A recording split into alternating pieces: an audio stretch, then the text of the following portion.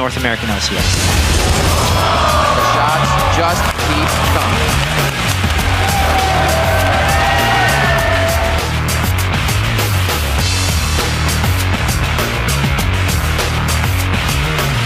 The Zonias, and here comes Nyrus as well. Robert actually now on the wrong side of the fight. They're taking care of business today.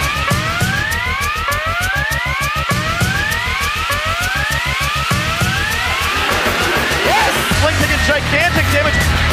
Will he fall? Oh, he jukes away! And here comes the cavalry.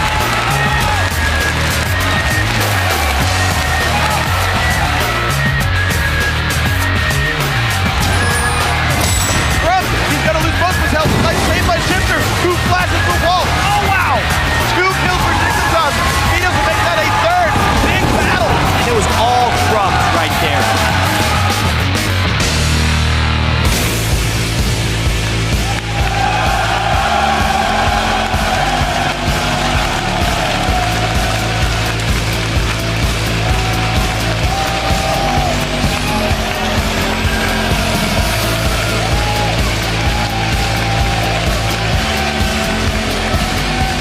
Welcome to day 2 of our Week 4 North American LCS coverage. We're coming to you live from our studio here in Los Angeles in front of this fired up audience. Happy Father's Day. We are teaming up for another exciting day on The Rift. I am Rivington Bisson III, and beside me are the godfathers of the League of Legends, the daddy of Deep Vision, Joshua Jat Leesman, the grandpappy of Ganks, Sam Kobe Hartman Kensler, and the big padre of puns, David Freak Turley. We are 9 games into the split, guys, and looking at arguably the toughest NALCS we have ever seen. It's deep and it's dangerous. Let's talk about the 2 teams that have consistently performed the best so far. On top, the leaders, LMQ and Dignitas. Right now, starting with Dig, 7-2 on the league. They look like they've kind of gotten everything sorted out and are comfortable with each other from game to game.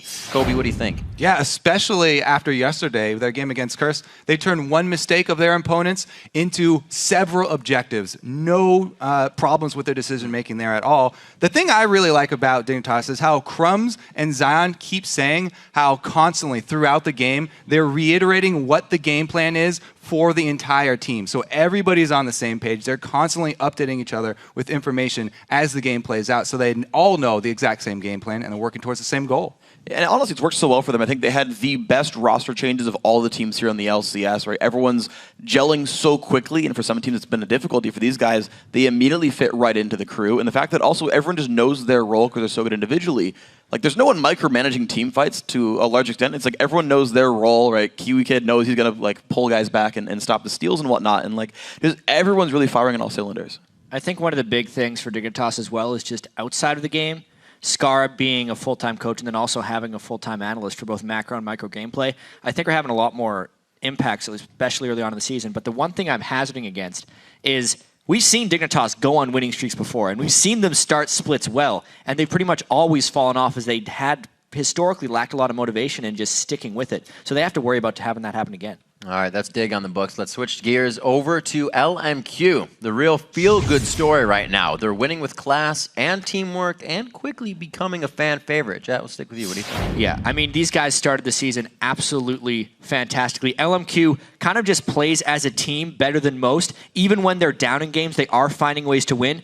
That being said, they were down pretty substantially to Evil Geniuses, who were a team that was in last place. LMQ can't really let that happen if they want to be the team that goes to Worlds and does well. Yeah, not only have they been performing on the Rift very well in the North American LCS, but they also have a really good home life. They're very happy guys. They're a very close team. That not only makes it very easy for fans to gravitate towards this team, but also it provides a great practice home life for these guys, and it's a great environment for them to study League of Legends in. Yeah, speaking of them adapting and being in their environment, like I just love how they're adapting to living in America, right? They're all learning English, trying, like, I mean, good luck like learning a foreign language and like going and like answering questions of, in an interview about the video games like you're playing. Like, I'm incredibly impressed by their growth as people. And in general, talk about LMQ's in-game performance. They're the only roster that has had no changes in the last 3 months. Everyone's had a sub or someone's been out for a little while, and the fact that they've continued to gel means that they're sort of like the most acute right now. But it does mean that other teams, I think, have more room to catch up. I think that other teams will accelerate and catch them faster than otherwise. But LMQ can, of course, keep growing. All right now we're actually going to turn our focus off of Dig and LMQ and focus on TSM a little bit. They came into week 4 in search of a plan, in search of a leader, in search of something.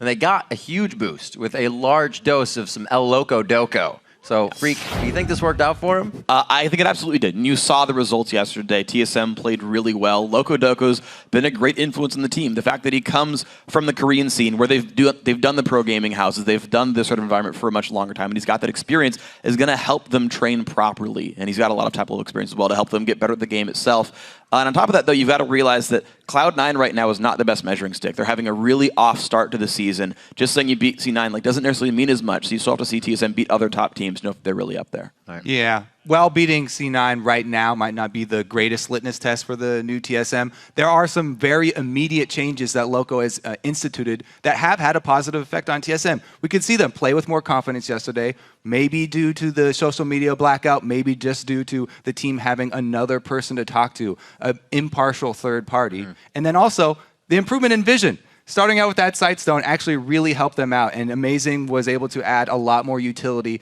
and add a lot more information for the rest of the team. Yeah, I feel like TSM's back in business, honestly. Even when they lost to LMQ in what was a very ugly game, I feel like those were fairly easy to solve problems for them. And I really do think even just the addition of Loco Doco as someone to take some pressure off of Glebe. Glebe can now focus on his actual gameplay. He'd been missing a lot of bindings, he'd been missing a lot of hooks, but he played really well on Thresh yesterday because he didn't have to worry as much about picks and bans. The in-game strategy had been pre-planned a little bit, so they didn't have to make it all up during the start of the game. And I think mechanically, TSM has and always will be one of the best mechanical teams in North America. So with a little bit of coaching, I think they're top of the table. All right, that's the story on TSM. Moving forward, EG making headlines this week by sidelining their veteran jungler Snoopy to give Korean jungler Helios a tryout. Kind of seems like subs are something that's really affecting the North American LCS this summer. The team suffered a heartbreaking loss to LMQ if you watched the game yesterday, but they looked strong early. How would you grade Helios, Jeff? I'd probably start him at about an A- for that first game, because he had a very impressive early game moment for EG to pull them ahead against LMQ. But then they still couldn't close. And even if they're saying, let's find fights, even if they're trying to bait around Baron, they didn't do any of those things successfully. Obviously, it's a short moment of time, so that's why he still gets an A, even if it's an A-. I just think he did very well in his first opening, but there's still room for improvement. All right, Freak. For me, I'm going to be a little bit less nice. So obviously, there's a lot of reasons why it's going to be hard, right? Joining a new team, actually his English is great, so he's actually leading the charge there as a shot caller, but his individual plays are good. He's obviously a very strong player, and the voice he brings to the team does help. But the fact that he couldn't close out the game, either by lack of knowledge himself or by lack of ability to lead his team, whether it's 1 week or because it's going to change later on, though right now it's less than that. I would give him a mid-B, something like that. That could change, but right now it's not all the problems solved. I think he had a spectacular opening. Not only did he apply a lot of early game pressure, but this shot calling issue, he's making a lot of good shot calls. We're just grading him right now. We're not grading the whole team. This is a lot on the other guys working with Helios and listening to him and trusting his calls. He was making some calls that you'd see pings go down, and the whole team didn't necessarily react to those calls. So really, I think it's on the whole team to actually build that trust with him. He's only been here a few days, I think this guy had an amazing showing considering he just got over here. All right, gentlemen, thanks for the final thoughts on Helios. We're going to now take a look at some of the plays you are all calling out on Twitter with the hashtag LCS Big Plays. Our first comes from Dignitas versus Curse. At Jealous7 writes, the double culling really setting up a perfect Baron. Huge play by Cutie Pie. Here's your number 3. Boy got something really bad spot. Does cost him inhibitor. Oh, the Whoa! Gets in and specials. Oh, he got himself killed as well. I figure with Braum coming from the Freljord, he wouldn't get cold so easily. Ooh, that was kind of good. That was all right. I'd say it was a pretty Braum's give that play. One a B+. Our next one comes from CLT versus Complexity at Fire Element 6 says, Bubba Dub with the revenge kill showing the power of mustache affinity. Here's your number 2. Great shield coming in, but he puts himself in the brush. He is going to be going down. Doublelift may be able to get the kill on Bobadub too. He's going to be taking shots. Does he have the slow? There's one. He's going to get locked up. They blow the flash. It cannot get Dexter there in time. He will be there. They hook him in. A great kill for Bobadub. The poison won't be enough. What a play from him. Gotta fear the stash. I concur. Our next highlight comes from TSM versus Cloud9. At Andre JB tweets, Locodoco's already seen how to train your dragon too. Glebe with the flay onto balls. Here it is, your number 1. A wild turtle on the backside. No wave clear from Cloud9. They might just have to fight right now. That's a one. Oh, Glebe onto the dragon. The set. Some players will always be affected by the flay going onto the Shyvana, namely St. Vicious. We got to remember these special St. Vicious flays, and it still keeps coming. Glebe puts them up this time, so keep your eyes peeled for more of those high-octane moments. Share them with us at LOL Esports. Use the hashtag LCS Big Plays. Can't forget that. Taking a look at the standings. And first, as we mentioned before, it's LMQ and Dignitas. In third place, it is CLG, and sharing fourth just one game back are actually Cloud9 and TSM. Then in last place, it is a 3-way tie between Complexity, Evil Geniuses, and Team Curse. But we've got 4 big games for teams to shake up the table today, starting off with Team Curse versus LMQ, followed by Complexity taking on TSM. Then CLG will square off with Evil Geniuses, and in our final LCS game, it's Cloud9 battling it out with Dignitas. But stay tuned for our North American Challenger Series for a best-of-3 semifinal when Team Coast and Curse Academy take to the Rift. Then warm up those Twitter fingers, because today we're asking, what's the most surprising development in the North American LCS and why? Yeah, just send your thoughts over to LOL Esports and use the hashtag LCS. Bring your A game because you might hear your answer read later in the broadcast. And just after a quick break, we'll get into our first match of the day, Curse versus LMQ. But first, a programming note. The NALCS will take place this upcoming week on Thursday and Friday to make room for the EU LCS Roadshow in London, England. Yeah, so make sure you tune in on Thursday for the LCS preview show. It's at a different time than normal, so 11:30 a.m. Pacific time or 8:30 p.m. Central European Summertime. But on our way to break, check out one of our favorite preview show segments, The Last Hit. These teams ready to get into our second day here in the third week. It's a very interesting choice. We'll have to see how his spear accuracy does this game. Hai is going crazy with these spears right now. Double if not safe. Oh my gosh. And Hai is just playing fantastic on Italy. Holy crap. How many are they going to land? Hai is an assassin right now. And he keeps landing the spears. That was a spear. That was a shot. This could be game. You can hear the crowd absolutely loving these spears coming in. Oh my God, Rip, I have to see that again.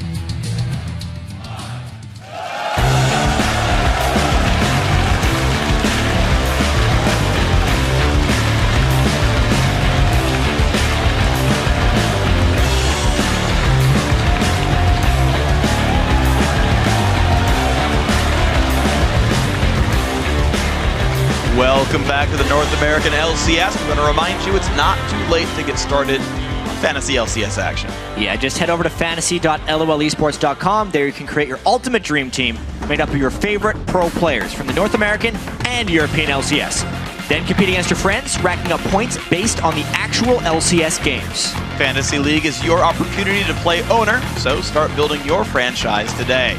Yeah. A bunch of fun. It is pretty fun. As a note, I'm 3-0 in the Caster Fantasy League right now. I'm 2-1 and 3-0 in the various groups, and I beat Kobe. I went 1-1 against Kobe yesterday. You beat me in one of them. We're going to send it over to Riv and my nemesis Kobe to kick off the games. Thanks very much, gentlemen. We're loading up for our first match. It's going to be Team Curse versus LMQ.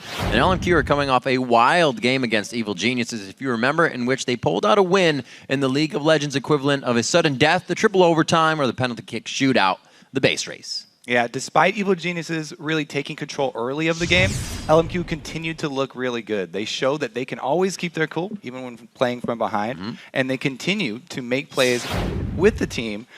Very crisp communication going with these guys, and they're one of the closest teams, and they have a deep trust in each other, and it really does show in their gameplay. Right, LMQ showing themselves to be consistent from game to game. Well, for Curse, each game has been punctuated by 1 or 2 standout players. Individually, they have each had really good games at different times, but they really haven't been able to coordinate with the other members of the team so far. And as a result, they haven't picked up as many wins as they would like. You know, team coordination is more important now than ever. And yesterday, Dominate picked Rengar, and he had the best game that he has had this split. And Quas also took control in the top lane, and he brought good map pressure with his Jack split push. But while they were having great games, Voyboy struggled with his positioning, and Cop was only able to get 1 kill in the whole game.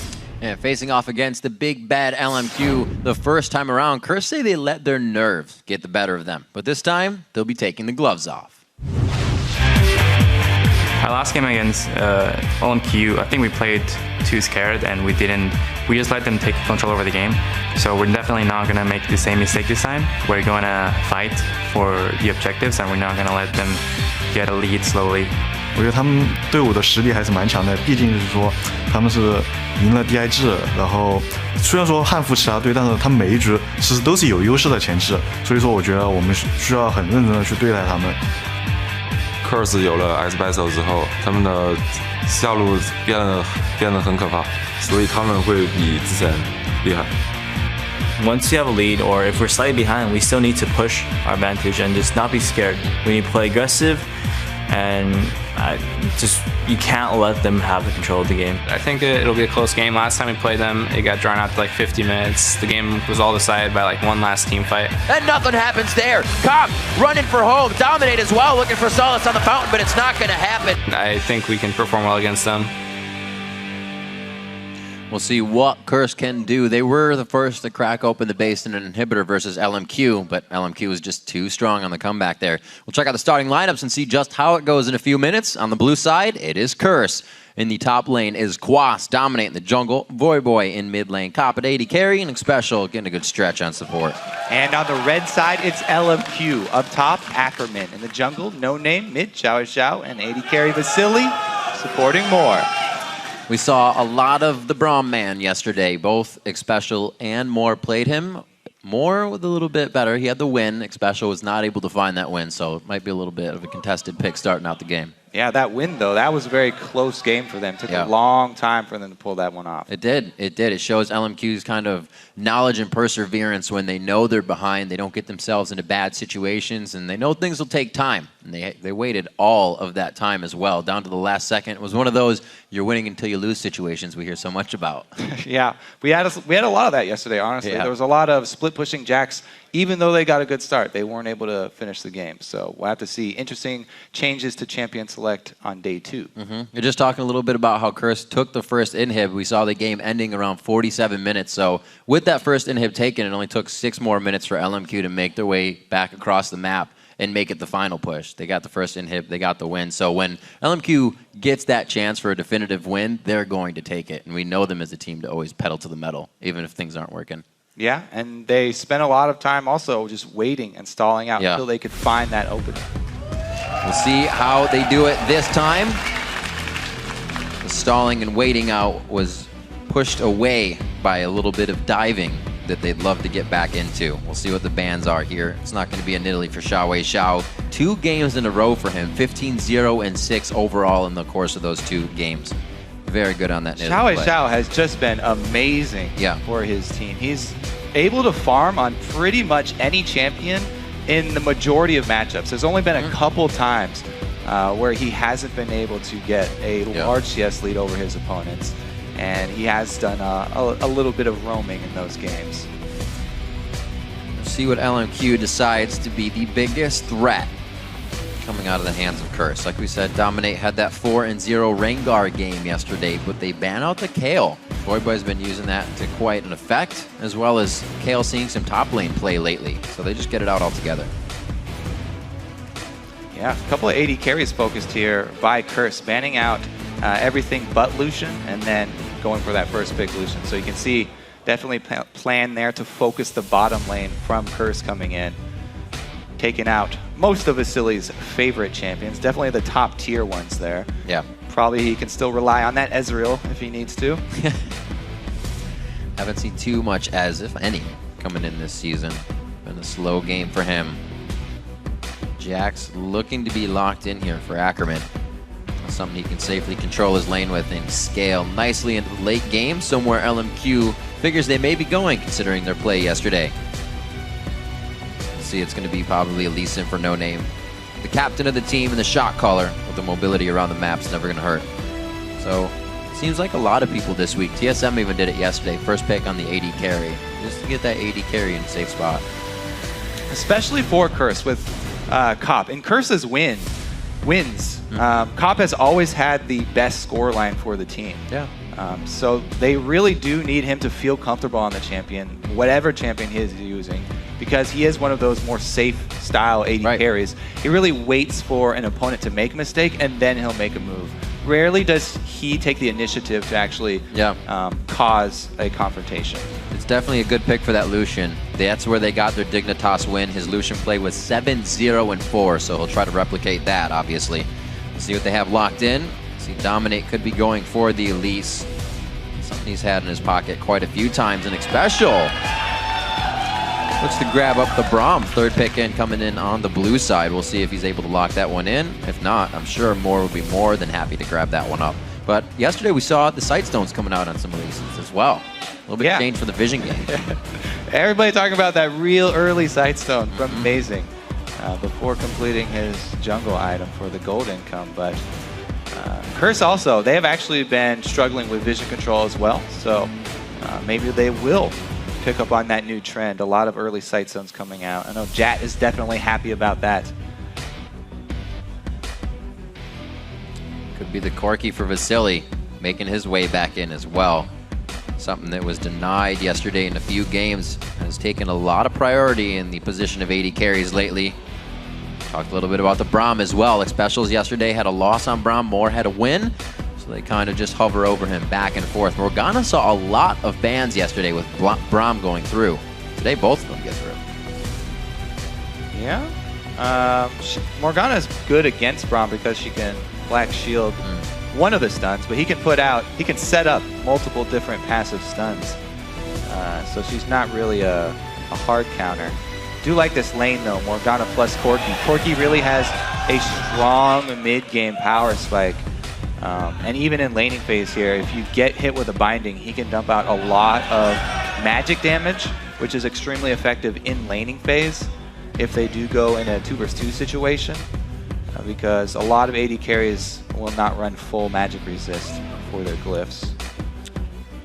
We'll see Vasily, his first time on Corki here in the NALCS. He's got a band against him yesterday versus EG.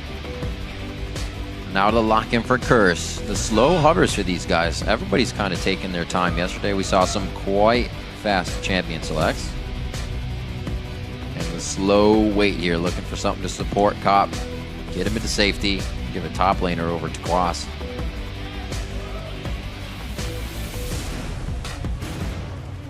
More safety there. Going to hopefully be able to push out and punish Ackerman so he can't get too big too early. I really do like supplementing this Kassadin pick with a strong other solo laner, their secondary solo laner here, picking up the Renekton, because you don't want to have 2 laners that are susceptible to being shoved in, or else you open yourself up to a lot of jungle pressure. Oh, counter effect. Well, we do have AD-oriented champions are always really good picks against Kassadin. You know, the Yasuo, the Zed, and of course the Pantheon as well, always an option. Xiao, though, this is a very, very risky mid-lane champion to use because Pantheon is such an all-in champion.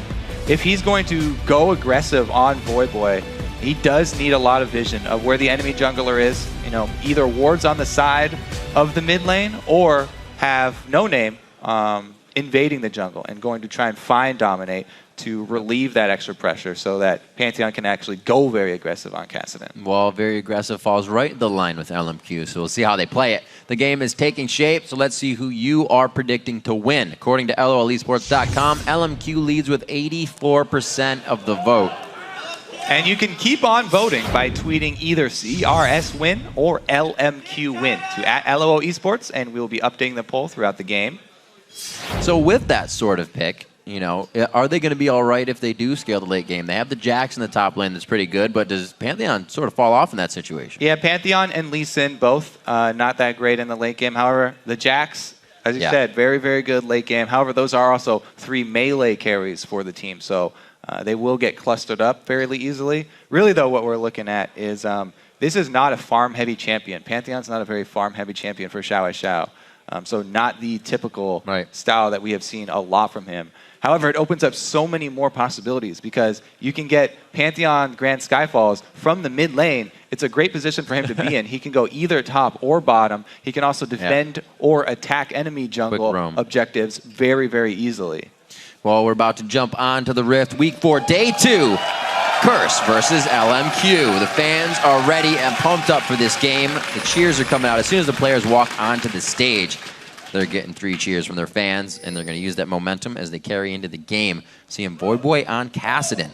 Play coming in from him. It's going to be the first time he's brought it out in the NA Summer Split.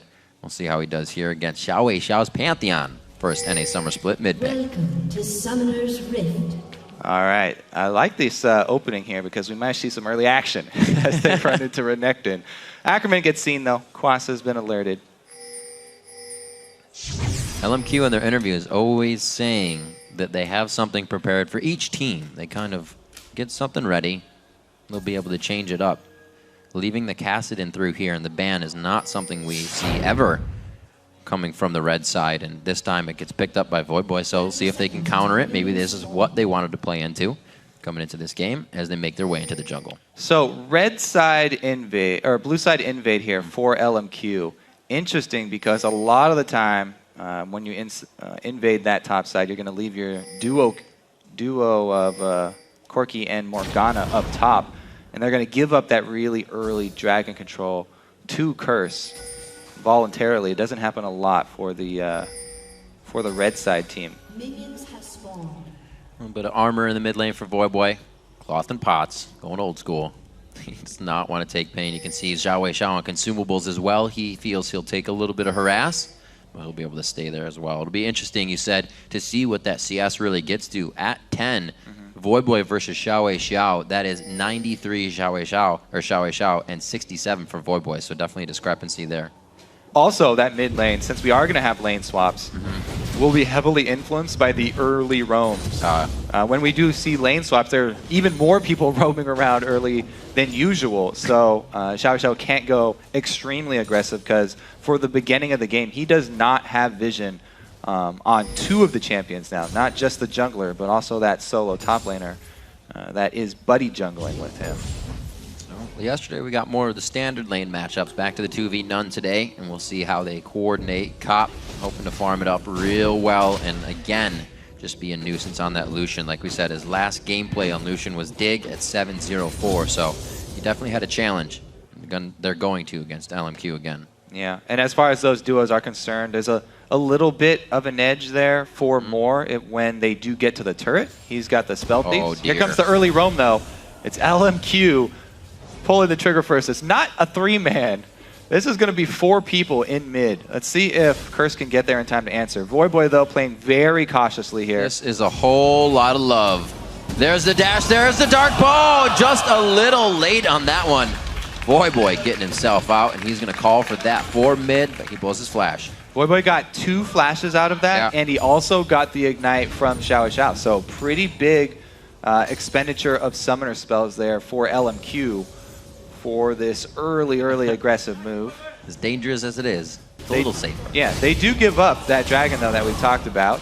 And that's not anything surprising here, because they were the ones to switch their AD and support top. They knew that what they were getting into doing that very early.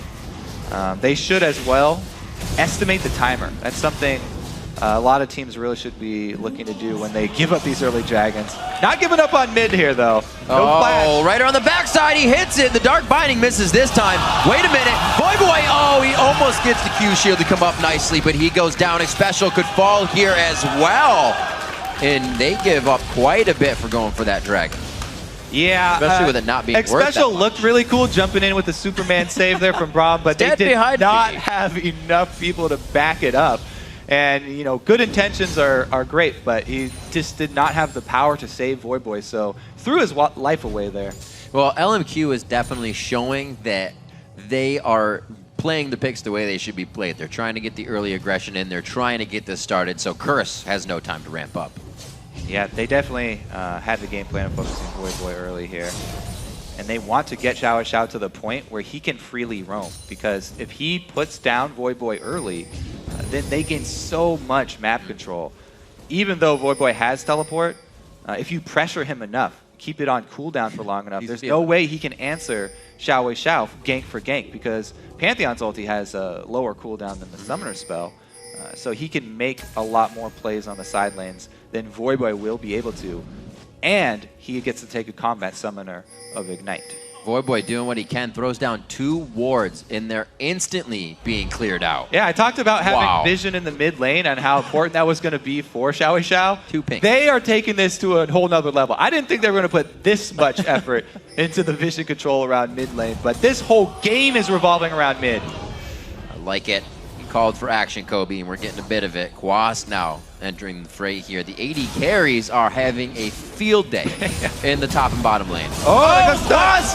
We got level 2s, we got level 3s. It's a variety party going on right now. Xpecial trying to get out of this one. Xiao Xiao already down on the stun, so he can't provide more of that. But LMQ has a lot of crowd control to offer in these fights. Great shield from Xpecial there, really reducing a lot of damage there from the 4 members of LMQ. And you're right, we are having a lot of action. It's almost like 2 games being played. The 4v4 all mid, and then the AD carries just practicing their farm skills. Last hitting for both of those guys going pretty well. We do have a slight lead for Vasily, but Kopp is a little bit safer in position, closer to his own territory. We'll see how safe that is. How safe that position actually is if he tries to get a little frisky here with the 3-man dive.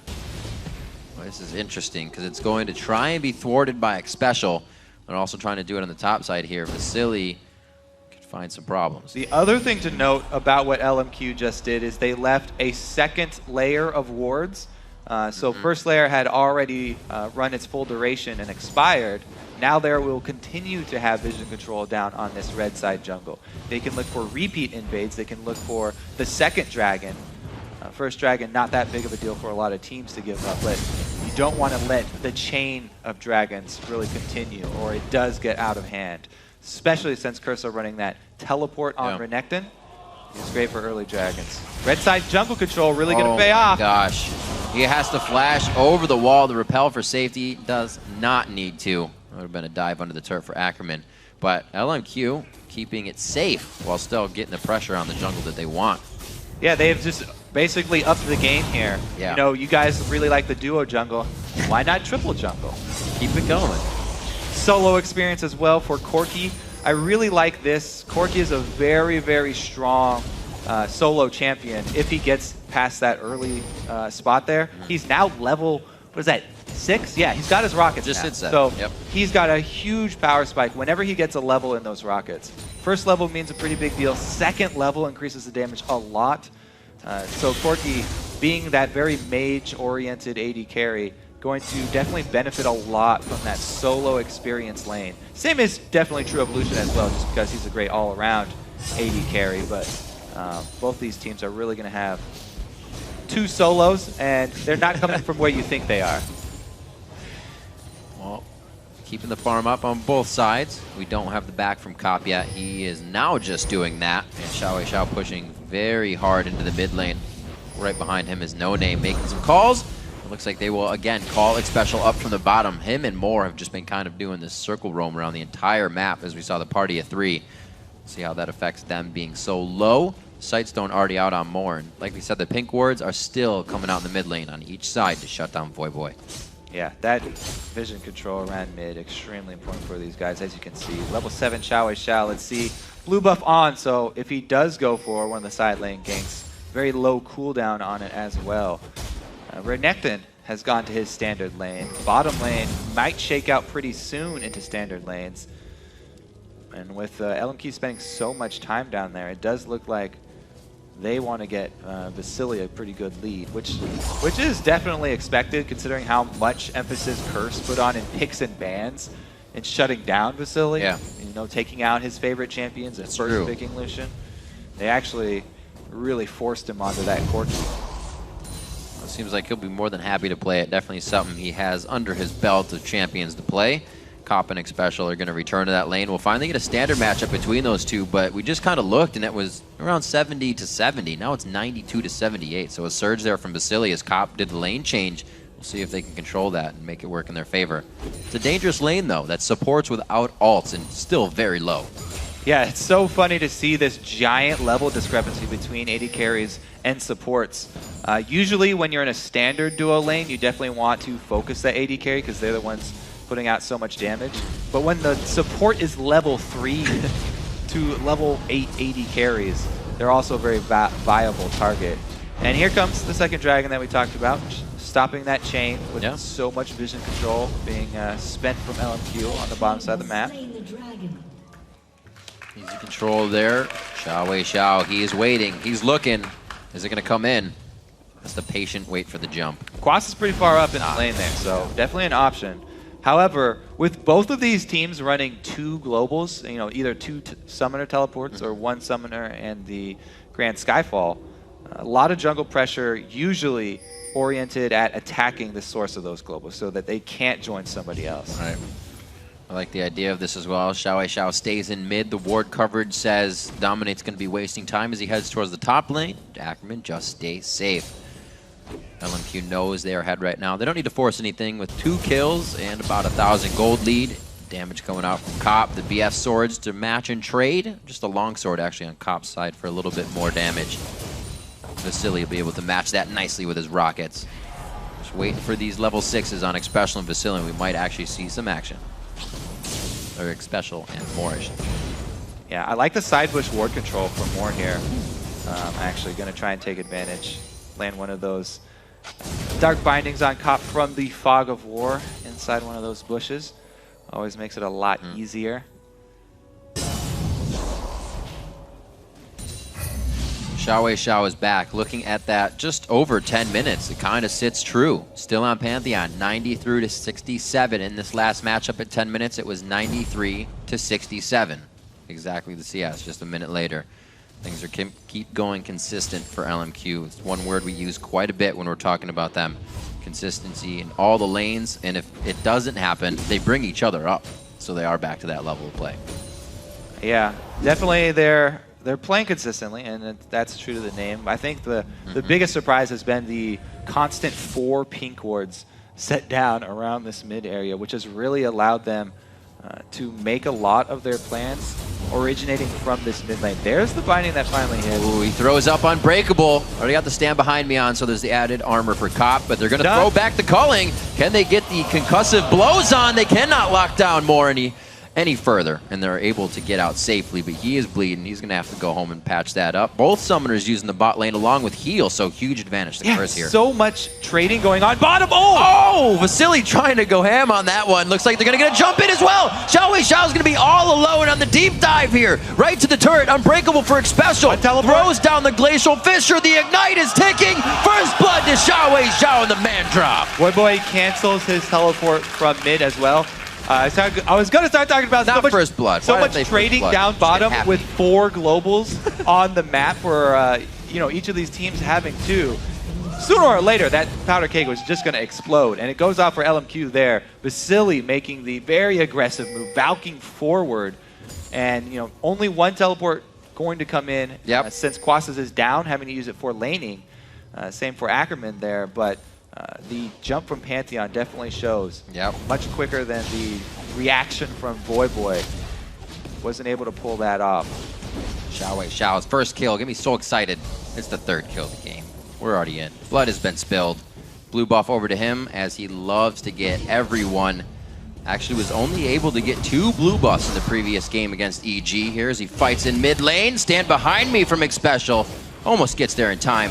The crowd control you can see though, what can potentially be from that team when they get a good catch. Great flash though from Yeah. Xiao. I mean, the point blank Braum Qs is a very popular strategy, jumping to your own minions so that you can guarantee the hit. But even then, it's not guaranteed, as Xiao just proved. So definitely a good flash saving his life there. Good credit to Curse though, coming off right with the blue. They want to get it out of the hands of Xiao so he can't do any more damage with it, but thwarted. LMQ is usually a step ahead in seeing what's going to happen. Their vision has died down a little bit in mid. Want to be sure to get that back up quickly. Damage being built by Xiao here. BF Sword after the Brutalizer. He is looking to go hard and finish this game fast. I do like early armor penetration on Pantheon. It's all about getting very quick kills when he jumps in, because as we said, he's an all-in champion. No escapes after he jumps. Coming up on 15 minutes in the game. A shutout in kills and turrets so far onto Curse. LMQ has been able to break 2 of those on the map. Voyboy still holds his turret strong, even though he's been quite a focus in this game. And he's only died once, but you can already see building up a Glacial Shroud immediately for that armor defense. Yeah, so it's kind of misleading because at first glance, you think, oh, this LMQ team is mostly armor, but it's not. It's not actually armor that's really going to protect you from this team because there's so much mixed damage from Jax and Corki. They have a substantial amount of magic damage as well. What's really important are attack speed slows, because that still does hinder Jax damage a lot. So going with that Frozen Heart would be a very good pickup for Voyboy. I'll be interested to see if he actually goes Frozen Heart or if he goes with the Frost Gauntlets. And see how early he wants to get one of those items, because Frozen Heart would definitely do a lot of work against his team, but LMQ have a very strong mid-game with the Pantheon, Corki, and Lee Sin here. And now stacking Bloodthirsters as well. With Xiao and that Bloodthirster, it'll be charged in about 30 seconds, so he'll be bringing full damage into the fight. Also, Voyboy's teleport is just now coming up, and Dragon's got 5 seconds on it. This could easily be a 5-on-5 down around Dragon. Curse sitting at a 3,000 gold deficit. Oh, wow, what a great flash play.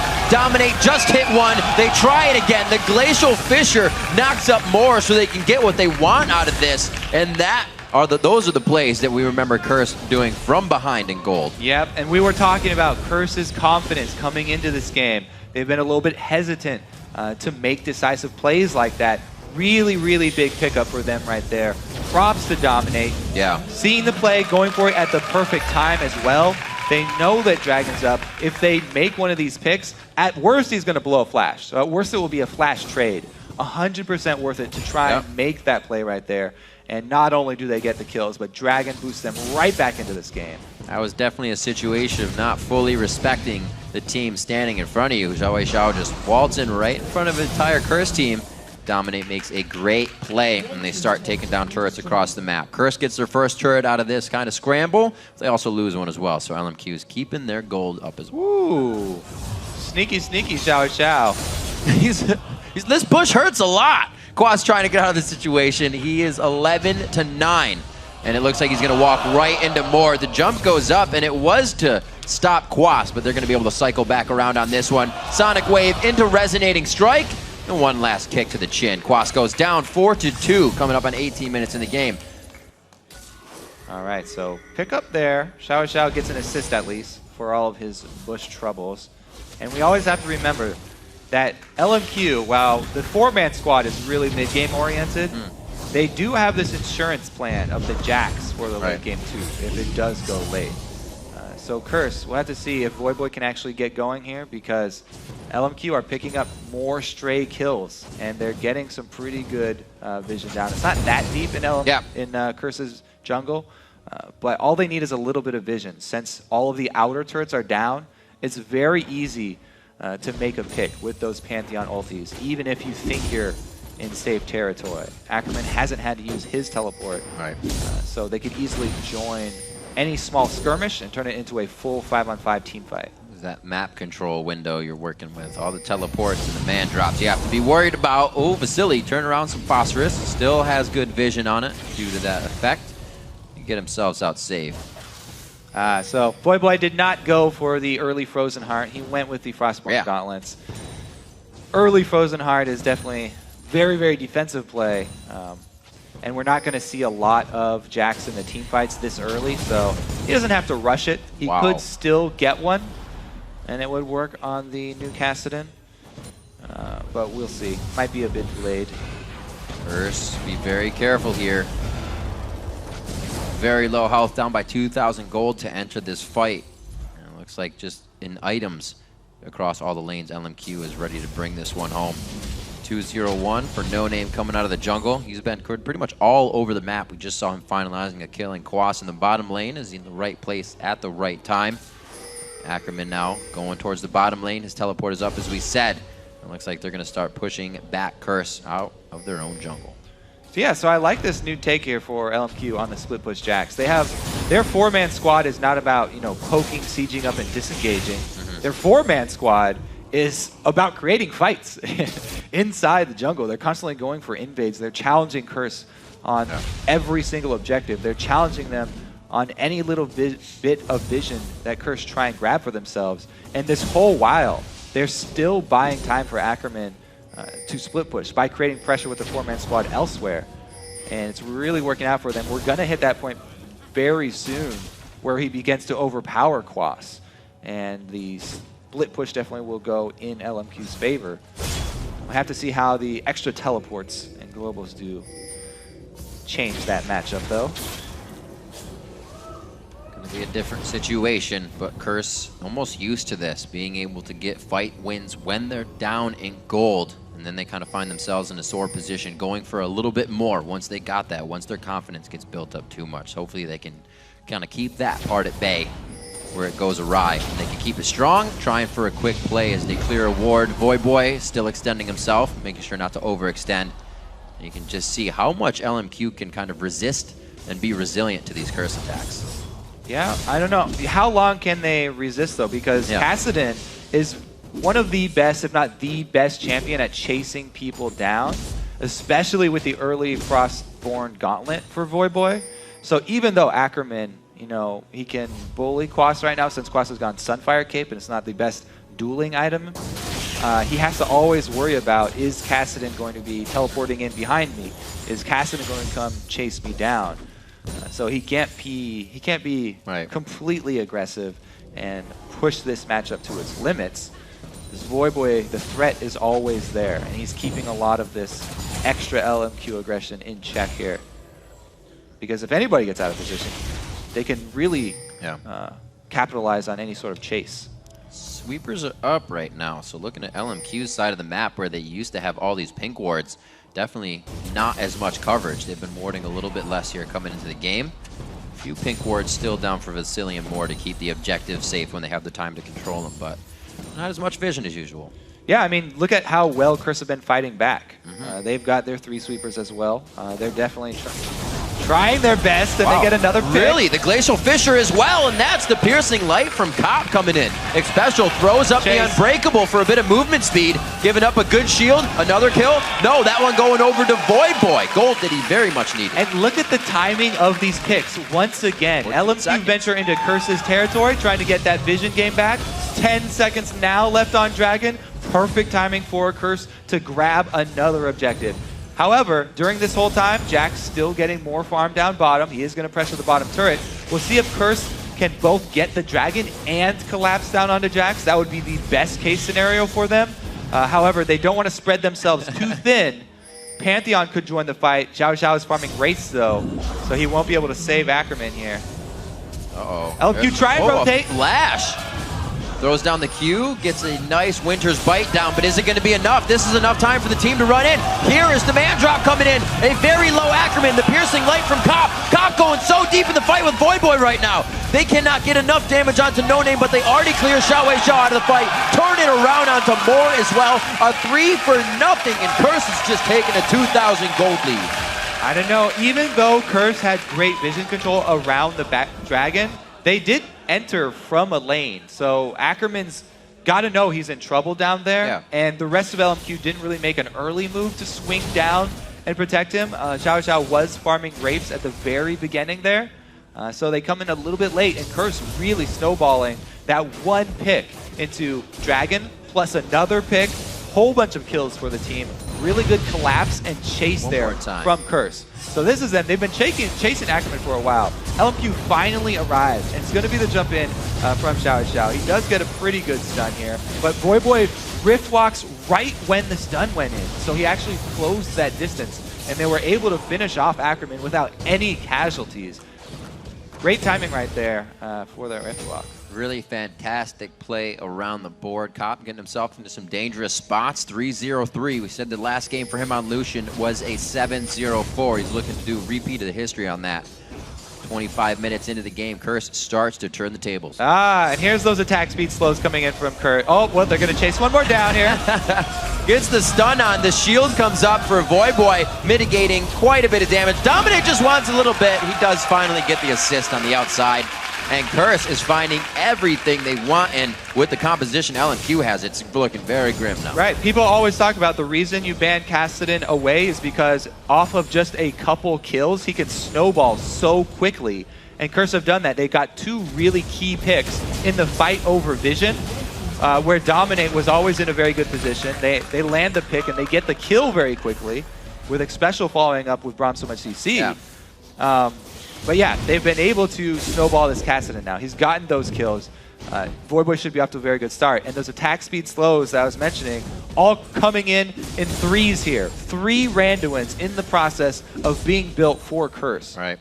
That's going to be great defense against all members of LMQ. Well, we got to make sure we mark the confidence. They're playing it well, but will they overextend themselves? That's when they get into a dangerous position. The last 5 minutes have been a huge boon for Curse, putting themselves in the lead 8-4, and they're almost evening up the turret game here, but it already seems like they've kind of taken back map pressure.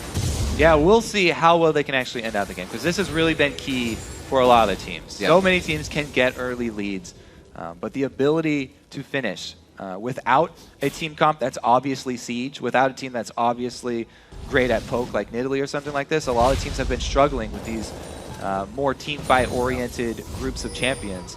The wrinkle in this match is that there's so much global movement with all the teleports and the Grand Skyfall. It's really going to be all about the split push and how quick these teams can change lanes. It's not going to be really big 5v5 setups at a turret, the sieges. I think it's going to be really all about the use of those globals and keeping track of your opponent's timers on their ability to traverse the map. LMQ has definitely went back to the warding, but you can see it's almost a defensive line of security they've put just behind Baron, a little bit across mid as well. They want to know if anything enters their jungle. Previously, they were all in Curse's jungle, trying to find everything they could. Now they're thinking twice about it. We got 0-0 and 7 on Dominate. Have to remember Dominate's flash cocoon to really start everything off on Xiaowei Xiao in the mid lane. Seems like Curse is just kind of riding that momentum right now. All right, let's see, because they are going to have a clash here over Vision once again. This time it's in LMQ's territory. You can see the swing of the game as the battlefield and the gold have both swung up to LMQ territory as Curse, after that last chase, gained a whole bunch of gold. Once again, that's why Ackerman has to be worried. Always.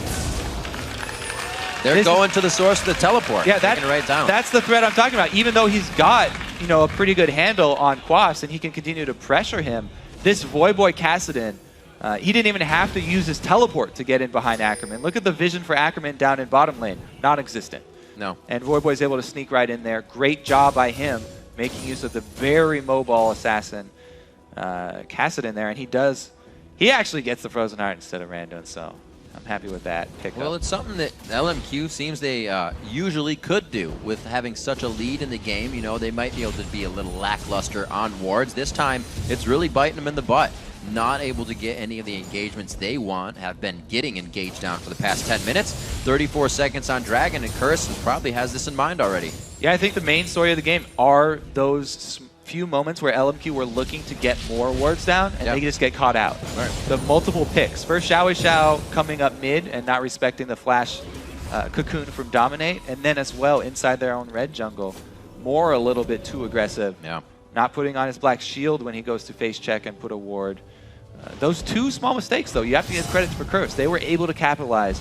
Just a couple of picks, and they were able to snowball their Kassadin, gain a lot of the map control. Man. And last outer turret finally falls for them. And that Kassadin, it's like a rock right now. The cold-hearted Kassadin, Frozen Heart, Frost or Iceborne Gauntlets in there as well, and a little bit of HP with an Elixir for whenever he needs some more AP in the fight. Ackerman trying to pull back some cash money for the team here, but just in the wings. Ardent Blaze, that means the movement speed may not actually didn't, I believe, hit Ackerman on that, so he didn't get too much for the follow-up. Also has his Sheen shot still there, so they push him off. They burn his flash on. Right. We've seen how important that flash is because Ackerman keeps getting himself into very dangerous situations. And he's not going to have that extra escape that he really needs. Ooh, big power spike for Voyboy. Hit that level 16. Very nice getting the next level of his ultimate. 10,700 gold to Xiao's 9,700. Got a 1,000 gold lead on Xiao. Really Curse working together as a team here. We've talked about how LMQ works as a team. Right now, jumping over the back of the wall. Everybody hopping over the back of the wall. Sneaky Baron, but Ro4. Uh-oh. Everybody's out as well. Flashes. Holy macaroni. Wait, 2 flashes and a safeguard. You saw nothing. I don't know what you're talking about. There's nobody in the back of that Baron. I blinked. You're right. It was gone. These are not the LMQ members you're looking for, boy. That would have been some scary stuff. Xiao was remembering his Yasuo plays and did not want the same type of medicine there. See what Curse can keep pushing. That play right there is so telling of how this game is going. You can really feel what LMQ are feeling as a viewer right now. They're so desperate, and they're really feeling the pressure. They have to go for these sneaky Baron steals. Just like that. That no feeling. But I think No Name's going to get hit up one more time. The Force Pulse is there. Xiao. This is a 2v2. Now the Glacial Fisher in the 3v2. 4v2. Coming out of nowhere as Cop throws down the Authority with Dominate on Elise. And they're able to pick up another 3 for 0. That Bruiser Kassadin coming up big for Voyboy. You kick him away, and he's right back in your face. Takes Never stops getting back. More than a few hits. There you go. Cop's like, I'll just walk around. All right, so Voyboy actually teleports back in, right behind. Oh, baby, face to face. Draw, dukes are up. Oh, Voyboy, that's cheesy. He comes in for the 2v1. Cop wanted the duel, but it's all right. That's teamwork. That's a kill. LMQ are sort of unraveling here. Once they did lose that early game lead that they had with this Pantheon Lee Sin Corki combo here, that's really big for the mid game. They started to make more desperate plays to get back in it with that Baron, and now it's really fallen all the pieces here because even their security blanket, Ackerman, who's supposed to be the insurance plan for the late game, has been unable to really free farm down there. Let's take another look. People just getting picked off here. Kick him away. Voyboy's right back in your face. And there's just a collapse. And then Cop comes out of nowhere. Everybody was ready for this fight. Curse is just moving as a unit this game. Very nice to see. Yeah. You know, after such a rough start here, Curse, these guys never give up. And again, social media blackout, we can speculate. We can speculate that it worked for TSM. And Curse are definitely playing with a lot of confidence here too. Oh, Glacial Fisher again. Xpecial is not worried to use that ultimate every time they need to take someone down. And even if he got away, they'll use one of 4 Randuins. Yeah, there it is. It's all about attack speed slows. That's a little excessive, but they have so much armor. There's a sale on Randuin. They can basically ignore turrets right now. They have so many people who can tank turrets. Quas is just ridiculous right now. Not you, Cop. Quas has 342 armor on Renekton at 33 minutes. And he's not even up there with the team. Oh no! That's not where you want to back. Force balls for the slow. They're just waiting. They're toying with it. This is the food they're eating right now. Voidboy has Don't even play with more your food. Armor. So it takes him a little while to kill somebody just because he's all this armor. Just stand still. Make it easier. He's got to run out of mana. Just one more. Counter-strike into the stun. Yeah! All right. Raise your hand if you thought he was going to get away. Not a lot of hands up.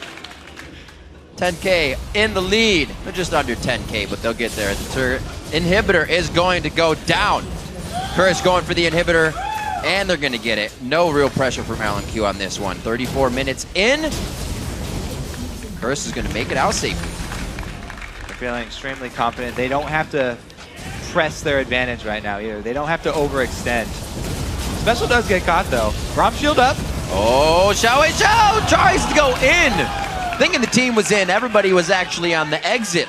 And it looks like they are still in their own base right now. They don't even have the strength to come out. The composition kind of crumbling in on their own head as Curse figured out where the in was, and they started to run with it. Yeah, Xiao cannot do anything to this team of beefcakes.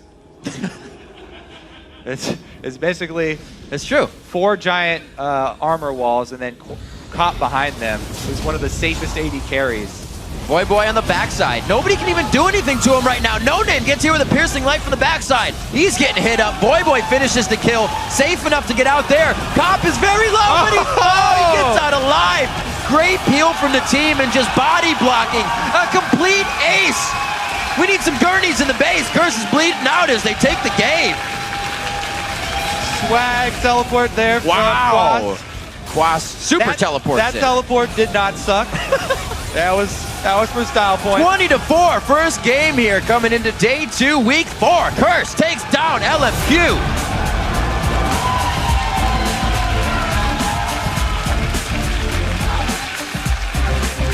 Even these teams that are on the bottom of the standings in North America easily take a game off of the top of the table.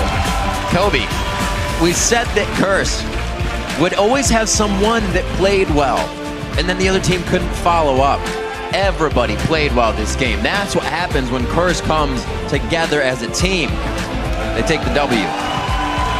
And really, the constant war of vision, I think, is what says a lot for Curse. They did not give up on clearing those wards. Even when LFQ started to get so many deep ones, that's where they really took their advantage. A couple of key picks for Curse. And you get that casted and snowballing, especially against a team like this that's so armor and attack speed oriented. Voidboy had a really nice build path in there, straight into the Frozen Heart right after his Iceborne Gauntlet. And so much defense for all of these Curse members. A fantastically played game coming in from Curse. Cop keeps himself killed, or unkilled, I should say, on Lucian. That game going 6-0-9. The last time he played Lucian, Curse took down Dignitas. So, go figure. It's going to be a good pick coming in for him. Played a little bit of Caitlyn yesterday. Did not work out as well. And focusing the 80 carries coming into that game, we thought they might have done a little too much onto Vasily, kind of trying to get him out of the comfort zone. It seemed to work. Yeah, I mean, it was a good game plan coming in from Curse. And they executed it very well, both in-game with their adaptations, seeing LMQ composition as well. And the point you made about Curse also taking a game off Dignitas really goes to show, even Curse have that bad record and they've lost so many games, they still are the team that has the ability to take the games off of any team in North American LCS, everybody at the top. Everybody's definitely still growing on that team. We looked at Quas a lot in the spring split and said he has a lot to offer, and he still does. Quas is one of the ones that kind of brought out the Aatrox, the kind of weird builds that he had, and then would start to do weird builds on Renekton too that worked. His Trundle, I think, 4 times in a row was Curse when they had their long streak. He played Trundle. Everybody on that team has great diversity, but if they don't find it on the day, that's the time when the Curse fans are kind of left wanting.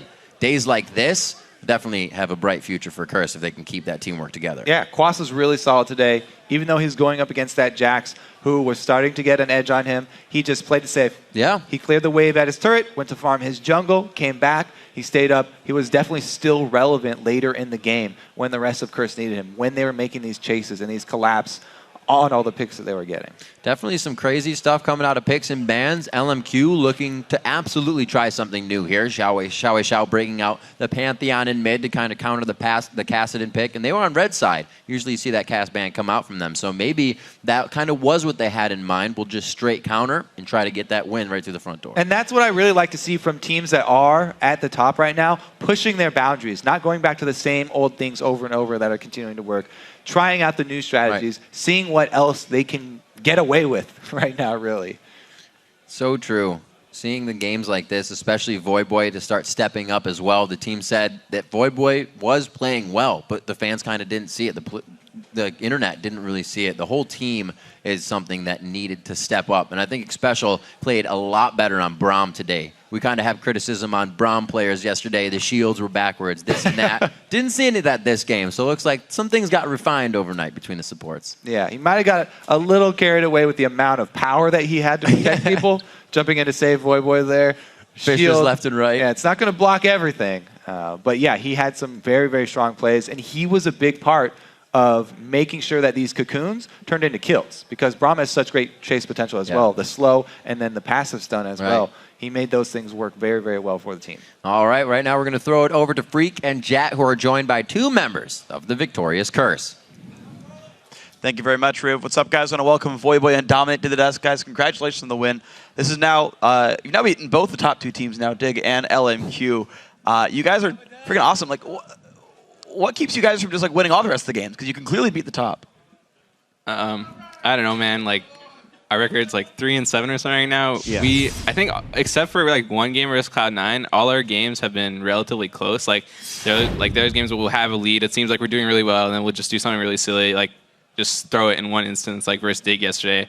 So yeah, we're just going through some problems. Obviously, if we weren't, we'd be at the top of the standings. Sure. But I think in these matches that we're losing, sometimes like very painstakingly, you can see that we have like glimmers of brilliance. We're not quite there, but if we can work on that and just try to iron out our play and avoid those like game blundering moves, then I think that we can just get to the top where we want to be. We beat Dig, we beat LMQ. We've been giving all these teams like pretty good games. I think it's just a little bit of a step up, and I think we'll be able to consistently take games off of pretty much anyone. So that's the plan. Exactly, and honestly, it feels like a lot of people are actually noticing that you guys are like right there almost all the time. I actually have a tweet from Double Lift that he brought out a little while ago. We can pull it one up. He's saying, you guys are playing so well in scrims all the time. Like, why can't you just keep playing aggressively here and get all the wins, in the matches? Yeah, definitely. What do you think about that?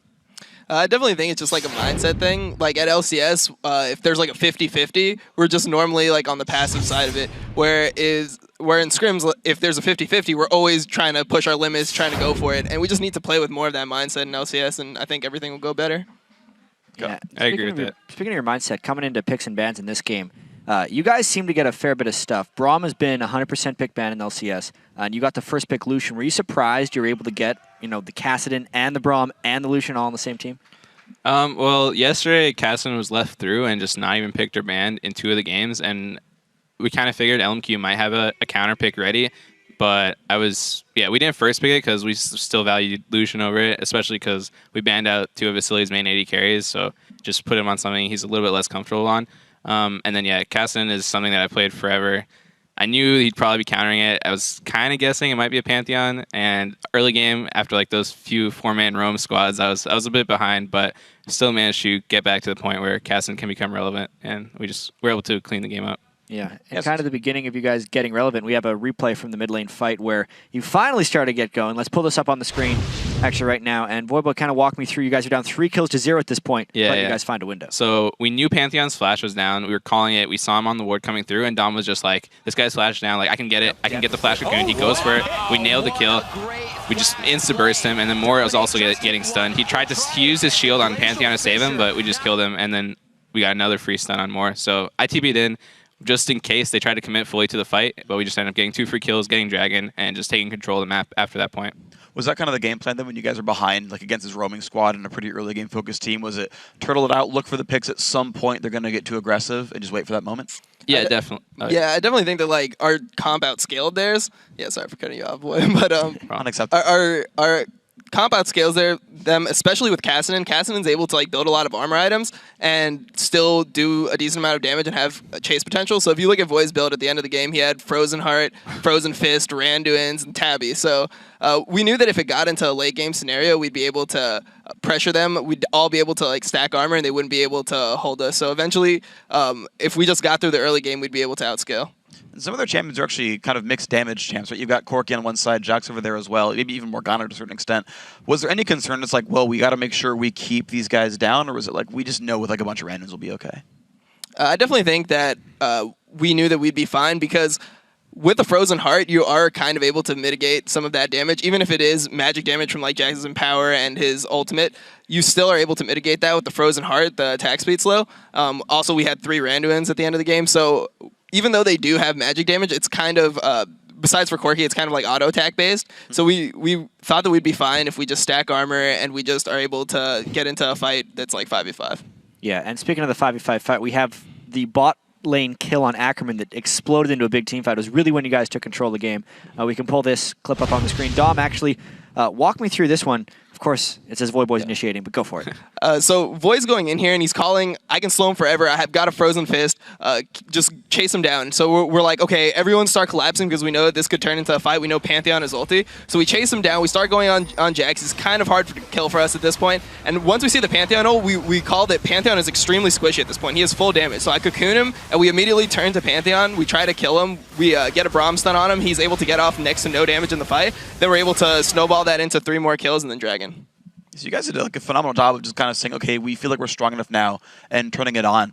Did you know that, like, at what point during, champ select or loading screen of the game were you like, okay, we know that, at 35 it's good to go? It wasn't necessarily a point. It was just kind of situationally we were waiting for an opening, and the opening was when we made that gank mid and Pantheon was forced to burn Flash. We knew that we needed to capitalize on that because we were just slowly losing the game. They were getting map control. We had to give them, like, I think maybe 2 dragons in a row. So we told ourselves, all right, if we can see like a play on Pantheon, we're going to go for it. And he ended up cutting through mid. We had a ward on him, and I just flash cocooned him, and we ended up like snowballing that into 2 kills and drag. Yeah. So then LQ, I kind of want to keep talking about this because it's a fun composition, right? Mid Pantheon, whole bunch of AD champions. If you're in LMQ's shoes and you just lost this game and you had this like early game comp, what would you do differently to make that work like the second time around? Go for it, boy. I think honestly, do it again. Like, it's not a bad comp. It's a good strategy. The biggest thing that could have happened is if I died multiple times. The first time they tried to gank me, they used 2 flashes. I got kind of lucky. I got my flash off, and they weren't able to secure that kill. The second time, they made another good play. They killed me. At that point, Pantheon was so ahead of me, I could barely even farm. And honestly, if they just maintained that lead, they were getting dragons. They had map control. They just had to avoid getting picked because that's the only way we can easily get back into the game. We can probably stall out, but the longer the game goes, when they have map control and they're getting free dragons, the bigger the differential is between the 2 teams. So it just makes it harder for us to even get those picks. Because like if we waited 5 more minutes, that initiation on Pantheon might not have worked because their whole team would be stronger and ready to capitalize on it. So I think they just had to avoid making plays like those, and then obviously just try to play the game out as they were doing it because they were pressuring us pretty hard. Like I could barely farm mid when Pantheon came back mid. He had like a BF sword and a brutalizer, and the jungler and the support were just roaming everywhere. It was actually a pretty difficult game for us. But honestly, they could have maintained their lead and closed it out. Yeah, you guys did a good job to weather the storm and come back. And 3-7 now, as you mentioned at the start. You guys face Cloud9 and CLG next week. But as far as you guys beating up on good teams, it should be completely fine. How are you actually going to be preparing for this next week with your problems and your mistakes in mind that you've been improving against LMQ? I think it's really hard for us to fix our mistakes, primarily because our scrim records are always so good. So we'll come into every week just winning maybe like 75, 80% of our scrims, and we'll think that, oh, okay, all of our problems are gone now. Like, we're playing aggressively, we have much better champion pools this week, and everything's going to turn around. And so far, we've just been disappointed. Like, every week after our performances, we watch our games over, and it just looks like we're doing nothing. It just looks like we're just waiting to lose the game. So I definitely think that going into next week, we're gonna remember this game. We're gonna remember how to play aggressively. Like, I know personally, something that I've been doing now is just getting more emotionally pumped up into the game. Like, I'll be listening to like music before the games and just trying to get myself in the mindset. Like, yeah, I'm just gonna go out there. I'm gonna try to like make plays and try to get stuff done. And I think that that's like what's working for me. I think like everyone's just gonna kind of feed off each other's energy. When team morale is high, I think that we'll all just like feel in the zone, and if we can be as confident as we are in scrims in LCS, then I think that'll be like the biggest thing for us. Yeah, it'd be good to see you guys playing continually aggressive. Maybe the MVP can be the final countdown for you guys pumping up for the games. Guys, we're going to take a quick break when we've still got more games to come, of course, throughout the day. It's 3.5 minutes. Complexity is going to take to the Rift and battle Team Solo Mid. Don't go anywhere.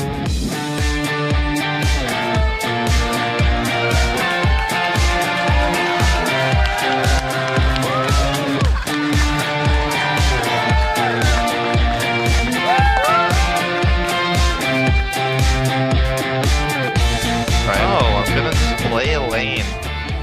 That's what I'm most skilled at. The laning mastermind. But is it going to be enough? This is enough time for the team to run in. Here is the man drop coming in. A very low Ackerman. The piercing light from Cop. Cop going so deep in the fight with Void Boy right now. They cannot get enough damage onto No Name, but they already clear Xiaowei Xiao out of the fight.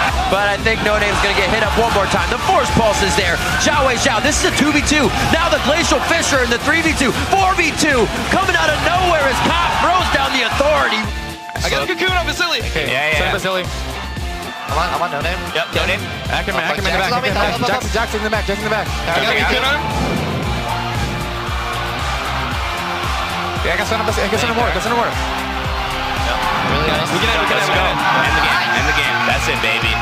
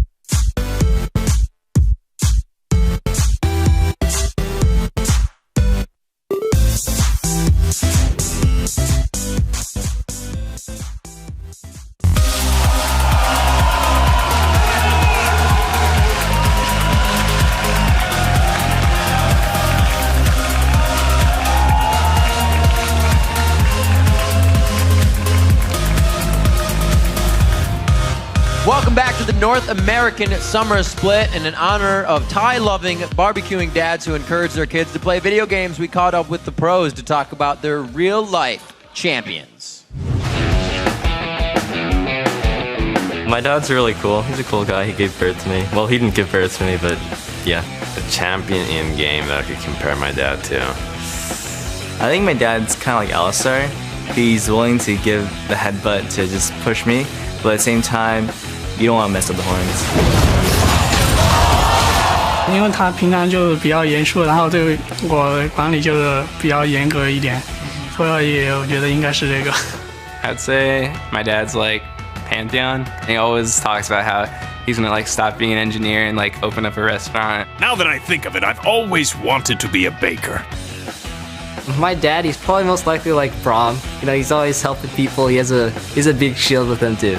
I'd say Brown, but only because of the mustache. My dad's kind of like Draven because he's kind of troll. My stepdad is really supportive, as well as my mom, so I really want to thank them. He watches all the games and he often like will send me messages, you know, saying like congrats. He just really cares about my success, and he definitely wants me to do well. Happy Father's Day, Dad. I love you. Happy Father's Day, Dad. Dad, if you're watching this, thank you for supporting me for all these years, and happy Father's Day. 爸爸，父亲节快乐。 Happy Father's Day, Dad. Danke fürs lange Aufbleiben, damit du meine Spiele schauen kannst. Happy Father's Day, Dad, and thanks for supporting me. Mom, you too. Happy Father's Day. Thanks for supporting me. And to every other father out there, thanks for supporting your kid. All right, Kobe, so what do you got? Who's your dad? What champion? My dad? Yeah. I'm going to go with Rise. Ooh, He's good. bald.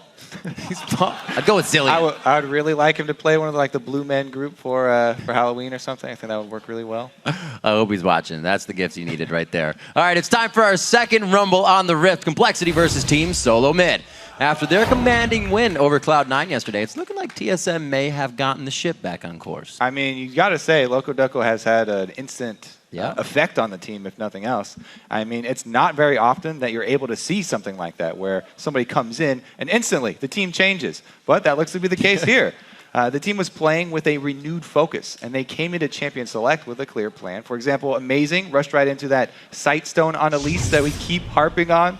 You know, it was before he even completed his jungle item. We don't see that very often. So it helped them get vision for the team, which is something that TSM has been lacking. And, you know, Wild Turtle, he had his best game of the split so far, finishing with an 18 KDA with that first pick on Corki and only dying one time. Just the once. While TSM's star is on the rise, Complexity has been struggling to get off the ground. Yeah, in their game against CLG yesterday, Bubba Dub played very well, picking up a couple of early kills on Thresh. But banning out Lee Sin and Elise did hurt Kez, it seems, cutting down on the amount of pressure and vision that he was able to bring to the team. He spent more time farming that jungle on Nocturne than he does usually. You know, in his first 2 games, he plays 67 wards. Against CLG, he only got 15 down on the map. So pretty big cut in vision there for the team. That's right. Let's get right into this, baby, and check out the starting lineups on the blue side. It is Complexity. It's going to be West Rice in the top lane. Kez filling in the jungle. Probably is back in mid lane for a few days now. Robert X lead 80 carry and Bubba Dub and his mustache on support. And on the red side, it's TSM. Up top is Dyrus. In the jungle, Amazing. Mid, Bjergsen. 80 carry Wild Turtle. And supporting, Glebe. Glebe.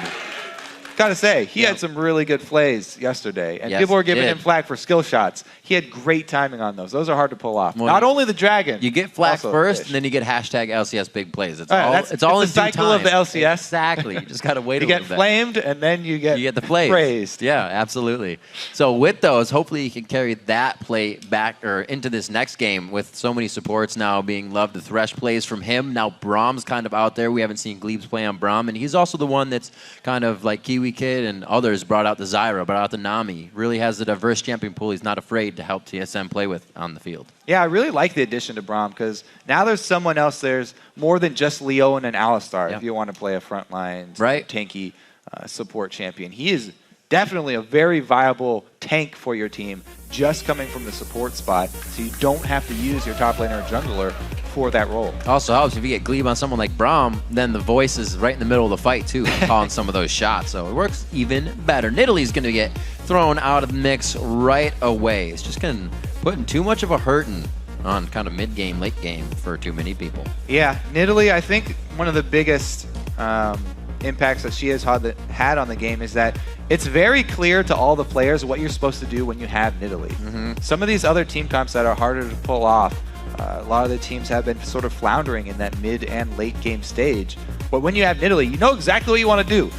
Control your blue buff and throw spears all day long until you hit a good target and then take an objective. Is it that easy, really? Is that all I got to do? Yeah, pretty much. Siege up, throw spears. There's a little bit more to it than that. Hitting them becomes the hard part. It's a little bit more to it than that. Twitch also taken off the field, though, with Lucian still up. So either Lucian will be a very high priority pick this time around. I don't think that he will be banned because, as we've seen, Corki extremely viable in that matchup as well. Even Kog'Maw, I'm kind of surprised that we haven't seen more Kog'Maw actually in the North American LCS, but he's still extremely strong right now too. Ooh. Turtle's going to take a nap, sleep on it, and think about it. Bjergsen draws himself a Twisted Fate ban. Went 4-2 and 15 on that yesterday versus Cloud9 in their victory. So, a bit of a playmaker once he got that Zanya's. Yeah, pretty much all mid bans here besides that Twitch. A lot of focus on this mid lane here. Probably has actually been one of the biggest strengths for Team Complexity in his laning phase against these very top tier mid laners in the North American. I'm very surprised they let Ziggs go through against Probably as well. Usually something that's banned against him all the time. Be interesting to see how TSM formulates this team composition. Call gets Ziggs. West tries to be the first pick here. Complexity kind of prioritizes whatever they feel will be best in the game. They haven't really stuck with one thing coming out of the gate. Yeah, it's so interesting too how this Jax has just gone through almost every single ban phase. With so many people were complaining about how strong this champion is and how overpowered it is. Nowadays, it's getting through pretty much every single draft phase that we've had. And teams are so much more willing to deal with him just by bringing very high crowd control teams. We do see that. Ziggs, though, that you're hoping for the Probably Ziggs. Very, very hyped up, one of his favorite champs. He'll be throwing some bombs everywhere. Whenever every champ that kind of has to do with fire, Probably's got it in his back pocket. And he Ziggs. Just lock it down and start some flames. Dyrus and Amazing on the other side to lock in here. We'll see what TSM can get themselves rolling with. Yeah, I'm really interested to see what type of team TSM want to run into a Ziggs, because Ziggs has some very definite things. He's a lot like Nidalee in that it's very clear what his late game strengths are. The wave clear, it's very hard to siege up against him. The story foretold. As well as the sieging. So we'll see what TSM want to run into that. Bjergsen can either run Assassin and just spray on the kill potential, like Yasuo or someone into it, or he can go safe and go Orianna, bring more shields. Already Lulu locked in though. That is very flexible pick. Dyrus has even used it top. Could go any of the 3 lanes. They've actually picked Lulu 3 times, twice on Bjergsen, once on Dyrus, and still have yet to win with her. So we'll see how they utilize this one. Nami, though, could be looking back to Glebe. Second time on Nami, he will lock that in. Yeah, with all of the focus, though, on the mid and the bottom lane with the ban phase, junglers all went through. So both of the top tier junglers are through, and I think that's good for Kez because he can bring the extra early Sightstone. He can get extra vision down there, but it's also really good for TSM. So they both got very comfortable jungle champions, and really it's going to come down to performance now because both of them are very happy with the picks that they got. These are the 2 most contested jungle picks there are.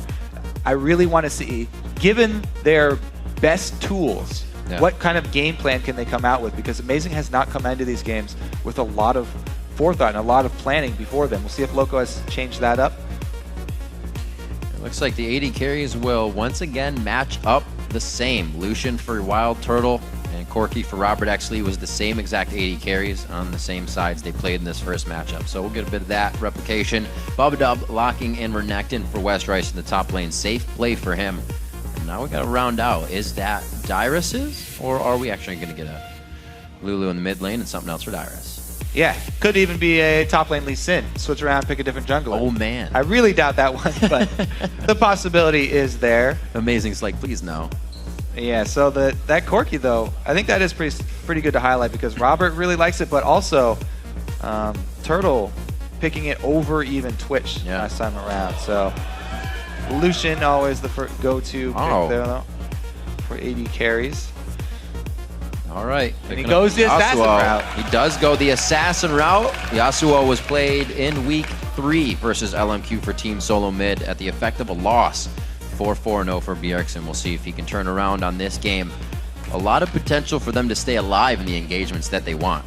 Also, it's funny that they did this against Complexity because if you early pick a Yasuo versus Complexity, probably loves picking Annie into that. He's one of the few guys that talked about has that in the champion pool. So they actually, this is something you would only have to do against Complexity, is wait for the mid laner to be locked in before you Yasuo so he doesn't have to go up against that probably Annie, and he does get this matchup versus Ziggs. And we'll see if it works. The game of chess and champion select has been played, and the pieces are set. Before the teams spawn onto the Rift, let's see who you think will come out on top. And according to LOL Esports, 86% of you have voted in favor of Team Solo Mid.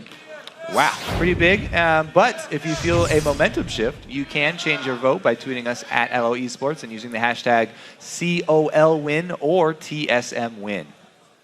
So last time we played, we talked a little bit about what was used, how it went down. Ziggs was also used by Prolly in this last game, and TSM found a way to shut it down. It was Bjergsen on Kassadin in a 10-0-4 game, so he didn't get cast this time. It's going to be a little bit different, and it wasn't the longest game either. Looking at the time on this one, 30 minutes, and the first inhib was taken at 26, so TSM definitely had the win in mind right from the get-go. Yeah, and usually when you see a Ziggs, everyone kind of groans because they think it's going to be a long game. Shut down. It's so easy to stall people out with Ziggs because he has such great wave clear. But TSM were even able to cut through the minefield and power it right through for the win versus Complexity last time. Strong play. TSM has definitely been having a little bit more map control. We talked about Loco Doco and what he did on the first time coming into the team. It wasn't game changes. They were life changes, kind of outside the game things that they needed to then look in on the game differently. So far, it is working. Let's see if it works here. Complexity on blue side. TSM getting the crowd chant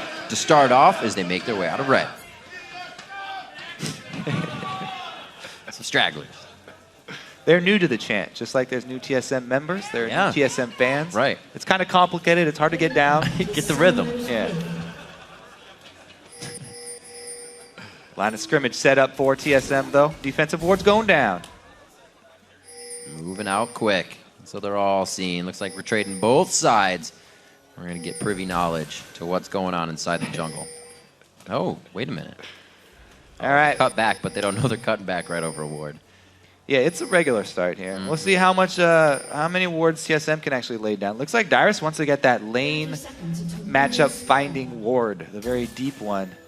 He gets it just on the side here so that Complexity did not see it go down. Need very precise placement on that one. We'll see what lanes TSM actually want to seek out because they will not be getting that information. Complexity going with the blue side. Secondary invade. Interesting how they go for the initial invade for vision. Right. And back out just to do a late invade. This one, if they go through this bottom lane, will also bypass that ward. So very sneaky here from Complexity, and they may come out with an information advantage in this game. We will see how they use it. It's just going to trickle along for now. They'll have a few wards to be placed on the side of Complexity as they make their way in. They'll have a few more breadcrumb wards to place. Not too much change in the voting just yet. There's one for safety. And they're going to make it in quite quick. So it looks like they're keeping the AD carry support bottom in this sense. We're going to get a standard lane matchup coming out of this. Yeah.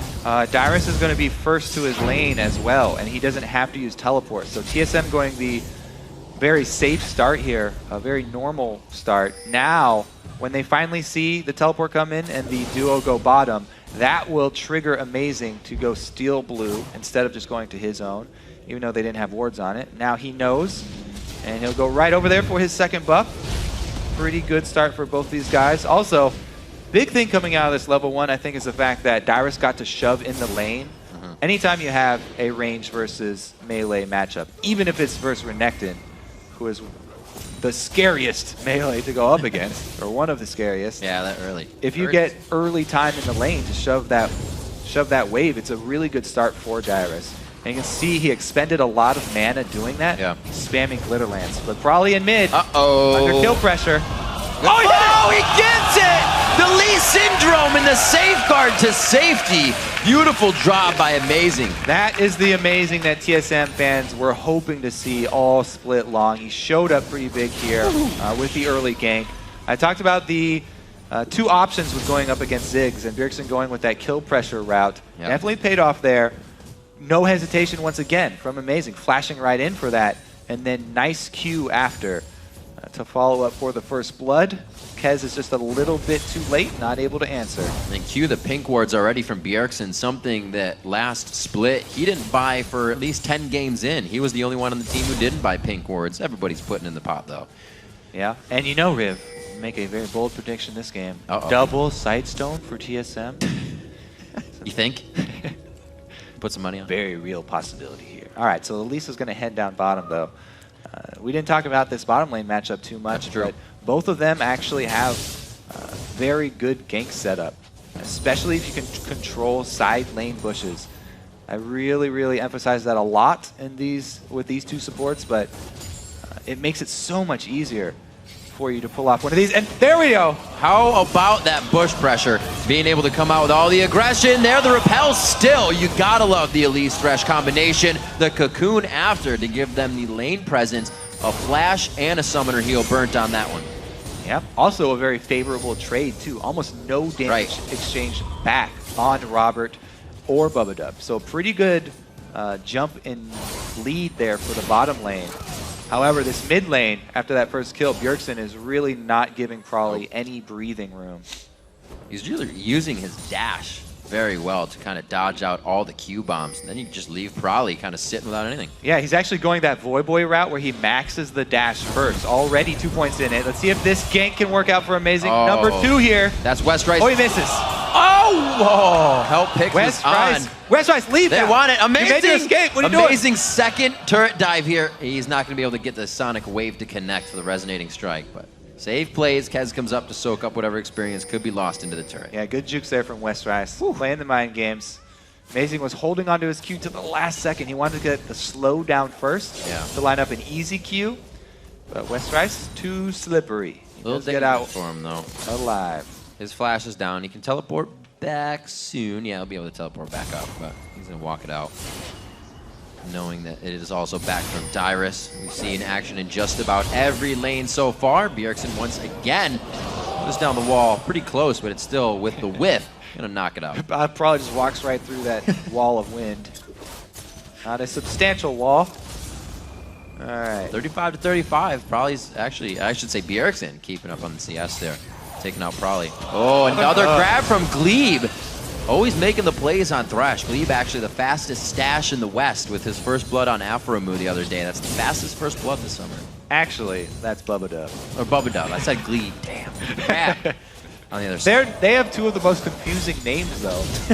Bubba Dub and Glebe Glarbu. Interesting choices for supports. They just try to make it easy on him. Dyrus incessantly throwing these auto attacks at Westrice. Glitter hurts, man. Get out of there. He can't get it off. You can't wash off Glitter. Glitter. He flashes. You can't wash off Glitter. It's everywhere. Westrice goes down. All right, so Lulu already talked about the... Oh, never mind. Bottom lane. They're looking to answer. Oh, dear. They just got back to lane. Complexity making a return trip to the bottom. That's Glebe. That's Bubba Dub. It's going to be Glebe going down, I think. Nice. Yes, it's going to be Glebe going down this time. Westrice teleporting back to the top. All right, so they do capitalize with the kill this time. But Amazing didn't let that kill go unanswered. Amazing was top, so he's doing some counter jungling, trying to make the best of it. I know it's not an answer for a gank, but he does at least take something away for Kez's time spent bottom lane. Again, this story is really developing where TSM's solo lane's getting off to a good start, whereas Complexity's bottom lane. So Complexity really going to rely on Robert here. And since he's on Corki, that means Complexity really need to push that mid-game power spike. You know, Bloodthirster for Corki is pretty big, and then if he gets Trinity Force, that's where he really adds so much burst damage, and he can really sway those mid-game dragon fights. Yeah, well, for any one person to get going on Complexity, Robert actually would be that guy. He's easily able to hold a snowball, and the team peels for him so well. Was one of the main reasons they were able to take down Cloud9 after he got that triple kill to start off the game. So definitely the guy to have on the up and up at the start of the game. And Dyrus here, he's going with a Sheen build to try and keep down Westrice and ensure that TSM solo lanes continue to win. He wants to push this advantage. Westrice, though, now the goals for Westrice after this hard early game where he's not only he had to get the lane late, but he also got focused with several ganks. Westrice's goal is to just get beefy enough that he can actually be a part of the mid-game dragon fights and be that front line for Robert. As long as he can take up the space in the middle of the battle lines and get off a stun to peel for Robert. Finally job done. Getting a little bit of jungle love here, Kobe. We definitely see a lot of this with the standard lane, or less of this, I should say, with the standard lanes. The jungles have been quite quiet this game. Everything's been all about who can take down who, mostly in that bottom lane. Every time Wild Turtle and Glebe present themselves, they get pushed out by Robert, Bubadub, and maybe Kez if he decides to be there at the time. Right now, they are hovering the bottom side of the jungle. Not much. And I love how TSM are going back to the mid plus jungler combo. Before there was a disconnect, right when Amazing joined the team. But not only did Amazing early gank for Bjergsen to get him going so that Bjergsen can play his old role of assassin, snowballing and carrying a game, but also they're double jungling. Being able to jungle with your mid laner when he shoves a lane is very important to junglers controlling the map very early on. They need to have that backup coming from the mid lane who has so much control over the jungle early. Whoa, Westrice going in. Westrice going in very hard. He thinks he can bait this one in for Kaz. Dyrus throws on the Whimsy for himself. That's the slow. The Wild Growth has used NACS. He actually holds both. He did not use them at the same time, and it keeps him alive. Yeah, you can see how calm Dyrus is in this situation. Saving his ulti until the flash cocoon. He's got full fury on that. That's going to be big damage if he can get in, but Dyrus, he gives him a laugh. He's trying to bait him in. Classic Dyrus here. Trying to bait him in, but there's a ward there. They saw Amazing. So Complexity do not bite. Just walk away.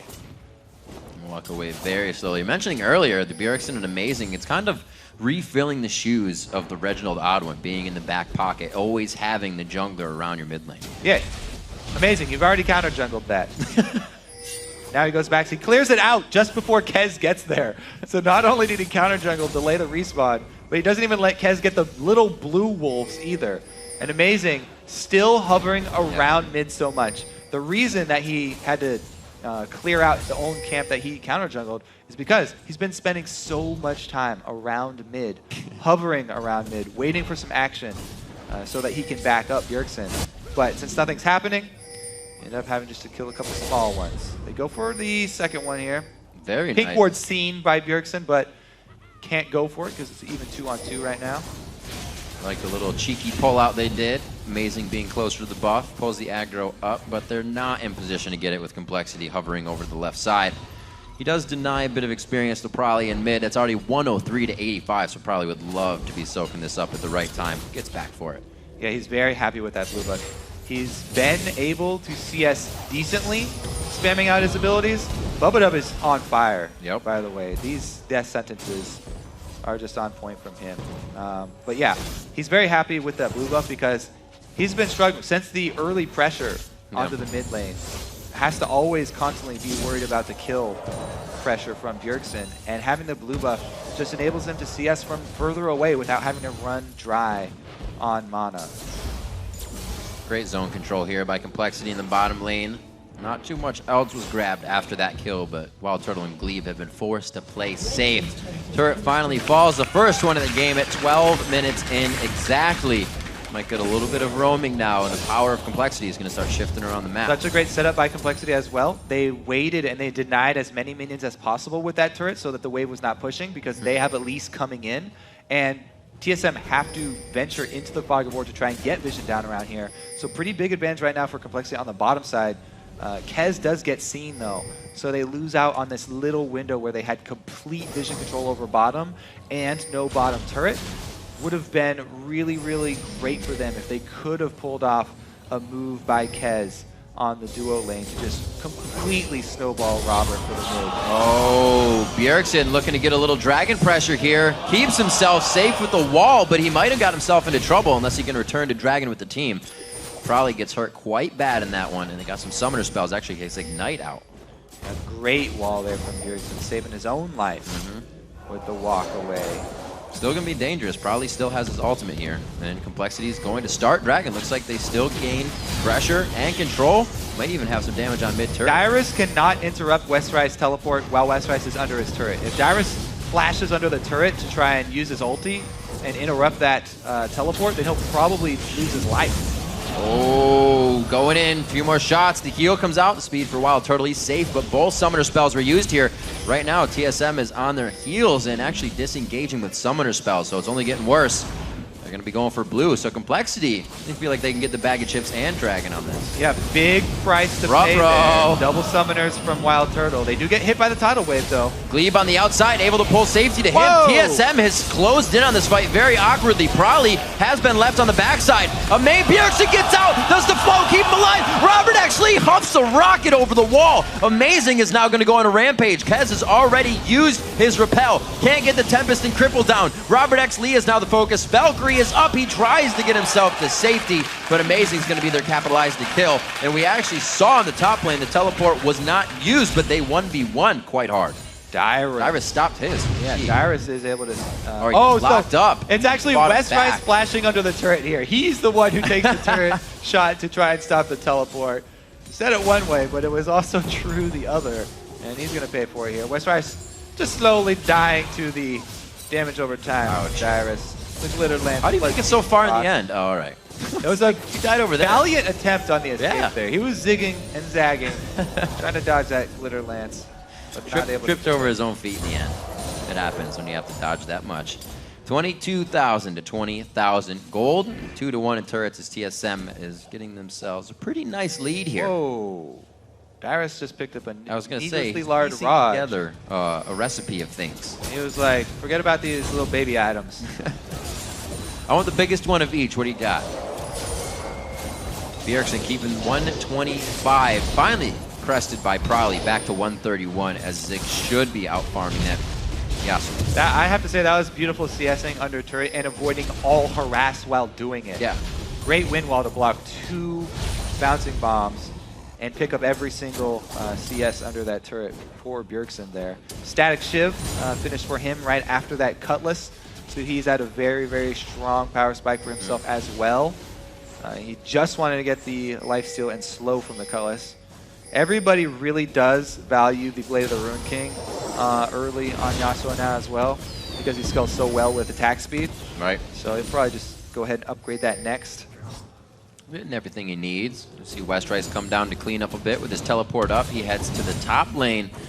And it looks like it was going to be Bjergsen for a second. He's just cleaning some stuff out. Complexity tries to put a force in mid. See how TSM responds. Robert is at one of the scariest points in the game right now. It's 16 minutes, and he already has that Bloodthirster fully stacked with a Sheen on top of it. Now, it's not a complete Trinity Force, but really the burst in damage comes from the Sheen part. That's the most critical part as far as damage output is concerned. And he's been spot on with those shots. We saw it take out Amazing as well, trying to get away towards the bottom lane. Yeah, a little bit more on that Sheen. It's one of my favorite items for efficiency as far as mid-game burst damage. Ever since that price was lowered, it just adds so much for any champion who actually uses mana and even benefits a little bit from ability power here. So it's going to do a lot for Robert. Even under turret, you can see so much harass going down for him. Complexity showing their strength right now and the capabilities the champions they have selected to rock through this game with. 2 kills under Robert X. Lee are the only 2 kills that Complexity has, but we were talking about that is a member. They will want them on. Both colored pings, though. Everybody's aware of Amazing moves here. Westrice does back off accordingly. He knows he cannot handle Bjergsen 1 versus 1. Especially since Westrice has itemized magic resistance in his Dyrus matchup. Switching Bjergsen over there, TSM knows they definitely have free reign of that lane.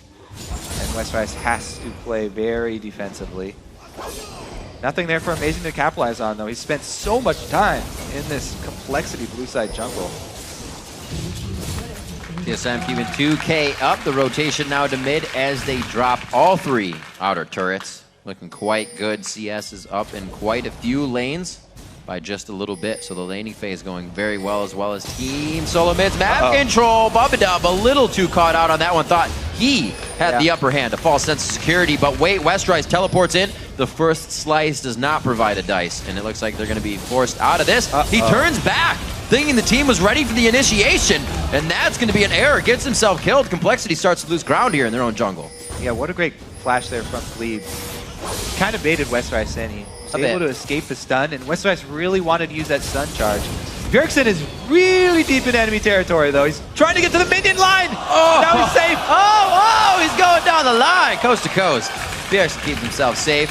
Turtle gets, wow, everybody's getting themselves a little too antsy right now. TSM's forced to back off. Half health across the board is what we're seeing. Glebe wants to get some heals out. He's out of mana. To take a breath. Everybody just calm down. Yeah, Bjergsen running his hardest, sprinting towards that minion line to get out alive. Barely gets there, but now it means that Complexity have control over the map as they've chased off TSM. Blue buff recovery here for them. It's not the biggest deal for the team as a whole because their mid laner doesn't use it, but it's so important on Corki. It's almost like you do have a mid lane reliant blue buff champion when you have Corki on your team, because especially since this is the character who's going to carry Complexity, you know, their strongest champion right now, having him be able to spam out his abilities as well as lowering that cooldown for his rockets and the speed at which they come out, very big pickup for Complexity to get that onto Robert X. Lee. Robert also choosing these Sork boots. Sork boots over the Zerk boots, as we see usually do. Yeah, that was close. This should have hit him. But it didn't. All right. And almost only counts in horseshoe hand grenades. The other thing about Robert X. Lee's build here, going with these Sork shoes, he's even more spell-oriented and poke-oriented. So the blue buff definitely going to pay off here, having that extra spell penetration. If he goes Berserker, he has a bit more pushing power as far as turrets are concerned.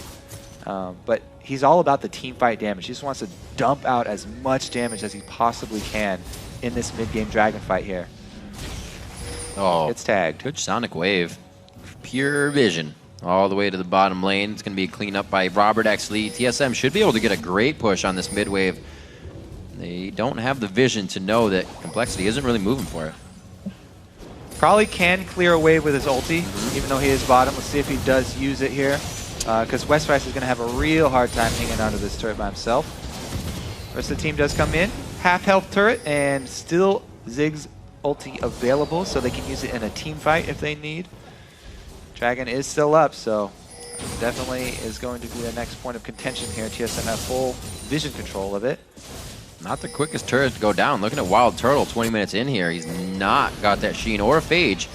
Oh, Prolly gets hit up a long right into the bubble. Oh, very nicely done. The tidal wave goes out. Prolly goes down. Robert X. Lee forces his escape over the wall, so he can't return. Oh, TSM is going to gain control with Dyrus going to push the top lane. The map control back in favor of Team Solo Mid after this. Prolly was tricked by Bubba there. Took the Lantern into his death. What a combo. The Nami Yasuo right there. Obliterating those two. That's why how fast they get killed here. Bubba trying to save him, but man, right into the bubble and the Nami wave on top of the Yasuo ulti. No chance for either of those guys. Dyrus even throws in Lulu ultimate for good. Just so excited. Oh no! Well, he connected with it. Maybe he's got the Valkyrie to get out, but he just used it over the wall. It's going to be oh so long. Amazing kicked him into that bubble. There was not even a chance for him to Valkyrie array. Kicked him right into the bubble as it was about to land, so there's nowhere for Robert X. Lee to dodge. What a play right there. Very small change there. Wow. Good adaptation. It's just becoming all sorts right now for Complexity. They are scrambling to assess what Team Solo Mid is doing to dismantle their jungle. And again, the steal coming in for Amazing. Goes away with that, and they're going to gain control over Baron. You see a ping come from Complexity. Let's take a look at this one more time. Take a look at the kick here. Slow that down for the Dragon's Rage from Amazing. Hi-ya! Boom! Right into that sucker. That's some strong soap. Gotta get clean. Gotta get clean. 209 to 184 in the mid lane. A discrepancy in the top lane as well as things really start to shift. But again, focusing on Robert X. Lee on that Corki. He's still holding 10 CS ahead. A few kills to his name, but the deaths have crept up to equal kills now, and things are starting to fall off for Complexity. 6K behind. TSM looking very organized as they come into the game. Yes, they are. Speaking of that last play, organized, there's definitely good communication between all of these guys. And Glebe, once again, having a great game. Those are back-to-back plays. Yeah. Glebe landing very good Aqua Prisons. And just 3 members of Complexity soaked in the dunk tank so far. Back-to-back from Glebe. From Flays to Bubbles, he's got it all. And look at the score line just down TSM scoreboard as well. That one death on Bjergsen. It's okay if Glebe dies. There's one there, but he's 2, 1, and 6, already offering Mikhail's Crucible that they're far and above Complexity's power right now. That item, by the way, is ridiculous. Almost all supports should be rushing that item. It's so strong right now. Able to get somebody out of a death very, very easily. Little HP, never hurts. A lot of healing with the crowd control removal. It basically has everything that you want on it for a support item. Let's see what he's got for the rest of the team. And it's just going to be support for now. They all have wards they need. They've set up pretty much the security system that's going to give them the power to keep stealing from Complexity and get that final push. Looks like it's going to be in the top lane. It'll be a hard turret to defend. Yeah, especially with Dyrus Sheen. He can clear a wave with Glitter Lance very quickly and then get a strong auto attack down onto a turret if he's left in a 1 versus 1. So he can slowly whittle down those turrets very quickly if he is left in the 1 versus 1 situation. Yeah. But look at, as well, there is no Sheen on Turtle because he's gone with a sustained damage build here. Phantom Dancer, very early for him on Lucian. Now you do get more shots of the culling still. Right. I don't think they removed that. They were thinking about it. But you still get more skills with him. Cole doing what they can. You see the power of Brawly here, but you also see how much damage TSM is able to get on the turret. That almost shouldn't happen with the wave clear that Brawly would be having on Ziggs. Now to the mid lane. TSM is peppering turrets across the board. Complexity cannot answer this. Every turret is a really big pickup for TSM because they are definitely oriented more towards team fighting, and they're having to get through a Ziggs. So every turret you get against Ziggs is a pretty big win. Very, very big moral victory for these guys. Let's see what they can make anything happen with this Bush gank. Let's see what Glebe does have his tidal wave ready. Tidal wave ready. Captain Boots on as well. The team he wants to follow. There goes the tidal wave. Everybody goes for a ride, and it's going to be Kaz going down first. The bomb doesn't even hit, and it was used on the solo champion of Bjergsen. Yeah, the vision right there, removal from observer point of view, really tells the story. Yeah. There was nothing for Complexity there. They had no idea TSM were going to loop around. That's the advantage of the vision control that TSM invested in. And their investment paid off. Not only do they get 2 kills, but they add on Baron as interest. One more time. Everybody following Glebe with his captains, and they go all in. Yeah, he gets the slow down with the auto attack first, into the bubble, into the tidal wave, catches 2 people. They just annihilate Complexity there. That Captain's Boot upgrade pickup for Glebe is a very rare pickup. Yeah.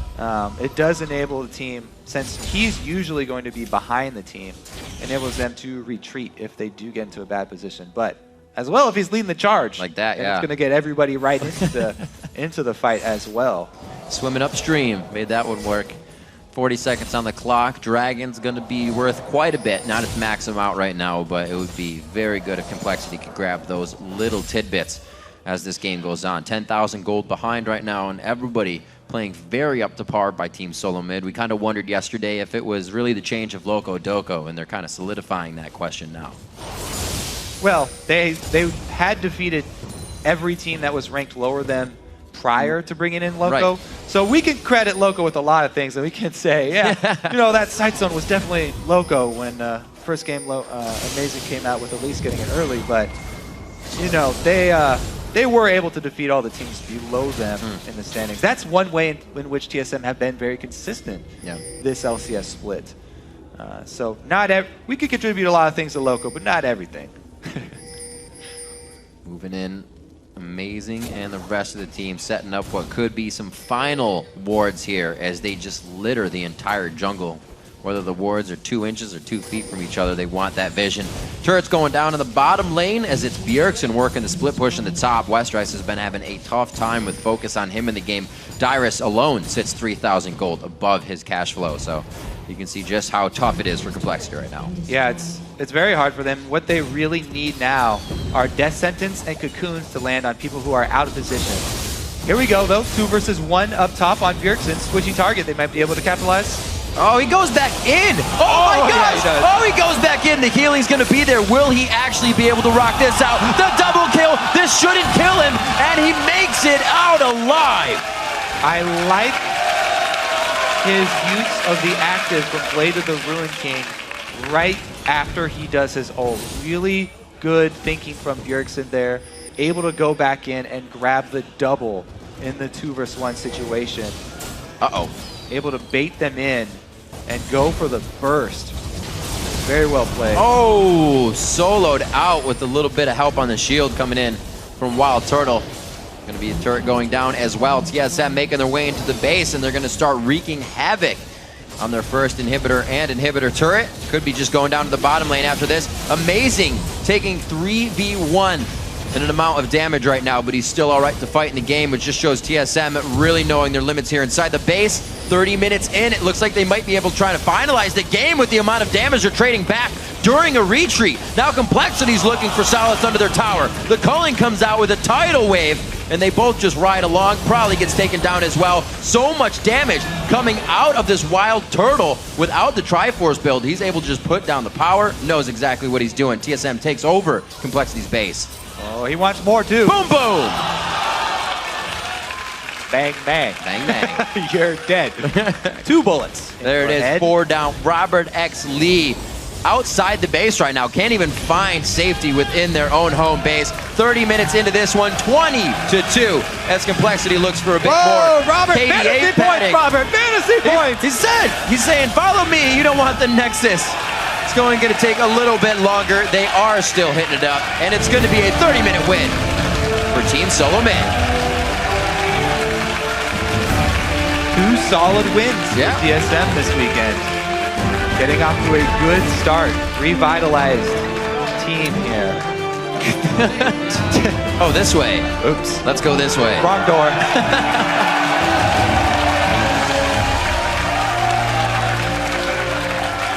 In a very good game all around. TSM members really stepping up all around the map.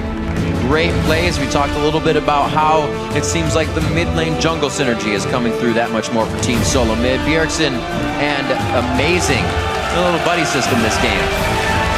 Yeah, he spent a lot of time around mid lane. Yep. A lot of it was really the first game there. That was good. Some of the extra time was wasted, and Complexity made a valiant effort, trading the top lane and mid lane power TSM for their bottom lane. They put a lot of hopes onto Robert. They did. They had a good start there for Robert in the bottom lane. Pushed out Wild Turtle. Robert and Bubba Dub. A lot of really good hooks from Bubba Dub. Now, but not able to turn the strong mid-game Corki, though, into the victory. Too much pressure from TSM towards the top side of the map. Really able to control pretty much mid to late portion of the game. They weren't too worried about their blue buff kind of being stolen or being hovered around, because after they got Complexity off their side of the map, it was really just TSM forcing Complexity, dictating their motions, and everywhere they went. Then when you can get Bjergsen to just roam around single on Yasuo and start split pushing, everything starts to fall apart. Yeah, he got strong. TSM really did have the 2 strong solo laners there. Either one of them very good split pushing contenders. We saw Dyrus pushing that lane all the way up to the turret, with his Sheen build for Lulu, bullying Westrice pretty early, and then Bjergsen switching right over as well with a spectacular double kill, turning that one around. And things working a little bit better for TSM too in their trial of different things. Like we said, they had 3 Lulu plays before this, and one of them was on Dyrus, 2 on Bjergsen. They finally find a win with that Lulu play, and it's actually back in the top lane on the player who plays it the least. So even though TSM's trying to go outside their box, they're still keeping strong, methodical play along while doing it. Complexity, hopefully they can find some ground to stand on soon, because they're going to still have Broken Shard coming back. It's going to be another mix-up of trying to get coordination back together, and it's only going to get tougher. Yeah, not only are they the newest team in the league, but they have also had to deal with so many switches. Broken Shard leaving, Prawley leaving. They've got visa issues. Almost all these teams have had to deal with visa issues, getting people over. Getting them over one time is not really the problem. It's keeping them here. Right.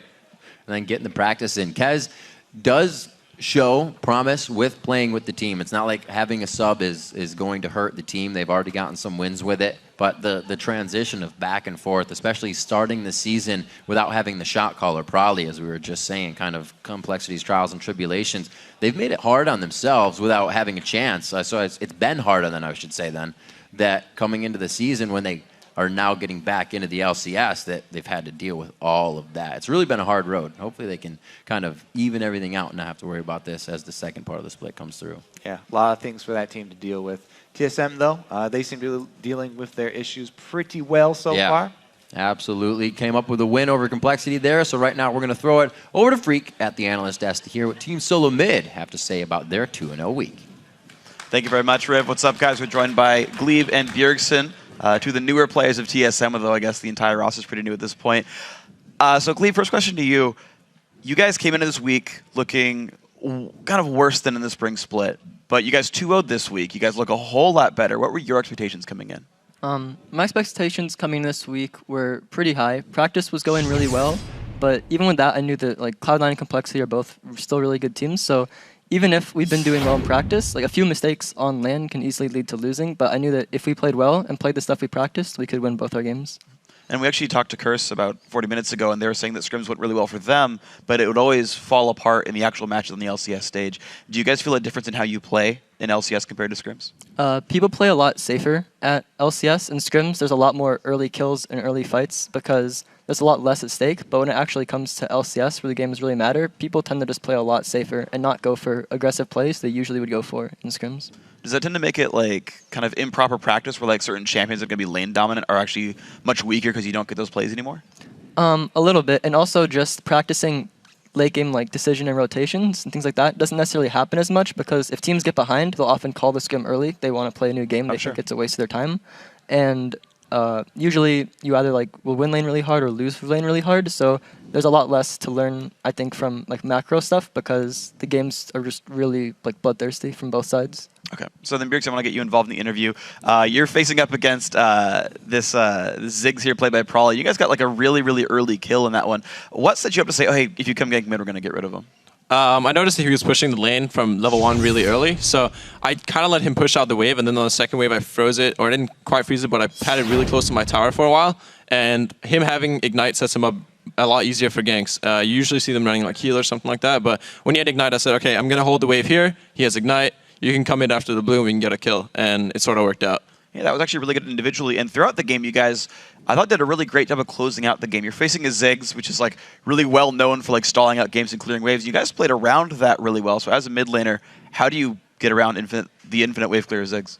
With a champion like Yasuo, you can just go for the more split pushing approach because he can just be in a side lane all day, and especially when Renekton is forced to build the early magic assist against Lulu, just swapping the Yasuo into that lane with so much physical damage, Renekton has a really hard time. So we just try to swap the lanes around so Renekton would constantly have a physical damage lane because he built the early Spectre's Cowl. And that way we could always be abusing one lane, and then we could rotate between lanes. And Ziggs can pretty much only wave clear one, then ult the other, but then when the ult's gone, you should be able to get a tower if you play properly. Just try again afterwards. And of course, that did work out for you guys. Let's pull up to the mid game a little bit. There was a 13-minute dragon fight that you guys won pretty heavily. We can pull that replay up on the screen. Glebe, I want you to walk me through what you're telling the team and how you're kind of navigating this fight. You can see the tidal wave already coming. Okay, so this fight, they walked into our blue, and we knew we had a teleport up, so we called to have Dyrus come in. He actually got his tele cancelled, but even without Lulu, we knew we were strong enough to fight. Amazing got a really good kick onto Prawley, and he got taken out right away. Bjergsen got taken, I don't know if he dies or not. He does die, but even with that, we're still strong enough to just chase them down and pick up a kill. You just kind of assess that your team is stronger, so 4v4 is worth it. Yeah. Just make that snap decision. Our team fights were really strong in that comp. We had a lot of different ways to proc Yasuo with Nami, Lee Sin, and Lulu, as well as Yasuo's Q. So if they ever run into a clump space like blue buff, they're going to have to run in that area, and it forces them to either use flashes or get hit by tidal wave and take Yasuo out. That worked really well. Bjergsen, how much of that was the conscious choice coming in saying, we're going to pick a lot of Yasuo synergies, and how much of it was like, well, this champ's going to work here? It's a comp that's been played a lot in Korea, the Lulu Yasuo, because you get the knockup from the ultimate, and you can pick champions like Thresh or Nami. Lee Sin has the kick, so it just has a lot of synergy and a lot of ways to set up for Yasuo. It puts a lot of pressure on me because I kind of have to be strong. Sure. Otherwise, we're kind of picking all these things to set up for me for no reason. But that's also why we focused the way with the jungler early game as we did. And it's a really solid comp, and if you don't really hit the tornado, you have something else you can set up with, so I like that. So you spoke about a lot of pressure being on you. Your last split's MVP. TSM had some struggles in the first couple of weeks. Was there extra pressure on you to step up and like get TSM back to top 2? Of course, I've been pressured a lot by fans, by myself, by everyone that I need to step up. And it's not as much like mechanical skill and stuff like that. It's more shot calling and decision making and stuff like things like that. And I think that's really what we focus on improving on in scrims. We really focus on if we can chase that kill. I just say don't go for the kill. We want to win the game in an objective approach, and that's how we try to win every single game now in scrims. Because, like Glebe said, scrims are very bloodthirsty. But if you can kind of take that out of your own playstyle at least and focus more on actually learning from scrims rather than just focus on winning through kills, I think you can learn a lot more that way. And that's what we did this week, and I feel like we've improved a lot. And you spoke about both pressure continuing to be on you, as well as the fact that you said you're having your shot calling where you're putting more of a voice in. How is sort of talking in the middle of the game with you two guys? I think Glebe and I are probably the ones that talk the most during the game. Amazing also gives a lot of input during the early game, but I don't know. We kind of put Glebe as like our main shot caller, and he has the highest voice. And if he makes a call, we try to follow it. And then this is me and Amazing second. So we try to follow Glebe as much as possible, and it's a learning process. Of course, Glebe is going to make some calls that aren't going to work out. He's going to make some really great calls, but if we follow all of them, eventually he's going to learn when to make every right call, and that's how you build a shot caller. And you really need to build a shot caller. You can't just assign one and expect him to be the best. Yeah, I got to say, I mean, Glebe, you've had this like really rapid rise to your career, right? You're on Cloud9 Tempest. You guys are playing the Challenger Series and a very strong Challenger team at that. And now you're on this like old school storied like TSM roster. Like, how do you adapt yourself to like all the extra stakes and all everything else going on?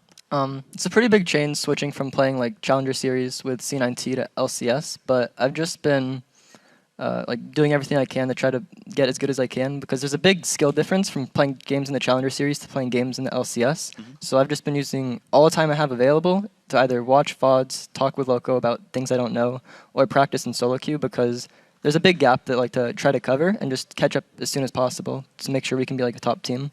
Yeah, so you said you're going to take some time, or you've been taking some time to talk with Loco Doco. What has he specifically brought to you that you've sort of internalized and learned? He just knows a lot about bot lane, like playing AD carry professionally in the past, as well as knowing other Korean supports. He can talk to them. He also watches the game a lot, so he knows a lot about bot lane in particular. So if I have any questions about matchups or what champs are strong in the meta right now, or what VODs to watch to learn about like 1v2 roaming or something like that, he can usually recommend something for me. Cool, and of course you guys have improved a lot, and Glebe, you've been really phenomenal as well. Bjergs, I want to get back to you. Speaking of amazing plays, actually, we have another replay. You 1v2 in the top lane and get out with style, if we want to pull that replay up. So before it actually starts, what are like the mechanics you employ when you're like going hard as Yasuo? Obviously, you want to dodge as much damage as possible. I try to keep jumping on creeps or jumping on something so I can avoid damage until my Q comes up, because the Q has like double or triple the auto attack range. So if you can use that as your main damage source and try to kite people as much as possible, that's how you want to win these fights. And I was just kind of like, as soon as I saw her, I was like, either I'm going to die or I'm going to go big. And I keep trying to just jump on creeps and avoid as much damage as possible. And I get the double knockup, which procs the armor penetration. So I start doing a lot of damage. Here, when I'm killing Renekton in the end, I realize that I have Ignite up, and I'm like, oh, maybe I should actually use that. I do, and it ends up going pretty well. Yeah, of course, that went really, really well for you guys. Okay, so you guys go 2-0 in the week. You said you were confident coming in. Is this the story now? Is TSM going like what 18-0 the rest of the season now? Are you guys back? Or is there still room to grow? I think there is still a lot of room to grow. We did go 2-0 this week, and that's really good for us. But the LCS right now, especially compared to last split, has a lot more strong teams. Yeah. Dig, LMQ, CLG, C9, all those teams, as well as every team in actually LCS, look like pretty strong and can all take games off each other. So we just need to keep practicing and keep improving. But going into this week, I think we saw a big amount of improvement, and if we can keep it up, I think we'll end off really well in the season. Well, next week's matches, you're against the Dignitas, who's #1 right now, as well as Evil Geniuses, who've got a new jungler in Helios, and you're a new addition to a team as well. Like, have you been able to play against EG? Have you watched them play their match yesterday? What do you think of this team? We've played versus EG a few times in scrims, and we've also watched their matches. I think getting Helios on the team is an improvement for the team, but they still have to adjust to him, and that'll take time. But overall, I think it's going to make them a better team. Okay. Well, guys, congratulations on the win. Congrats on the 2-0, and we'll see you guys hopefully keep rising on up in the next week. But we're going to have some more games coming up. We're going to take a quick break, and we're going to grade your answers for our Twitter question of the day. And sorry, there's no summer vacation from the LCS, so keep the answers coming. And it's right back into the Rift for CLG versus Evil Geniuses. Keep that browser where it's at.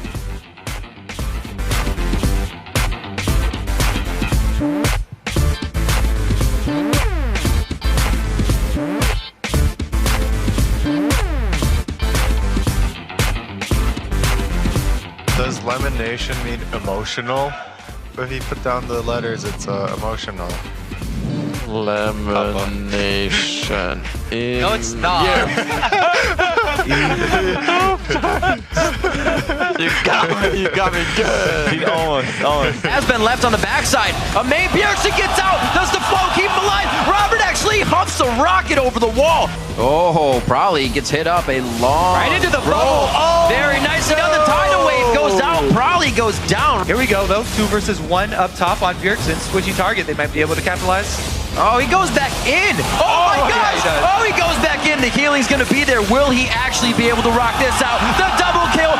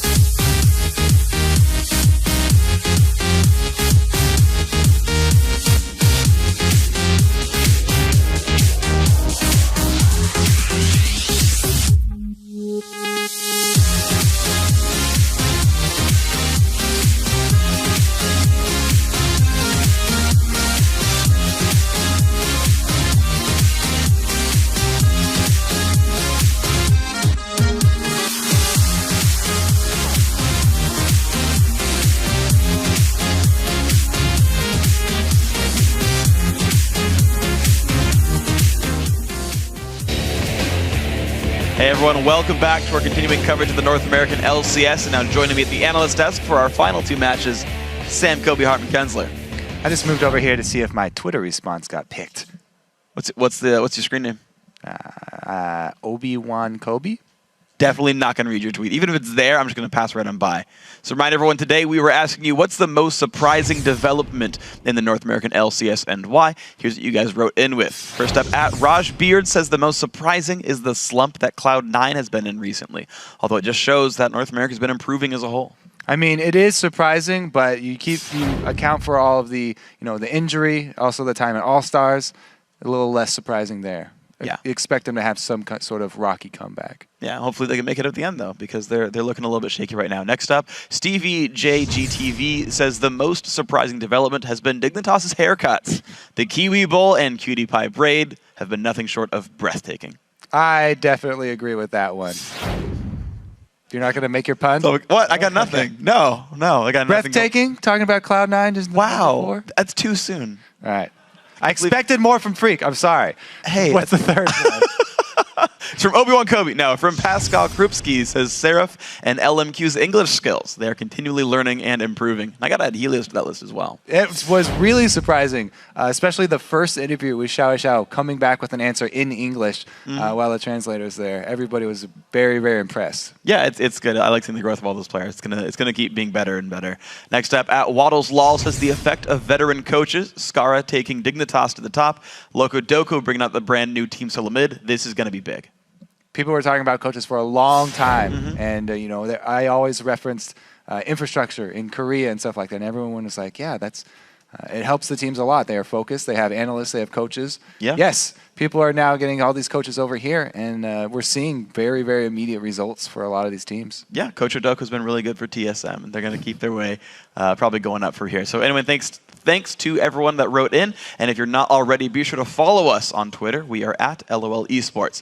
And now to set the stage for our next game, let's send it over to Riv and Jat. And as we go, Doublelift is very familiar with EG's new jungler and says that his overly aggressive play style won't be what trips him up in the North American League.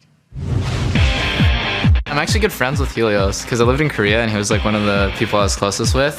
And now he's coming to EG. I think back in the day he was really good.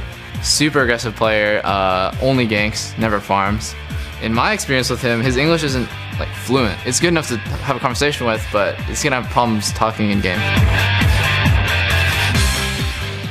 The question is, does CLG kind of focus what was EG's like ramp up yesterday into what was momentum and almost closing the game? We'll have to wait and see. I mean, it's strong words from Doublelift as usual. Oh, as usual. All right, it's on to our next Summoner Showdown, Counterlogic Gaming versus Evil Geniuses. And Jad, a point of interest coming into this. So these are the only teams to split to lose a game despite a sizable gold lead, which just goes to show money isn't everything. Yeah, exactly. I mean, we saw EG unable to close a game yesterday despite that great lead. And Doublelift even said it was going to be an easy game because EG couldn't close out games.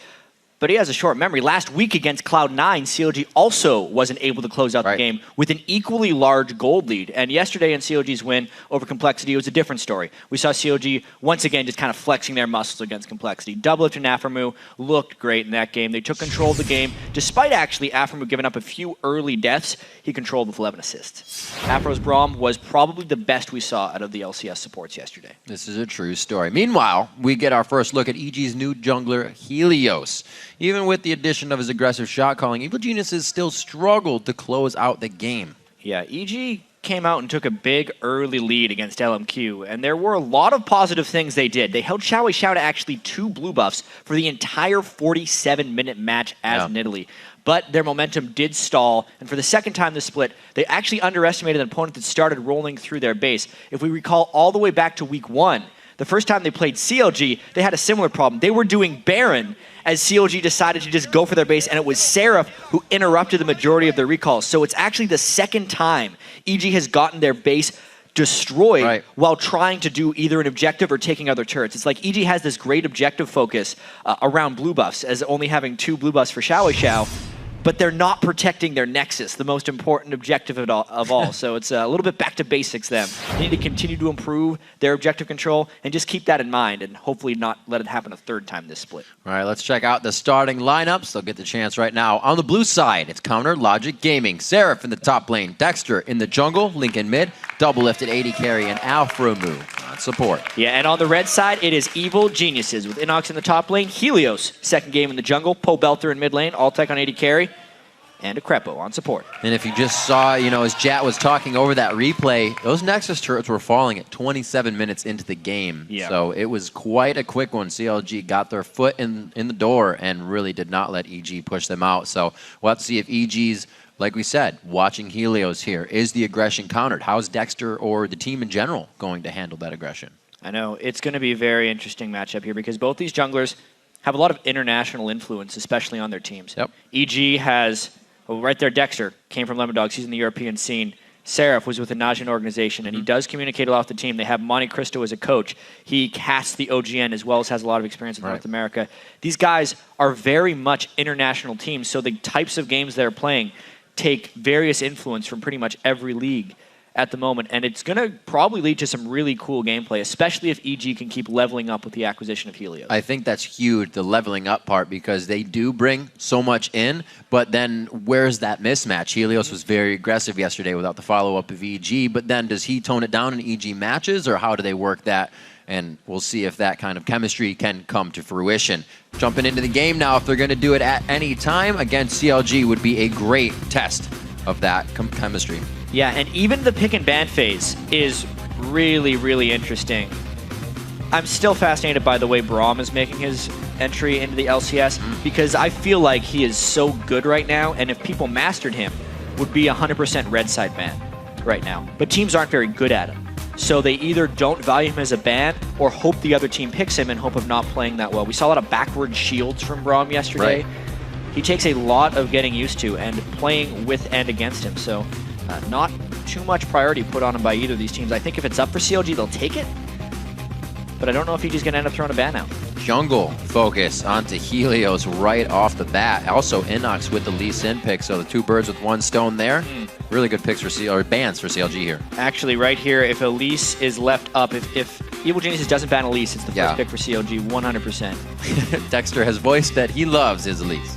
Yeah, and especially yesterday in the North American LCS, we saw so many triple and quadruple jungle ban games. Because honestly, there is such a steep drop-off in jungle after Lee Sin, Evelynn, and Elise that a lot of the teams are, I think, going to do this ban 2, pick the other. Yeah. And they don't think Helios has practiced Rengar, who could potentially be the fourth one.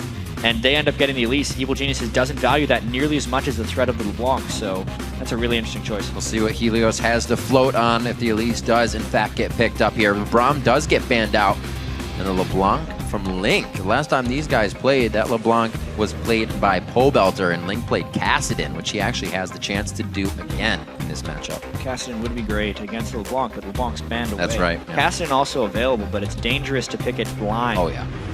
Even though the blind Kassadin pick that was maybe countered by LMQ earlier's Pantheon worked great for Voyboy as they pulled off that tremendous upset win over LMQ, which actually vacates a spot at the top. And wow, I'm very surprised by that Twitch pick, especially considering Altec's propensity to pick Corki as well. We've seen Corki do very well against Twitch in a lot of matchups. Obviously, Doublet had that fantastic game yesterday on Twitch, but leaving Elise up with the two jungle mans, Dexter's got something in his pocket. It's got to be a Jarvan. That's pretty intense. It's only that one Twitch game as well. It's not like consecutive awesome plays on it. Just yesterday against Complexity in the 9-1 and 7. Or the Vi he played yesterday. The Vi again, the all-around damage build from this composition. If they bring it again, he went straight for damage and straight deep under the turrets with his assault batteries and vault breakers.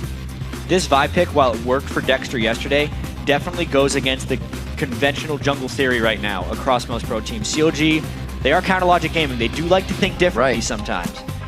Oftentimes it's right, oftentimes it's wrong. If they end up going with the Vi pick here, it's very much trying to mimic the composition they had yesterday, but they are going to be really giving Helios a lot of freedom in the early game because Elise should be able to bully Vi if he catches Dexter anywhere. And we saw yesterday Helios was in the face of LMQ. It's still something that's kind of boggling my mind. We've heard Dexter say in more than one interview and more than one just free speak to the camera, if Elise is up, I will pick it. And he's gone away from that here. Still deciding around, locks down the Jarvan.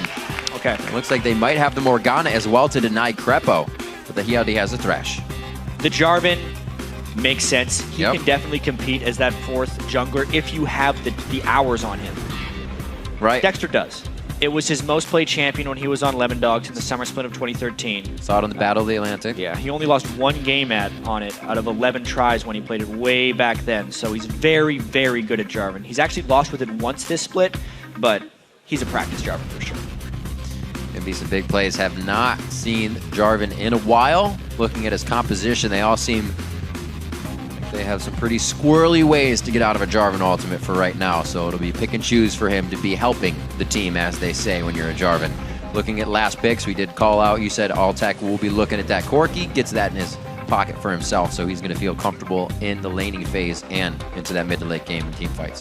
Krepo's going to be happy with the Thresh. He'll pick Thresh every game if you give him the opportunity to. He just loves the utility it brings to the team, and when you combine it with Elise, it creates a very slippery situation in the bottom lane for picking up ganks. Afro with that Morg. Recently, social media good fan gave them a little bit of a wallpaper that shows Afro on his Morg. The black shields, faster than all. And the fast 2 picks have been Italy here for Link coming in. Back to the spring split for him. A lot of Italy play coming out recently with the safe play of Siobhan in the top lane. So they picked an Italy into whatever Pobelter wants to go with. And that is the very quick lock-in of Twisted Fate by Pobelter. That's what people do against Nidalee. It's actually what CLG did against High's Nidalee in the game that CLG lost. Despite being able to pull off some very good mid-game team fights, which is exactly what EG is going to be wanting to do in this one. Twisted Fate, especially against Twitch and Nidalee, kind of twofold. A lot of responsibility on Pobelter to make good teleports in, and he's going to have to choose which person to gold card when he does go in with that. But a very logical pick by Pobelter. You're going to have a preemptive spear flying through the air that hits you as soon as you hit the ground. Trying to teleport down. Going to be difficult. The game's about to go live, so let's dig into the ballot box over at LOLesports.com to see who you've been voting for. And that says 85% in the favor of Counterlogic Gaming to get this one rolling. Damn, you can also share your predictions by tweeting either CLG or EG win to @LOLesports, and we'll be checking back on the fan vote periodically. So in this last matchup that these teams played, they did actually ban Twitch versus Doublelift, so maybe he was just trying to get his hands on it. Now he gets the chance, but as we said, his last Twitch game was 9-1-7, so I think he's trying to ride that wave into the next one, hopefully. Yeah, and he actually did the Blade of the Ruined King Ghostblade build in that one, which isn't so much about late-game team fighting, because CLG doesn't go to late game that much anymore. They play faster games than any other team in the North American LCS, and it's all about finding the moment in the game when you hit those items and stopping the other AD carry from farming, because you can kill them right off the bat. Like you said, fast games. This last matchup was 29 minutes on the clock. We'll see what CLG can do as they get themselves out of the base here. And a main focus, one, can they shut down Helios' aggression? And does Helios play as aggressive as he did yesterday? Is there kind of a day-to-day change there? I see no reason why Helios wouldn't continue his aggression. He seemed so in the face of LMQ, and he really kept No Name in check in that one. And this time against the Jarvan, it's going to be a very interesting Elise versus Jarvan matchup. All right, well, we are on to the Rift. The fans fist pumping and ready. Dexter on to Jarvan this game. We'll see how this plays out for him. Definitely, as we said, has many games on Jarvan, so he's looking to put that back to work. See if Link can get his roam game on. Usually, if we see the standard lanes, the mid laners have kind of been stuck. Yeah. And because of this big roam in the jungle, and the AD carries are farming on the outside. Everything's been changing from game to game. We almost saw a classic ARAM happen in the Q versus Curse game when both teams had 4 people in mid lane for a while. Yep. I feel like this game will be a little bit different, though, especially with the early mobility of Helios and Dexter. That'll be a bit of a chess match between these two guys. True line of scrimmage on each side here before both teams kind of close in and start to group up for what could be the buff trades. Even if they do it, looks like they might stay safe here. I would love to see standard lanes in this game as well. Sure, CLG would revel at the ability to go 2v2 against Krepo and Altec as well. They're so confident as a duo, Afro and Doublelift. They're very focused around the 2v2 game as well. They very rarely lose that lane. Both are kind of on the same level. When to go aggressive, when they are beyond their limits, and even then they'll come up with a kill before the situation is over. So kind of turning the worst into a good situation when they need to. Doublelift's CS at 10 is 81 to Altec's 55. Something to keep an eye on as we go through this game. That was in the last matchup they had, right? Yep. Yeah. Ooh, back and forth. Doesn't look like actually EG wants to do too much. A team that's usually known for getting in your face here. Usually a late invade or 1-2 invade to leave your jungle and come back in. This time it's safe. And no one actually got deep wards at the opening here, which does speak more towards standard lanes. If either team wanted to go top lane, they would have been able to. But just with neither deep ward on these guys, we end up with the standard lanes and no buff trades either. See how it plays out. Dexter getting no help here, so the level 2 is very much considered between these two lanes here, or the bottom lane, I should say, in these two champions. Doublelift taking a good hit there. Yeah, Altec won the early trade there against Doublelift with the Phos bomb. Twitch is very good at level 2, but Corki packs a punch as long as he's landing those phosphorus bombs. There's going to be a lot of aggression in that bottom lane. Ooh, Link getting hit up as well. Very nice job by Pobelter to not push the lane with the wild card. Doublelift had to burn his flash and his heal right off the back, so Altec and Crepo absolutely doing that. I wonder if Crepo would have landed a hook, but that's definitely an early lane advantage for those guys. Coming out very big, backing for Doublelift. Seeing the duo lane, the confidence here has kind of gotten CLG into trouble, and Altec, Crepo both hitting level 2 quite quickly, get aggression, start to try and deny. And you can see just how much Alphamu is doing, is saying, keep these minions off the turret. Yeah, because they were all still at level 1, Crepo actually got Doublelift with a flash flay. So the flash is down on Doublelift and on Crepo, and when they do get back to lane, as long as the experience remains close-ish, the gank presence might end up deciding that game because they burned their summoners without collecting kills. We'll see what Altec can do on this. He will be backing. 8CS should be able to get picked up here by Doublelift. He picks up a longsword, so nothing to keep him super sustained in lane. Hopefully they don't lose the advantage they somewhat got themselves on that back. Seraph, very dangerous in the top lane. He's just going to draw himself a cocoon and a little denial of experience from EG. It was a nice ward there by Seraph as well, trying to stay safe, but at least early on, no one is coming to save Seraph, and Helios, I think, is going to spend a lot of time with Inox. Somehow these guys seemingly have pretty good synergy already, Inox and Helios. In the game yesterday, Jax had a huge CS advantage. Yep. Wasn't able to turn it into the team victory, but there's definitely a priority towards top lane that Helios is good at getting top laners going. So much time playing with CJ Anta's Blaze as well, doing top lane gank after top lane gank when necessary. It kind of does that. Well, when you have the most jungle games out of the OGN. Most jungle victories in the OGN. Yeah, or victories, right, thank you. Kind of experienced. Dexter slow rolling through the jungle, as well as Helios. Definitely not showing himself as early as he did last game to get Inox going as hard as he did. We'll see if he still puts a focus up there to one of the carry laners. Like you said, not playing Jax this time on Renekton. But he does have a level advantage right now into Seraph playing that zone game, as Renekton would. And EG are not bad laners by any stretch of the imagination. Especially this year, they've been pulling some pretty decent lane advantages. It's more the fact that they're not trading objectives optimally. Pobelter, especially with his increased focus on league now that he's done high school, has been a monster in the laning phase in the mid game. And again, Helios has made it into the opponent jungle for a gank. And already the roam from Pobelter as well. The level 5 coming down. They may be able to finalize something, even if it goes under the turret on this one. Nice wait! Great job, Helios, playing the mind games. Doublelift tries to get out. He has nothing. They're making sure they get there before any of the summoner spells are back up and work off it perfectly. The patience on both sides of that gank really spoke to experience. They knew that Aphromu would try to black shield the stun when it would come out, but they also knew that Twitch was in stealth. So it was a big mind game about throwing the stun at Afro and blocking it with a black shield, or waiting for Twitch, and then that could also potentially be blocked by the black shield. But they all came at the same time. Pobelter was down there on Twisted Fate as well. Even though it was just a red card, it was enough to secure a kill, and they do punish Doublelift for not having a flash. Also pulling Dexter down. A little bit of pressure relief from the map means Inox can have a field day in mid. That gives Pobelter a chance to back as well.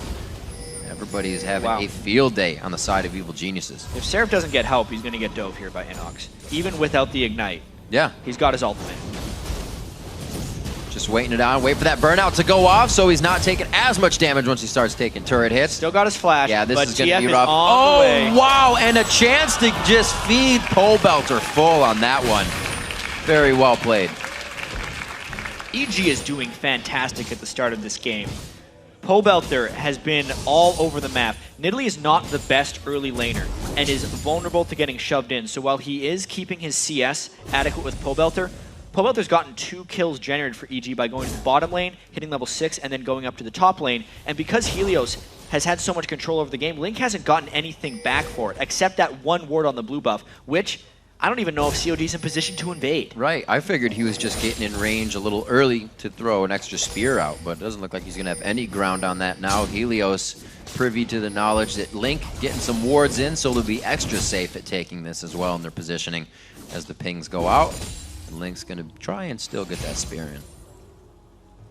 So another good early game start for EG. Yeah. With Helios in the jungle. And even though he just has that 1 assist, I do want to... Close. Nice little attempt, but no dice. I do want to call attention to the amount of time Helios has spent in enemy territory. So just coming from the different angles and sneaking past the COG wards applies so much pressure to the rest of COG because they're the ones that are now tasked with trying to come back onto Helios, and it stops them from being able to lane aggressively, most importantly. You can see him already laying pink wards down defensively, knowing that Helios is taking paths through their jungle, trying to gain that control back. Link now on his own blue buff, not even getting help from Dexter in the bottom lane. Everybody's kind of split because they're all trying to do and get experience for themselves after a slow start to the game for CLG. Dexter spent most of levels 1 through 6 powering up.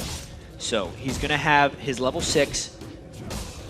He still needs a fair bit of gold, about 400 more before he can complete his Lizard Elder.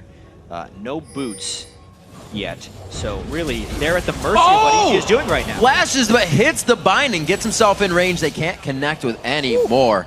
Everything just happening at the last second there. Good out on both Binding sides. the target as he's trying to lantern in, but this time Pope out there left mid lane, and Dexter is on the rotate, so he's going to be trying to push down this turret as quickly as possible. This will be good as well with Link, getting some Primal Surges out for some extra auto attack speed, and they are safe. So Dexter in the right spot there, soaking up some experience as well for his time in the mid lane. And he's going to be back. He looks like he's got the gold he needs and can start making an impact for this team. We haven't even seen, or we haven't because it's standard, but the Dragon about to come up soon. Yeah, no 3-minute Dragon because there were the standard lanes. Yep. So none of the Dragons were uncontested. And Dexter on the run. Remember, no boots on him right now. Still no Lizard Elder. And it is once again Helios on the move and Seraph under his turret. 3-man gank incoming, but can COG defend him? There, burnout's off. Can't really get the AoE damage to the rest of the team. The gold card comes in. Oh, there's the heal as well. Primal Surge coming in from Link. He senses this happening as well as the pink wards in the jungle to keep everybody's knowledge up of EG's movements, and they start to finally stop something EG creates. Yeah, they had the ward coverage that time in their own jungle. That pink ward that just got pinged by COG was a big difference maker for that one. It also told them to get rid of that extra ward. So that's why the ping was there. But it was COG actually reacting to EG right there. Still a Twisted Fate ultimate up though, so if Pobother can shove out Link again, the danger is real for COG. It looks a little bit different in that mid lane. That was Link under his turret. Now they're going to be able to trade pretty even damage, but the heals easily keeping Link up in that lane. 10 minutes in, got our CS for Doublelift and Altec. Like I said last time in this game, that was 81-55. Altec has evened this one out, 79-70. A lot of it has to do with the early presence in the lane by Crepo and Altec, right? Yeah. The flash flay that he did at level 1 to burn the summoner spells, and then the repetition by Helios was just too much for COG to deal with. Looks like they want to get something out of this. EG feels like they can formulate a dragon plot. It's like they're doing good, but yeah, they're getting pinched both sides. If they get hit by a couple spears, they're going to be in big trouble. Oh, no Spiderlings to take that one. Looks like they may get Dragon, but they may not get out with their lives on this time. Oh, what a nice teleport for Vision, and then he can just link into the Dragon. Very cheeky. Yeah, and there was no potential counter teleport because Seraph had to use it to get back in lane. On top of the Lantern as well, the mean he could come into the Dragon Pit. He probably didn't want to burn that teleport, but because COG pressured the Dragon hastily, they felt they needed to for the secure. Again, a good move by EG. This is a 2,000 gold lead early on in the game against CLG.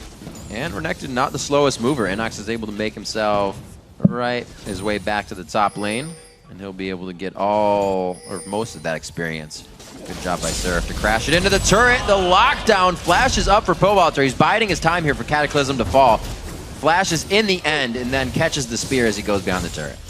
Pobother tried to not have to flash away from that. That's how confident he was that the COG damage wasn't going to be enough. But he ended up taking a spear afterwards, which could be the death of his turret. COG trying hard to finish that one off. Yep.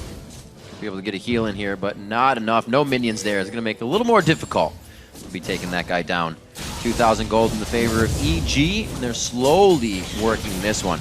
With the gold lead, they are trying to pressure small things because they know they have the lead. No reason to put yourself in a bad position right now. Yeah, EG's composition is all about laning right now. So they're doing that pretty well, and Pobelter's trying to supplement this top and bottom lane really heavily. But considering the amount that Pobelter's roamed, if COG doesn't make that mid turret fall, it is a complete failure on their part. It has to fall early if COG wants to get control back in this game. And NACS still trying to be bullying the top lane. Tiamat finished up for him before he starts getting into his armor phase, or maybe he feels like he's enough ahead to keep controlling that lane. 30 CS in the lead for him. It's really the only lane with a discrepancy right now. They've been putting a little bit of focus on Seraph, and a lot of teams do. A lot of teams decide to focus Seraph, and EG is no different in this sense. NACS able to take the turret, and now probably going to try and burn the ultimate off of Seraph as well. Get a nice W stun in. It doesn't look like it'll be up in time. Dominus shredding about HP out, but Seraph will be safe.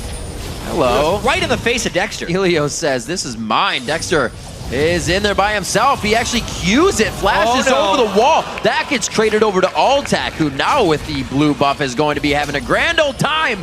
And Link splits just enough. Oh, the play hits both Link and Aframu. Remember that Altac has the blue so he can fire out rockets, but there's no need to chase. They just gain full control of the middle of the map. Yikes, everything COG is doing is not working right now, aside from the odd spear that sneaks through the minion line. But EG, with so much presence on the map right now, doing work early game.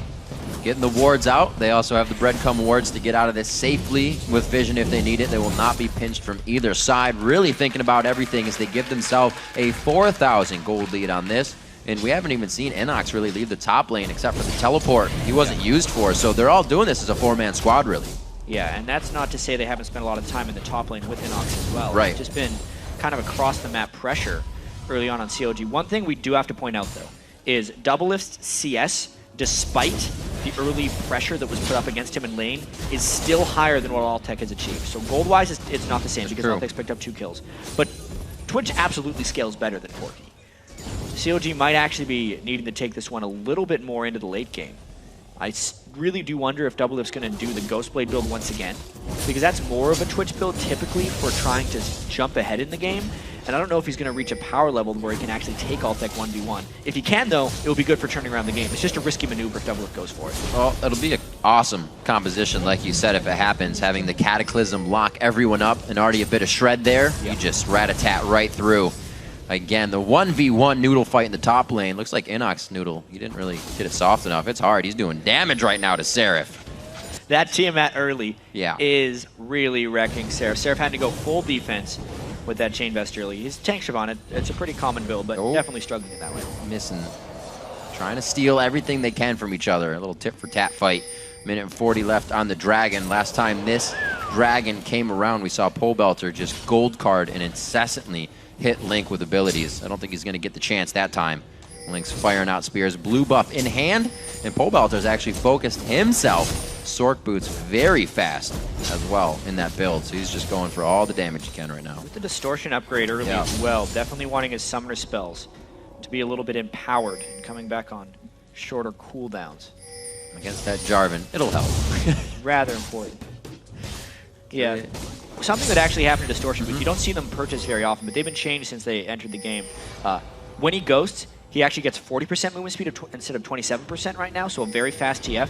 And when he flashes, he's going to get 20% movement speed after the flash. So those Distortion Boots not only reducing the cooldown of all those summoner spells by 20%, also giving those bonus effects. Altac getting it. Wow.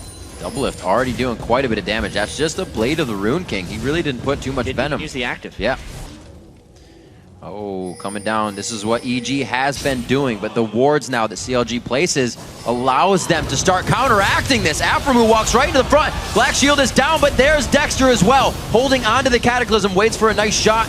Doublelift is just on the backside. Rat-a-tat-tat's already going out. Big move. He is making some hits right now. Dexter trying to still get into range to lock somebody down. He knows that NACS can just slice and dice out, but he doesn't. He is stuck now in that, waiting very patiently. CLG gets everything they want out of that with 3 kills. That is exactly the turnaround that CLG needed for this one. They caught EG while EG was trying to come in from behind CLG once again, but this time there were a few very critical differences. Altac had been very low from the Twitch Open, and also the spear that landed previously on a pole belter made this a bad initiation right off the bat. Yes, they got damage on Aftermove, but they didn't stop any of his spells. He still had the off and off, and they just burned a bunch of damage. The teleports cancel each other, but the spears and the previous poke were already there. Look at pole belter and Altec. They couldn't be part of the fight. Oh, very nice black shield on the end. Spear is eaten. That's card should wear out in time. And the gold lead has just been nullified. 25-5 to 25.2. And this is also where the CS of Doublelift comes into effect. He's at 6,000 gold, so is Altec. So he is absolutely going to be outscaling him at this point. And the CLG team does have a better team fight composition. EG's composition is more about finding picks with Twisted Fate and Elise Cocoons. The fact that they trapped EG into a poor 5v5 fight was absolutely perfect for CLG. Getting the Dragon afterwards means they pulled ahead in the game, and it means Doublelift's Ghostblade plus Blade of the Ruin King build on Twitch is going to be really potent at disrupting Altec's farming capabilities. A lot of synergy between this team. The traps are going to be shredding. Dexter is going to be shredding with Jarvan, and Doublelift with his Ghostblade build. Everything kind of plays together once they get EG balled up in the fight. 2-0, as we said, for Altec. Usually can play quite well if they keep themselves on the outside. They still have the poke of pole belters wild cards as well. Might be able to find themselves some fights they need. Helios, a little aggressive once again. Is the team there to react, though? Shield goes down, and they might have pulled Dexter into exactly what they wanted. Very nicely done. The repel goes up. He took that Cataclysm damage, but they cannot finalize a kill back for EG, or CLG. And also notice how EG bursted through the Black Shield before Pole Belter threw his gold card to guarantee that they could get the stun on a Dexter. So a very nice kill in the mid lane. Pink wards coming out of the hands of Altec and Crepo. You see Link getting in a little close as he tries to put more pressure on with spears. Great wards coming through. They know exactly what CLG is up to right now. Now this is a really good game. Top lane as well is beginning to equalize, or already has, which is incredible considering all of the attention that EG put into disrupting Seraph and beating him up. He gets in one team fight, brings it all back with a great Siobhan ultimate to give himself a kill and 2 assists. And because of the time they both spent down there, the CS is neutralized a little bit as well. So Siobhan is also at the point of the game now at level 12, where she's outscaling Renekton as well. It's going to get tougher and tougher. CLG loves to play for this portion of the game. Now they can start to control it. They move wherever they want. Doublelift is right there as Seraph used as the catalyst to get this fight going, and it's going to be the quick takedown. Doublelift starts to get himself kills around the map, and that's exactly what CLG is looking for. Nice move right there, and you can really see CLG is starting to play much better as a team with the acquisition of Seraph. Yep. Yesterday, when he was laning against Westrice, it was a very even lane, but then not only did Dexter come up for Vi ganks, Link came up from the mid lane for ganks, and today, Doublelift comes up and helps out Seraph with ganks. Everyone is pitching in to help get him rolling a little bit, and it's working wonderfully. Clear calls, good games. Clear calls, good plays. Good plays, that's right, not good games. They got it. Still pushing up in that top lane. It's going to be a little bit of gold picked up by Pole Belter here in the bottom, but he is only answering, and if anything, they're far behind as they answer right now. 32,000 to 30,000. They may be able to answer on to number 2 with the pressure of Altec as well. With Crepo in the jungle, a great grab onto Link to kind of thwart things. The grab's going to confuse him a little bit. Yeah. Because there was absolutely no follow-up. He'd be like, oh yeah, there is a Thresh around that wall. Time to push mid, because now he can't make it back in time. Link also trying to cut them off with spears. Great move there by CLG. Nice map movement. This is all up to NACS, and he has not thrown out a huge amount of wave clear for the team. You can see EG scrambling to get back in order. Nice job, just a little harass from the Wolves coming around. Crepo over the wall. He will be able to link from over the wall as well, but he misses that one. Not really that much vision around the corners. EG is definitely not coming out on the better for this one. Those spears from Link are hitting and hurting quite bad, even with just Nathan's out. Italy spears and the poke, especially with the blue buff onto Link right now. The sustain is great. This is a CLG siege that EG is going to have trouble responding to. CLG siege, it also looks like if they want, they can keep on going past the turret. Right now, playing it safe. Dexter had no problem going past these turrets yesterday. Yeah, and EG needs to have full health before they could pull off an initiation. Pobelter also kind of needs his Zhonya's, which he doesn't have at the moment. Ideally, he'd want to be able to teleport into the back, shut down Link as EG dives in, but Crepo's low right now. There's no Zhonya's on Pobelter, so they can't actually stop this siege very efficiently. If they do fight, it will be a very high-risk maneuver. But a hook on a Twitch! A good grab, double lift a little too close. He gets himself out perfectly. They're all standing in line for the rat-a-tat-tat, and they quickly disperse from that, realizing the damage is just crushing them down. Double lift, after firing off a few more, finds a kill onto Helios. And that's exactly what they wanted. EG is now a little too hurt to probably protect this next wave. Even with the hook onto Twitch, double lift doesn't take they back up. a lick of damage. Nope.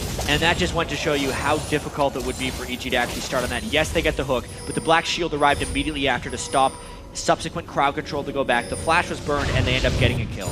More that hook, and how close. Where was the Black Shield? They get the play, the flash, and then he's Black Shielded. So basically, because his flash was up, it just grouped up EG for the rat-a-tat, one would say. Man, must look good in his eyes. Ghostblade is now finished up for him, as it looks like he's going for a Zeal next. Decide to put that into maybe a Phantom Dancer or himself. Link on yesterday he did Static Shift. That's right, Static Shift as well. He tries to get as much damage right off the bat. Ah, so you get the proc. And we also have 2 pink wards, so oftentimes getting a second opinion on something is very useful. Not with pink wards. $300 area right there. It was worth it. Boom. Cute. Now it's worth it. Yeah. Still would have wished to save that second pink ward. EG controls that dragon while Seraph was off in the top lane, and COG, the rest of their team, had just shopped, so nice general move by EG there.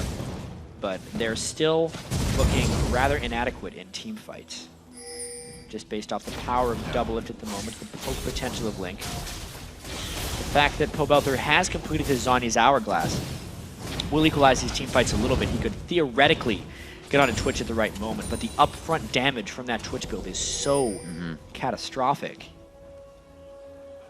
If Alphaman wants to clean those pink wards, he's going to be in there for a while. All right. Come on, guys.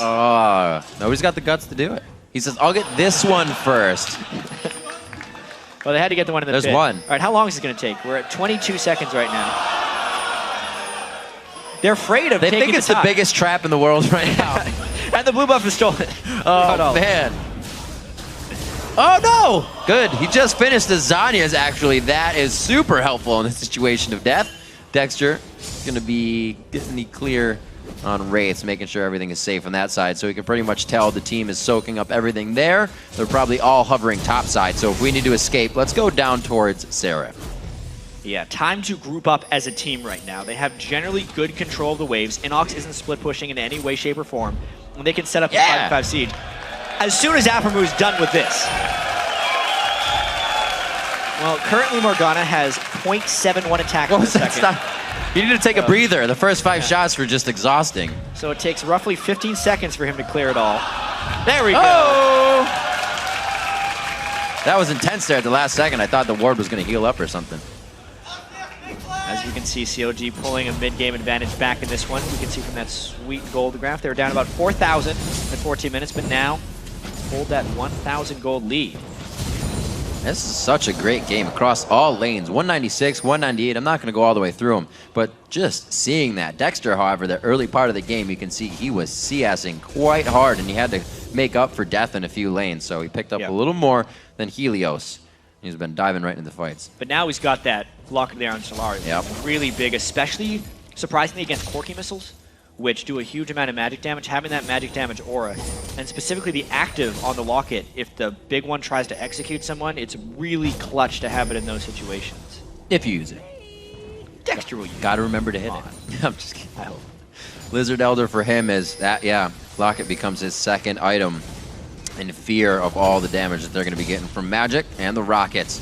Negatron Cloak on Seraph as well with the Giant's Belt. Kind of the same thing over on Inox too. They're doing a piece together of some big items to get the recipe mitigation that they want.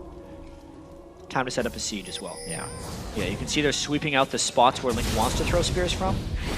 And if they land that one binding, it's going to be a whole bunch of damage. Ooh, wow. Dexter taking a lot of hits there. You can see where the armor is not there yet for him, and he is down to about 20% HP. A good Primal Surge from Link puts him back to health, so it won't take long.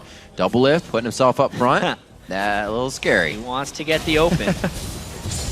It's all right if he takes a few hits. He can always heal up. He's got that life steal. With the Zanyas on Pobelter, I wouldn't be too surprised if EG tries to go for initiation. You could see Helios was around the side trying to get a ward control because he wants to be able to follow up on whatever type of gold card initiation Pobelter makes. But COG is warded very adequately around this side to stop that flank initiation, wanting it so only Pobelter can go in and to prevent the follow-up.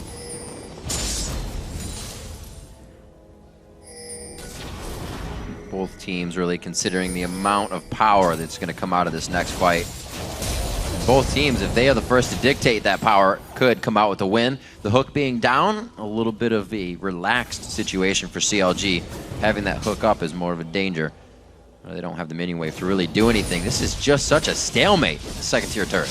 And the opportunity cost of EG being here is much higher because they have far fewer things to play with here. They have the hook and the cocoon from Helios, whereas Link gets a very low cooldown Nidalee Spear, which if he lands on anyone other than Inox, is basically a one-shot turret for them the right way. Or if a binding lands, that also helps the spear land. And once Krepo's death sentence is down, there's not much EG has left to do. Yeah. You're getting healed up all the time from Link. Those shots going on to Inox, we see they're sticking. He's just waiting for that health to come back naturally. Siege Wave coming in on this one may provide a little bit of time to get some shots on the turret. There's the spear. That's one that they needed. That's a dive in. That's Helios repelling into the fighter, getting a good cocoon and Q in. So he is no longer present now. They have good wards coming out, but they're not able to get anything onto CLG. This is all to just stop damage on the turret, which is not working out. More and more damage peppered in. And also, Rib, when we consider that COG scales better late game, EG is in a really difficult situation right now because they're getting equal amounts of farm, but the game is getting later and later. And COG trying to catch them in transit between two turrets, knowing they've gotten rid of a lot of EG resources already. This one a little bit harder to guard. We'll see what Krepo and team can do here. Getting about 21 gold on that one. Not going to be enough for them to stop the turret from going down. So CLG trying to change in the motion of things. They needed to get something, and they didn't need it, but they wanted to get something. It was a little too slow for them. Yeah, COG, a team that's been playing very fast games, needs to take this one slow and steady because the game is still very close, and one mistake could mean a swing back in momentum. So they're being very cautious with these turret sieges and making sure to play the disengage game. Very much respecting Pobelter's position. And look at EG here. They feel like they can move instantly with that suffocation pressure taken off, but this does not look good, Jack. Coming from the side, they could just get hit. COG would like a nice team fight, and they're trying to cut EG off from it.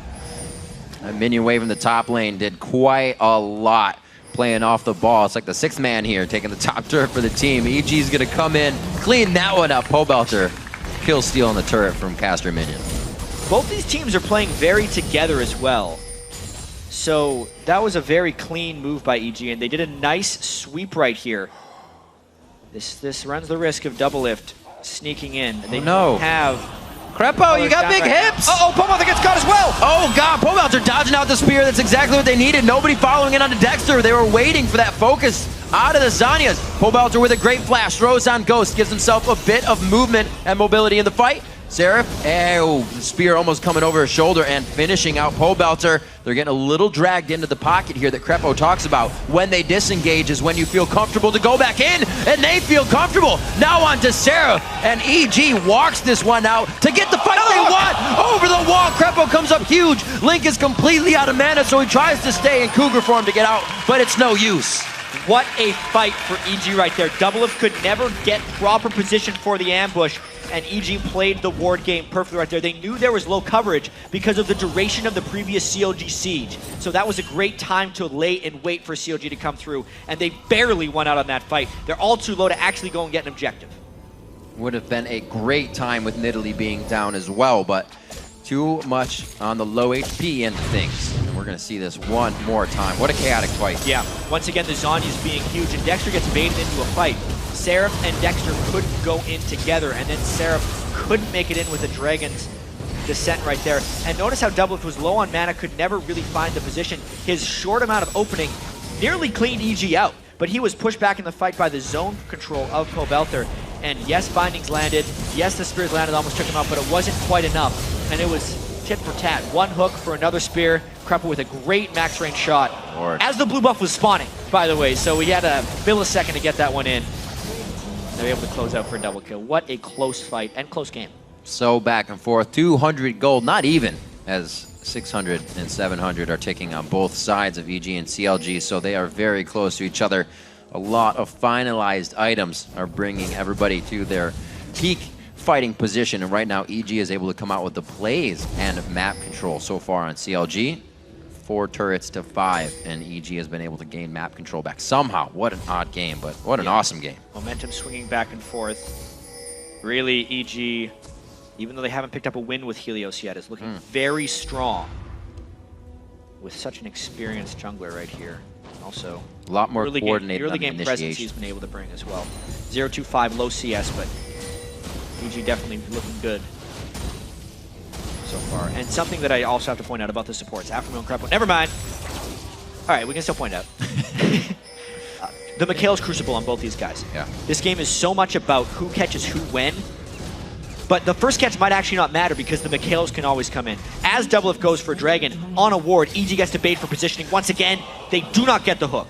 Just missing, looking to trade back some Baron damage. Seraph, the wall right now for CLG. And that was a costly bait. That's about 1,500 gold Dragon just gave CLG as a whole, plus the turret that W4D2 was able to take. So a really good game of chicken that CLG is playing right now, pulling themselves ahead in the gold lead with objectives. Seems like they're winning that portion of it. Can they position themselves now for the rest of it? EG, they actually give EG the center of their base back. Very smart move. CLG wants to come into this coordinated, also waiting on probably a Void Staff here for Nidalee. Link's going to be doing some big damage soon because, yeah, there is a bit of magic resistance on the side of EG, but Altec can still be taken down quite quick with Krepo. W4D2 farming it up. He actually has curbed himself. He was going quite hard on trying to initiate by himself earlier, but this is a different game from W4D2. He kind of knows he's the backline carry of this game. Yeah, he's trying to transition into the late game Twitch right now. Wonder if he's going to go Infinity Edge or Last Whisper next. That answers our question. Boom. Relying on the flat penetration of the Ghost Blade. It's going to make it a little difficult for him to shoot through the Renekton, but he should be all right since Helios hasn't been able to pick up armor. You can see the war of vision control now to be waged. The battle to end at the Nexus is who's going to be the first one to take down the Baron. We're 34 minutes in, so it's definitely a possibility, but EG would be crazy to try that right now with Link full HP, mana, and blue buff ticking on him. So it looks like it's going to be the mid lane tango. Back to it. And again, CLG seems to have assumed a bit of control throughout this. They do have the superior scaling composition, but Altec is also very powerful right now on Corki. It's going to be all about the catches, and all about who can get control of the waves. Remember, the last fight EG won was actually because they moved all the way down to the bottom of the top lane and picked up a turret and then baited while there was no wards for CLG. But this time, CLG has spent a substantial amount of time and has much better ward vision across the Baron area, and they're trying to take this with a couple men, whereas EG is fighting for vision control. Oh, teleport coming in. Looks like they'll be safe. Inox, it's not the first time he's used a TP to Lantern to get himself to safety. That Lantern was really close to timing out as well. It's unfortunate if Inox got trapped in there, but TPing on top of the Lantern is a safe objective focus. They needed that to get the wave going in the right direction in the bottom lane. But it burns their teleport, meaning Seraph could actually go play the same game if he wants to. So back to the Baron. In honor of the World Cup, we'll call it the Baron Samba this week around instead of the Baron Dance. Absolutely. We'll see what they can do if they can dance their way in. 35 minutes on. From Jarvan as well. EG's going to be very careful not to be catching spears. Where's Helios? Eyes on him just on the outside. Couldn't get his Spiderling to catch that. A flash! And the hook actually blowing the flash for Link off the screen. Yeah, trading the flashes, initiation down and some disengage down on both sides. The Baron was also peeled off of. But the Samba continues. Down the mid lane.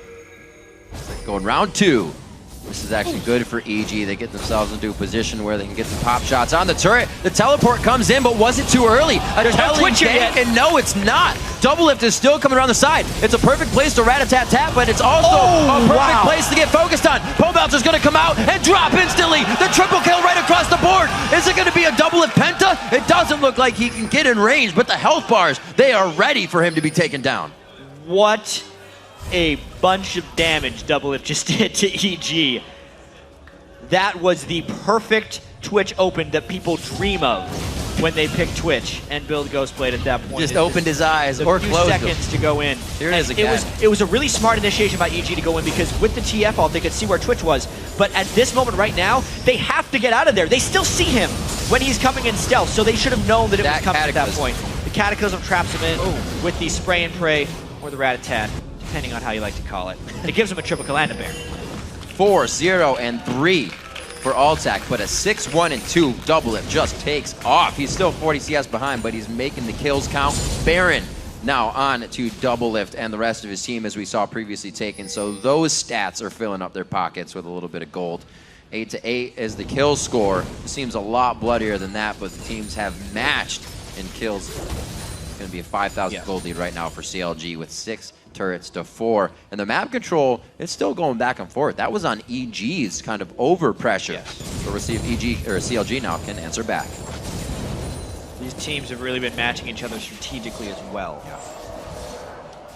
And it's a difficult game for EG because they're still trying to recover from that LMQ defeat where they had such a big lead, couldn't make an initiation happen. They reviewed the game with their analysts. They found some things they could improve upon. And this game, it's kind of happening again. They're actually not ahead in this game as much as they were in the previous one, but their late game decision-making is still a little bit rough. And this is one of the most difficult weeks for Helios to begin his LCS career because EG is playing COG and LMQ, two of the teams in the top 3 of the LCS standings, as a bottom-of-the-table team. So to expect immediate victory is asking a little much out of EG and Helios, but they've been really close. I think closer than most people even expected them to be. That's the bad thing. That was a very big spear. The Cocoon is really all that Helios can offer here. Crepo could be in a very tight situation. There's the binding. There's the last spear necessary. And CLG is getting everything they want. Could be a final push. And Dexter saved his Cataclysm, so it's 5 people with Baron right now, or 4 because Link was dead when it went off, and they're just going to be pushing this real strong. But Altec trying to do a big Look at Altec on the other side. He's going hard on We've Corky. seen this story before, Riv. It doesn't end well for EG. He's going to try to back. EG goes into 2 base races in a row, now tempting a 5-man CLG team. Altec actually denies getting hit by a minion there somehow, makes it back to the team. They lose a Nexus turret, but are still alive to tell the story. Dexter keeps getting locked up one after the other. They finally throw a black shield to him for a bone. And it looks like he's going to be able to get out safely. But there's double lift on the front line again. And they say, no, no, no, no, no, no. Let's get out. And he actually listens. Well, he's a very powerful Twitch right now. He probably could have done some work. All right, let's consider what just happened. EG had already lost Crepo. So defending that Nexus turret or even inhibitor was not going to happen. And now they're actually going to try and trade inhibitors. If they can do this successfully, it's a great move by EG because everyone has respawned at this point, and the move by Altec was very smart. One Nexus turret is not the end of the world. You have to be defending that anyway, as long as they can make it back without getting picked off. The back from Pogalter here. Does he run it out? Does he run it out, and EG kind of gains positioning to cut them off? We see him rushing out of the mid lane here. And maybe try to cut something off. A good bushwhack in the mid lane is going to be dodged out. Maybe the minions will catch it, but CLG is already in safe position here. EG actually slowed down their momentum out of base. Twin Shadows finished up for Afromu. Just that much more to keep these fights going in their favor and stop evil geniuses from getting away. Off the chart. There it goes. Can't do much about that. See the gold lead throughout the game, and it's fluctuated quite a bit. Very back and forth. There's finally a very definitive 6,000 gold lead, however, in favor of, I guess, 5K around. As CLG makes their way to the front door. Second inhibitor turn. Yeah, very difficult siege defense, especially because they're going to have super minions coming up from the side. The Baron on CLG also has just expired. So if EG could find an initiation, it's going to be when the clear is off. Check it out. Double screen! I'm very confused right now, personally. EG, though, defending this quite well. Double the game, double the awesome.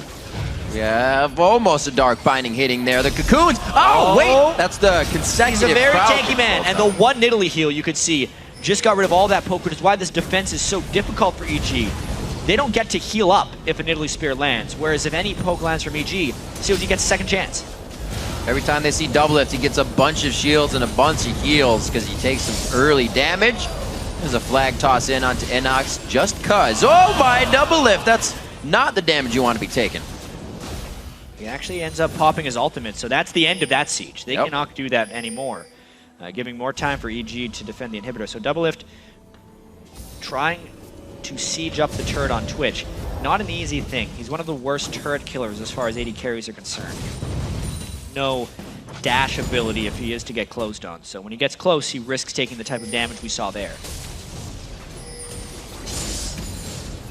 Stretching it quite far for both teams here. Not really that close to full items, but it is for Doublelift. He's got that Infinity Edge finish, just the Doran's Blade to sell out. Right now sitting on quite a bit of gold. 2,100 is in his pocket, so he's waiting to go back here and a lot of power into these fights, or safety if he even wants it. He hasn't really been dying. I hope he builds a Last Whisper on Twitch, actually. It would stack his armor penetration quite well, because the way armor penetration works is it uses the percentage armor penetration and then the flat armor penetration. And considering how much damage he's doing on Twitch right now, he would be pretty much max damage Twitch at this point. So 5 offensive items. We saw how quickly he wrecked EG previously. Right. It's going to be even faster now. A couple shots and you can kill the whole team. It's been a different game for Doublelift as well. I'm sure he wants to be off in a solo lane farming, but sticking with the team has actually provided him with a good amount of kills. Even if he comes in a little late, sprays and prays 3 away. But still, 394 to 312, but still putting out more power than Altec right now because of how the team is working together. Yeah, and we've reached that point where Altec's gotten upskilled by Twitch, for sure. Mm-hmm. Altec is still a formidable person to deal with, but especially in cutting through someone like Seraph, who's an incredibly tanky Shyvana right now for the front line. He can't shoot past that very well with his missiles, whereas Twitch gets to shoot through people. Yeah. Big difference. Delivering the pain on all levels when you're coming out of that invisibility. Everything they can do from the longest range is what EG is using right now. They do not want to step past that turret. It is danger. And Twisted Fate is very hard to push on because he can clear the minion waves so quickly. This is what COG is kind of running into here. This is probably about the 10th minute they've been in this mid lane trying to siege something down. They're just hoping they can land enough spears, or that EG gets tired of getting worn down and goes in. Ghostblade by Doublelift burning everything for this turret. It's going to be the inhibitor going down. They're going to have minion waves pouring into the bottom lane in just a few seconds. It looks like it will be thwarted off. So 2 inhibitors open now to work with. They're really going to be stretching EG thin here. Doublelift popped a lot of his threat at that point, so if he could heal up quick enough, but he got enough poke on Altec that he had to back up entirely, so I guess that's kind of rewriting the book on how to siege his Twitch. Just blow everything and kill the turret. Baron is up. See if CLG heads straight for that. Looks like they're making a beeline for it somewhat. Going to set up some vision around this as Seraph takes bottom lane control. Teleport is up for him. See how EG works it. Yeah, COG scared a little bit back because of their exposed inhibitor. They need to defend it from EG. Very different game than the first 2 times these teams matched up. A 25-minute win, 29-minute run, sorry, for CLG. Now a 45-minute game altogether. Changes on both sides of the pond here for EG and CLG have definitely affected the gameplay. Closing out the game for EG kind of seems to be the revolving aspect here. CLG really off and on in the consistency of just how controlled the game is. EG not see that ward? The pink ward placed a little bit too deep for EG. And here come the spooky ghosts! Oh, and it's Altec. Valkyrie, almost the best person there. After move flashes over, but still gets hit. Looks like he will be safe for that situation. They got them low enough, though, that they can probably just Baron if they see fit to. Pretty much indefensible by EG. Wow. NACS doing what he can in the bottom lane to create pressure he can hopefully use at some point, but CLG is ready to go right through the front door. This may be just a last-ditch effort to get somebody to follow him. They're going to hope to get this turret down before CLG can make it to the second exposed inhibitor, but I don't even know if EG had 5 people at that inhibitor, if they could realistically defend it with no turret, knowing that CLG has Baron and that Twitch. EG just hasn't been able to pull off any successful flanks with the pole belt or Twisted Fate. The whole idea of him getting on a Twitch just hasn't been realistic. Doublelift, he's real threatening right now. There's a little pain there, has to walk back. Helios is left alone, and there's really nothing for him to jump to. Goes down, they even make sure of it with the flag toss. Helios down for 60 seconds as NACS backs to the base now, 5v4. And only 1 Nexus turret. COG might try to end this game within the next 50 seconds. Doublelift didn't have to burn his ultimate on that one, so this will be painful for EG. One more inhibitor turret down. They're not even going to get minions out of that one. They're just making sure if anything goes awry here, they'll have the upper hand. The teleport coming in on the super minion so they can get some more pressure under the turret. That's going to be NACS now, cataclysmed on. Pobelter tries to throw himself deep into the fight. Nobody can finish that one. He's going to go down after the Zanyas, and it's going to be the Nexus turrets as well. A hell of a game from both teams coming out. 12-8, the final score at 47 minutes. CLG tries to pad the stats a little bit more with this kill onto Ultec. Doublelift shut down 8, 1, and 4. 47 minutes in, CLG takes down Evil Geniuses. And you said it there, 47 minutes. Slow and Steady did win the race that time for CLG, but that's not really how they've been picking up their wins this season. EG did a pretty good job of sticking with them throughout the moves, but CLG had the better late game composition the entire time, knew their path to victory and their win conditions, and they executed. Really nothing else was done to kind of counteract Helios. And Helios didn't play as aggressive this game. We focused on what Dexter, the team, might do. They played their game. They kind of focused the top lane a bit. Gave Seraph a little bit more help this time. Instead of just leaving them with the here nor there. And despite Doublelift getting focused a little bit at the start of the game, still came up big late. No defensive items on Twitch, but his first death was his last. 8-1-4. 0010 for Aframu as well on the support scale. Those two continuing to really carry games for CLG. But the team definitely coming together a little bit. It's been a easier week on the scheduling front for CLG, obviously. Playing two of the bottom 3 teams in the LCS this week, but the 2-0 week positions them strongly in the standings. And CLG's got to be feeling good about that moving into next week. Absolutely. Doublelift also 17, 1, and 11. 2 straight Twitch games for himself and bringing out Twitch in the last 2 games. So feeling pretty good on that. I think that might be a ban for some teams coming in. Yeah, it's a nice fantasy score right there. The more bans you can, if you could actually force Doublelift onto banning the standard 80 carries, you're opening up a lot of strategic possibilities for CLG. Knowing how many champions Link played, Dexter did break out the Jarvan that game as well. We have to give him credit. Early on in the game, he was getting a little punished, but late game come around, those Jarvan initiations were just lining things up for the Twitch play. And honestly, the Shyvana ultimates that came in as well. Seraph got focused heavily early in that game. Inox was not able to capitalize on his lane advantages once again. So with all the time Helios has put in the top lane, not getting rewarded for it, that's got to be frustrating. Right. Really strong play all around the map, like we said, from these guys. Coming out of picks and bans, it seems pretty even for both teams. It didn't seem like they had too much for each other. Helios did get 2 bans towards the jungle. May have hurt him there, but to point the jungle out, Dexter, a Vi game to a Jarvan game, and he's putting up numbers as well. Absolutely getting himself into the fight. Not afraid to initiate on new champions, and they're coming up big. Yeah, the jungle meta of Elise, Lee Sin, and Eve is getting banned out a little bit because it became so shrunken that junglers were able to attack each other a little bit, especially with Amazing early on in the split. And Dexter and Crumbs, those type of junglers, even I Will Dominate, are showing their expanded champion pools a little bit. And Dexter as well has found the most success with these 2 last successful games. It's definitely helping Counterlogic Gaming's momentum. They kind of had a few things they were looking to get into the mix, and really with this diversity, it's kind of giving them that flavor that they were looking for. Evil Geniuses now, they're kind of wondering what do we do towards the late game, because it seems like they have everything ironed out early. Yeah, EG is coming around. It's going to take time, and the difficulty is they're falling farther and farther behind in the standings. You know, that game moved them to 2-8. And even though they look good this week, it still didn't result in any victories because they had that tough schedule. So next week will really be, I think, when we see if Helios can give them some wins. All right, many more games to go and a lot to ponder for these teams. Right now, we're going to send it over to Freak and Kobe for more on CLG's win.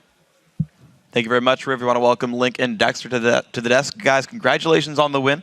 A fairly long game. It seems like you guys are playing these, like, we have a Nidalee and we're throwing javelins for a while, and eventually the game ends. Is this the plan? Just throw javelins, win games, or is this how it happens to be planning out? Like, we just kind of figure out what team comp we want to run based off of what they, like, pick. And we don't really know what we're going to, like, pick beforehand. We just have, like, a general idea of, like, the first few picks, and then we just kind of go with whatever. Did anything change in the game after you see how strong their early game is going to be with Renekton and Corki and Elise and a TF moving around early?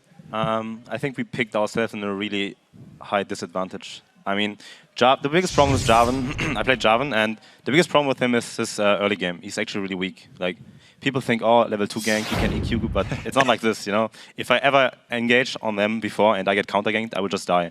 And Elise is a really strong jungler, but we had to leave it up because we came into the game with a game plan. And they had really good lanes. Like, TF is really good, and they had the TF set up for...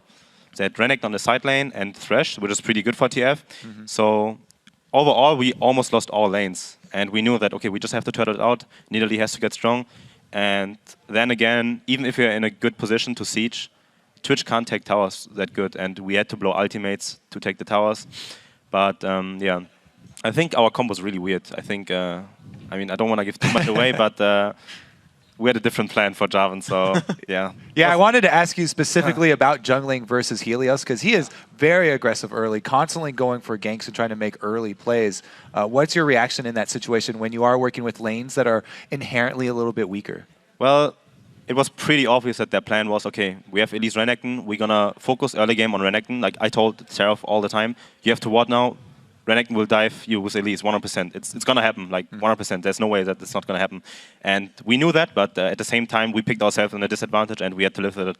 Because I think even if I went top lane to counter gank it, he could have still went bot lane. And I had no idea of his pathing. So I was like, okay, I can do the risky thing and stay bot lane because we wanted our bot lane to get fed.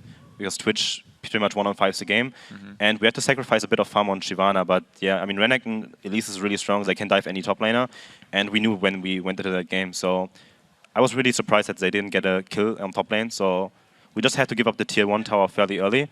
At the same time, our Nidalee had to farm up. And it was a really passive game. And yeah, Jarvan was the right pick here. So all I could do is farm up and hope for the best in late game. So that was basically a product of champ select, was you guys having to play this style. Is that a weakness then? Link, you said you come into this game and you're like, well, we're going to pick like these 3 and then we'll wing it. And it seems like you're like, well, we just got picked into a corner. Like, do you need a new plan coming into games now? Personally, I thought it was okay, but it was just a team comp where we're naturally weak early game, but when it comes to late game, they really can't do much. I mean, their initiation is really weak. Their only initiation is just TF port and like Cocoon and hooks, right? But we have Mikhail's Black Shield, and people bought Banshees, so it's really easy to like deal with that. And it's really slow because we do have a Twitch and we have a Nidalee, and they're two fundamentally different champions. One is to kill everyone, and one is to poke people down, right? But actually, it kind of works out because I can just poke them down, and then I can also heal Twitch and. You can see his damage. It's just insane. And like the game is just basically one off of objectives, and we just control them, and we get vision, and they come in, they get speared, they can't do anything because they're just gonna die to Twitch. And then when it comes down to sieging their base, we just have to take it slow, and then we'll land that one spear, and then we'll win the game. Yeah, I wanted to talk about the turning point, really, because when we went from the weak early game to a stronger mid game, you guys had a really good fight down bottom. If we can get this play up on your screen right now, you guys have some defensive wards, and you catch Helios in one of these really aggressive moves. Can you walk us through this one, Link? So we basically saw them rotating over from mid, and I was spearing Pole Welter and Helios on the way, and then Afromo misses his bind, but he lands ulti, and we also cover TFs, or TP, and Jarvan lands the EQ on him, and then Twitch is just going to ulti it, and everyone is kind of in this enclosed spot, and I land a spear, so Thresh dies, Shyvana ultis in, Elise is dead, and then we just kind of chase forward, and then I think Dexter ulti is in Noxtier, so this guy's dead, for sure. And if that ulti hit Pole Welter, then it would have been perfect, but because of this, we managed to get Dragon, and we get bottom tower, and we get all the top lane farm and the mid lane farm, so it's just a huge like power spike. Yeah, you talk about like Nidalee and Twitch being, very different champions, but they do have all this damage in a line, and they lined right up for it. It was pretty good. It's really nice because people will they want to initiate on you, so they're all walking forward and trying to stun people, and then you just have a Morgana throwing binds, and then I'm just throwing spears at them, healing Twitch, and then it's just like a chaotic fight where we just kite backwards and they're trying to kill us, but we just kill them. Yeah, great terrain for you guys to fight around. And so a setup for a thing like that, right, is that just tracking enemy movements, getting wards down that sees them coming in, so guys, be ready, be around this fight, because you guys are obviously in the right place at the right time. Yeah. Yeah. Basically, yeah, it's like, you got that one. I just want to make sure. I just want to get the setup there. There was more going on. That was fine. Okay, so it's interesting. So Doublelift also kind of thinking about the champs you guys are playing and the way this comes working out. First pick Twitch once again. I know you guys talked about that, where you knew you kind of the first 3 things. Does Doublelift need to start pulling 3 bans? We don't see a ton of AD carries get attention. It seems to be the junglers get pulled down, but. people need to. The thing target? is, I think we are probably like the hardest team to judge in LCS because we value our picks. Like every week we come into a new week and we value our picks differently. For example, week 1 we were like, okay, we're gonna put high focus on Elise, and then this week we don't really care at all, and we just spend really 2 strong junglers that I should have left open maybe, and then it's like a counter to Elise or like at least equal matching power. But yeah, we just come into the week with like new strategy and new value of picks, and then we just try to make the best out of it. Like just depending on scrim results and how it goes, we start like, okay, we have a priority list, and then we see what's open, and then we see, okay, what can they pick against it, and is it okay if we play against it, and what should we pick here right now? So that's how the usual thought process of that is. So just a week's worth of scrims will make you just like, you know, it's actually these 3 champions we care about. Like, you'll entirely change like your game plan. The thing is, it can change in a matter of like 1 day. You know, we can scrim like 4 days with like one specific comp, then we play against a different opponent, and we're like, okay, this comp has a weakness, and then we just change picks completely. Like we're like, okay, this champion has a higher priority in our list right now, so we have to take him out or first pick him. That's how it usually goes. And then people have like different strategies and different values of champions. And yeah, we just see what other teams like, what they prefer, and then we see how it works out. And if they have like one really strong champion, for example, like I can't really think of an example right now which team has like a signature champion or something. But yeah, everything is like a thought process of that and how you value champions pretty much. And we go into every week with a new mindset and hope for the best. So. And no matter how good of a plan you come into a game with, it always does come down to that execution. And in this game, even though you guys had hit that point where you were stronger late game, and it was going to get easier for you, there were some fights over vision especially, where EG had some good picks on you guys. We can pull up a replay here. They take your turret, and they do a little sneaky gank here around by the white camp. We saw them actually at the edge, and we were like, okay, they're all there. You know, we thought they would do Baron, but we saw them. And then he misses a skill shot, and we hit the binding edge, but I got baited in, so I'm the first target that will die right now. But at the same time, I create zoning space for the Twitch to line up, and we got a really good Twitch ultimate off, but it really doesn't matter because they got, like, I engaged hard, which I shouldn't do, and yeah, right now, they just kite us and re-engage on us. Like, their comp is really good for kiting out too, and yeah, they have Thresh against Shyvana, they can just stun a target with TF, and now they're re-engaged, which is pretty bad for us. And they get another kill. Yeah, Double have been walking around a long time in this replay with no mana and no auto attacks coming off. Yeah, and that's the biggest problem. I mean, they have a really good comp for kiting out. Like, Thresh is the god of kiting, and if you commit with Shyvana, you have to either commit, because kiting against Thresh is impossible. He will just hook you, box you, and yeah. And they had the Ghost TF, so he can just catch up to us again. So it's really hard for us. Like, either we have to commit full, or if we kite backwards, we just die, because they have like TF port and everything to catch up. So it's really hard, and it was a really good spot for them to fight us. So yeah, we kind of shouldn't have engaged there. And we're like, okay, we're just going to out-rotate them, force them to come to an objective, and then poke them. But yeah, I think we were a bit impatient, especially me. Like, I shouldn't have engaged that for sure. And then, yeah, I just died and paid the price for it. So. The Zanya's bait. Yeah, classic. Always. I know, always Zanya's bait. I always die because of Zanya's bait, but yeah. So that was a call then, is after that fight. I was going to ask, and you answered it yourself. Was like, so when that happens to you, how do you refocus and change objectives? You're like, oh yeah, we're just going to group up and do the siege thing, rely on Link javelins, and we're going to be okay. So, and that's just like the snap decision. Like that fight ended. Crap, we're dead 40 seconds. Okay, guys, do this. You just take the death premise to make a new call? We have timers in chat, and then we see, okay, then we have a list of time. Okay, enemy blue buff right now, enemy red buff right now, and Dragon maybe, eventually Baron. And then if all of these objectives are down, the only possible the only possibility for us is to siege. And then we had to make like a special plan for our comp because we couldn't siege. And we're like, okay, Twitch, we're gonna heal you with Nidalee right now for the 60% attack speed with Black Shield, and then we ultimate the tower. And then we just back off instantly because we can't fight without Twitch ultimate, right? Yeah. So yeah, that was like a really specific case where we have to really play, like we have to plan a lot to actually make it happen that we can get a tower. But we managed to pull it off in the end. Yeah. All right, so let's take a look at the end of the game here. You guys do get, I think, Double F getting a triple kill at one of these turrets. Let's pull this one up for you guys on your screen. Yeah, this one. Oh, they dive. They go pretty deep. Yeah. And you kind of take the brunt of this one, Link. But then, of course, you have another carry on your team. So recently, I think they forced my flash or something like that. Thresh flash me. So they used everything on me, and they're all like clumped up, and Jarvan comes in, and he's gonna ulti everyone, and Twitch is gonna come, and he's just gonna wreak havoc. And it's, and you can just see it. That was a beautiful EQ. 3 people knocked up, and then Paul Walter Zonia's, but he's gonna die the instant he comes out. And meanwhile, Twitch is just killing everyone. And then, well, that's the power of Twitch. Yeah, just clean people up. So right now, with that win over EG, you guys are now tied for second with LMQ, and Dig's coming up next. If they lose, you're tied for first place. I don't remember the last time you guys actually were in first place in the LCS, but you guys are looking really freaking good now, right? Is this am I missing something? We're okay. I think we are like the problem is we're really sloppy. I mean, I think our early game is a bit shaky right now, and then our short calls at Baron, like we are basically the Dignitas of the season. We threw 2 games of Baron, and yeah, I think we are actually every team is equal. I think right now, I think every team has like different strengths and weaknesses. And I mean, even like the bottom 2 teams, like bottom 2 teams is usually like, okay, they can't really win against teams, but EG put a really good fight against like C9 and they almost won the, or LMQ, right? They put a really good fight and they had the game. Really. I mean, I think they won, actually they should have won the game for sure. And you can see that all the teams can basically beat each other. And right now it's like really, every team is trying to figure out what's best for them. And there's no really good team that's like standing out above the rest, like last split. I think there are like a lot of good teams, and it's really hard for us to like actually pull ahead. And I think we will be like in the middle of the season, probably like still like second or third again. And yeah, every team is like really, really good. I think so.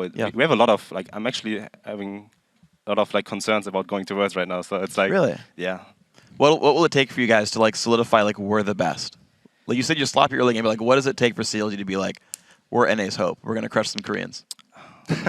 I don't know. It's really hard. I mean, you can't really see progress in like one day. You have to like progress. Okay, today we're gonna focus on objective control. Today we're gonna focus on vision control, and it gets better, like slowly better over time. But at the same time, the opponents get better too. So if you just don't improve like super hard in like a matter of like a couple of days, there's always like the enemy teams can catch up to you too, and then they try to figure out what to run against it, and it's really hard. I mean, if you have like good teams that have like a really good grasp on the game and how to improve and where to improve, like with coaches. I mean, every team got coaches, analysts.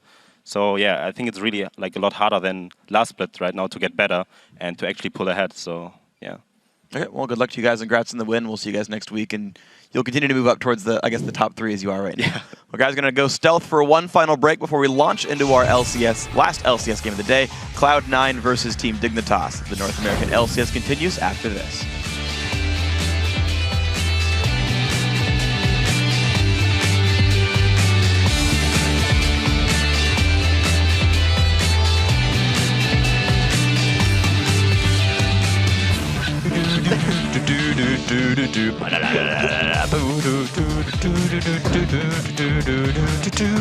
Did we give you too much coffee?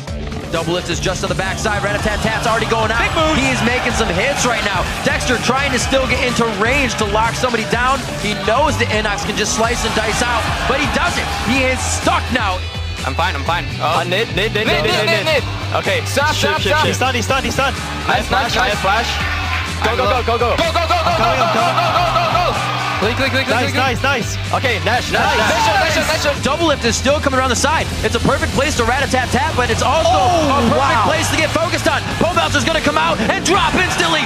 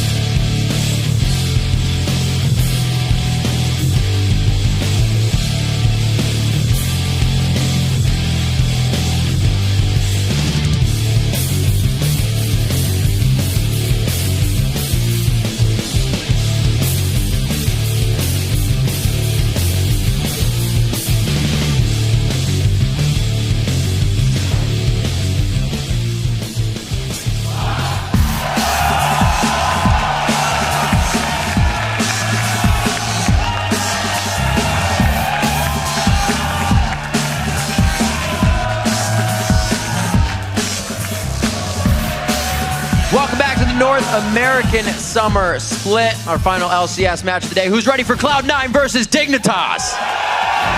Last time these teams met, it was Dignitas that were victorious, handing Cloud9 their first loss of the split. Yeah, and it definitely was not Cloud9's last loss. They currently have 4 losses, which means if they lose again, they'll have more in a single split than they ever have had before in a split. They're trying to get the momentum back. And in their last game against TSM, they were trying a bunch of different things this split all at once. They did Fizz in the mid lane, elimination on Braum, and Meteos picked jungle Rengar. And it's been a long time since we've seen Cloud9 run a 3-assassin team. And another guy who's been struggling, who's normally a dominant player, is Balls in the top lane, who has been largely marginalized currently this season with the top lane not having as big of an impact and Cloud9 unable to get him rolling. He hasn't been able to bring the map pressure that he normally would because of all those early 2v1s he's been put up against. That's right. If Dignitas is going to give a repeat performance here of their Week 1 victory, one of the key players will no doubt be Shifter. Yeah, Shifter has been having a tremendous split. After 9 games, he's still only died 3 times. The next lowest deaths in 9 games in all of LCS history was Spring 2013 by Cop, and he had died 7 times. But it's not like the rest of the team hasn't been playing well. All of them have been playing well. We saw Kiwi Kid turning in a strong performance on Thresh yesterday, probably his best one yet. Absolutely. Dignitas say you can trace some of Cloud9's troubles of late to the start of the game in Champ Select. C9's definitely looking a bit shaky right now, especially high. It feels like his champ pool is really shot. He's played Kha'Zix into like all these really terrible matchups, and it feels like if he doesn't shape, then I'm not sure how C9's going to look at the end of the split. Ever since Paris, we've been having issues going back to the way we were playing. We kind of know what the problem is, but we're trying to fix it and it's just not going that well right now. So we honestly just need time. Our first match against C9 a couple weeks ago, we really shot their mid lane and jungle down. Like me and Crumbs, we just outplayed them. We caught them on rotations, and it felt like they were a little bit lost. Gets some damage. Shifter, one auto attack. He gets the damage, and another kill comes in for Dignitas. Shifter was good when he was on coast, but he's getting better almost every day. The guy plays so much solo queue, I don't even know. Like, if you play a lot of solo queue, you learn a lot, like your limits and how far you can go. Honestly, Dignitas is just better at us than everything at the moment. Lane phase, map control, vision. It's gonna be hard to like find a way to overcome them when they're just better at you than everything. Give a lot of credit to your opponent. Yeah, saying the other team is better than you at everything doesn't really give you too much mentally to get into the game. It's a very real answer. I guess so. It's got to be a level-headed. Let's check out the starting lineups and just see how much better they are. On the blue side, it will be Cloud9. Balls in the top lane, Meteos in the jungle, high in mid lane, Sneaky 80 carry, and Lemon Nation, him and his beard on support. Yeah, the red side, of course, is Dignitas. Zion Spartan in top, Crumbs in the jungle, Shifter in mid, I'm a Cutie Pie on 80 carry, and Kiwi Kid with the updated haircut. Version 2.0. That's right, version 2.0 indeed. And taking center stage in today's featured matchup, we've got Meteos versus Crumbs. Yeah, I think this is an important battle because for so long, Meteos was the undisputed king of the jungle. Yeah. Honestly, this season, he hasn't really looked like his old self. But then you have Crumbs kind of coming in, making the case for himself as the strongest jungler in North America. With the upgraded lanes, he's really been able to shine. He can make the moves that he wants, he can ward the right spots, and he doesn't have to worry about babysitting as much as being aggressive, which is what he's been able to do. And that's kind of what Meteos' old calling card was, and he's fallen off this split. So this is a really interesting matchup, this game. You know, Jay, you talk about warding in the right spots, and one of the biggest effects... I get a little bit of the limelight. One of the big effects that warding had was Crumbs' control over that top side of the blue buff on red side, killing high in his rotations to come in, always having an idea of what's going on that blue buff, and they consistently shut down high last game right there. Yeah, it was a while ago, but absolutely, the vision control by the blue buff. Yep. They have switched sides on this game, though, so it's actually Dignitas is going to be on that side. The blind spots will be different in this game, but yeah, it's going to be all about vision control, I feel like, in this one. We'll see. Crumbs has been all over having good vision control. Started saying it at the end of last split, and it's really coming to fruition for all teams of this split, as it just seems like vision seems to be that thing you want. Kale going to be banned out first. Will not go to Zion or Shifter, to the likes of them. Cassidon as well. Yeah, yet another Kale ban. So she's really creeping up the ban list. A lot of mid lane bans here from both sides. High's champion pool maybe getting attacked. He's been playing a lot of things for the first time and having mixed success. He had played a little bit of Fizz previously, but first Fizz game of the split, first Nidalee game of the split was much better. Hai isn't the type that has actually been playing many of the conventional mid laners. So banning out the likes of Lulu is very good against him. Still waiting on the last ban. We saw Shifter and Hai take Twisted Fate and Lulu last time. As you just said, that got banned out. Hai tried his hand at the Twisted Fate, which goes to show he's, like we said, one of those champions, or one of those players trying to open up his champion pool. But as you heard even Dig say, it's not really working to the greatest effect. Fizz is the last ban, even after the misplays. They know there is still game control to be had from Hai on that Fizz. Yeah, so that ban really means they're attacking him. Or they just wanted to throw away ban because there's a lot of power picks up still. There's the Lucian, Braum, Lee Sin is going to be contested amongst these guys. They could actually combo Lucian and Braum together if Dignitas wanted to. Known as the most lethal way of activating Braum's stun because of the double shot Lucian gets from his passive. Concussive blows activated him almost immediately. But at the same time, that would leave up the Sneaky Twitch or Sneaky Corki. There's just so much on the board for Dignitas right now. The music building the intensity. Hey man, if they win this one, they are in sole possession of first place. Yeah. To end week 4 because they were tied with LMQ coming into the day. LMQ, of course, was defeated by Curse in a big upset. Go for Zion Spartan's priority on a carry top laner and getting the cutie pie, that Lucian play. Slow picks coming to this champion select. Last game of the day is definitely taking the longest so far. Meteos already has his big balls, does not play that Lee Sin in the top lane. And Cloud9 wondering now what to do out of champion select. It was said by Dig here, this is where they could get C9 to falter. Yeah, which is not historically the case by Cloud9. That's true. They're the speedy ones in Champ Select, but maybe they're calling themselves into question a little bit. They had a very confident Champion Select yesterday where they picked a lot of champions for the first time. Really slowing down today. Interesting. They're really not respecting Kiwi Kid's ability to play Braum. And they're not confident in Lemon Nation's either, because he picked it early. Or they just don't like it for the early laning. Even though Braum has been doing a lot of lane swaps, the early laning hasn't been that good because teams are shoving him in a bit and he's not able to land those Qs to get aggressive. Does seem like the players are not yet up to par on the comfortability of the Braum situation. Thresh for Lemon Nation, something consecutive for him, something in the wheelhouse picks. Shifter usually leaving himself towards the end here. Going to see what C9 rounds their team out with first. So we'll probably see the support coming in for Kiwi Kid onto this one. Last time they played, if you can remember, Kiwi Kid having that amazing Zyra ultimate to secure a 23-minute Baron for Dignitas. That's how much control they had over the game. And wow, it looks like he wants it again. Wow. Even with the Evelyn up, Crumbs decides to go for the Nocturne. Yep. He really had a good time on that Nocturne in their last game. That is a really bold pick by Dig. Also means Braum's not going to be picked or banned this game.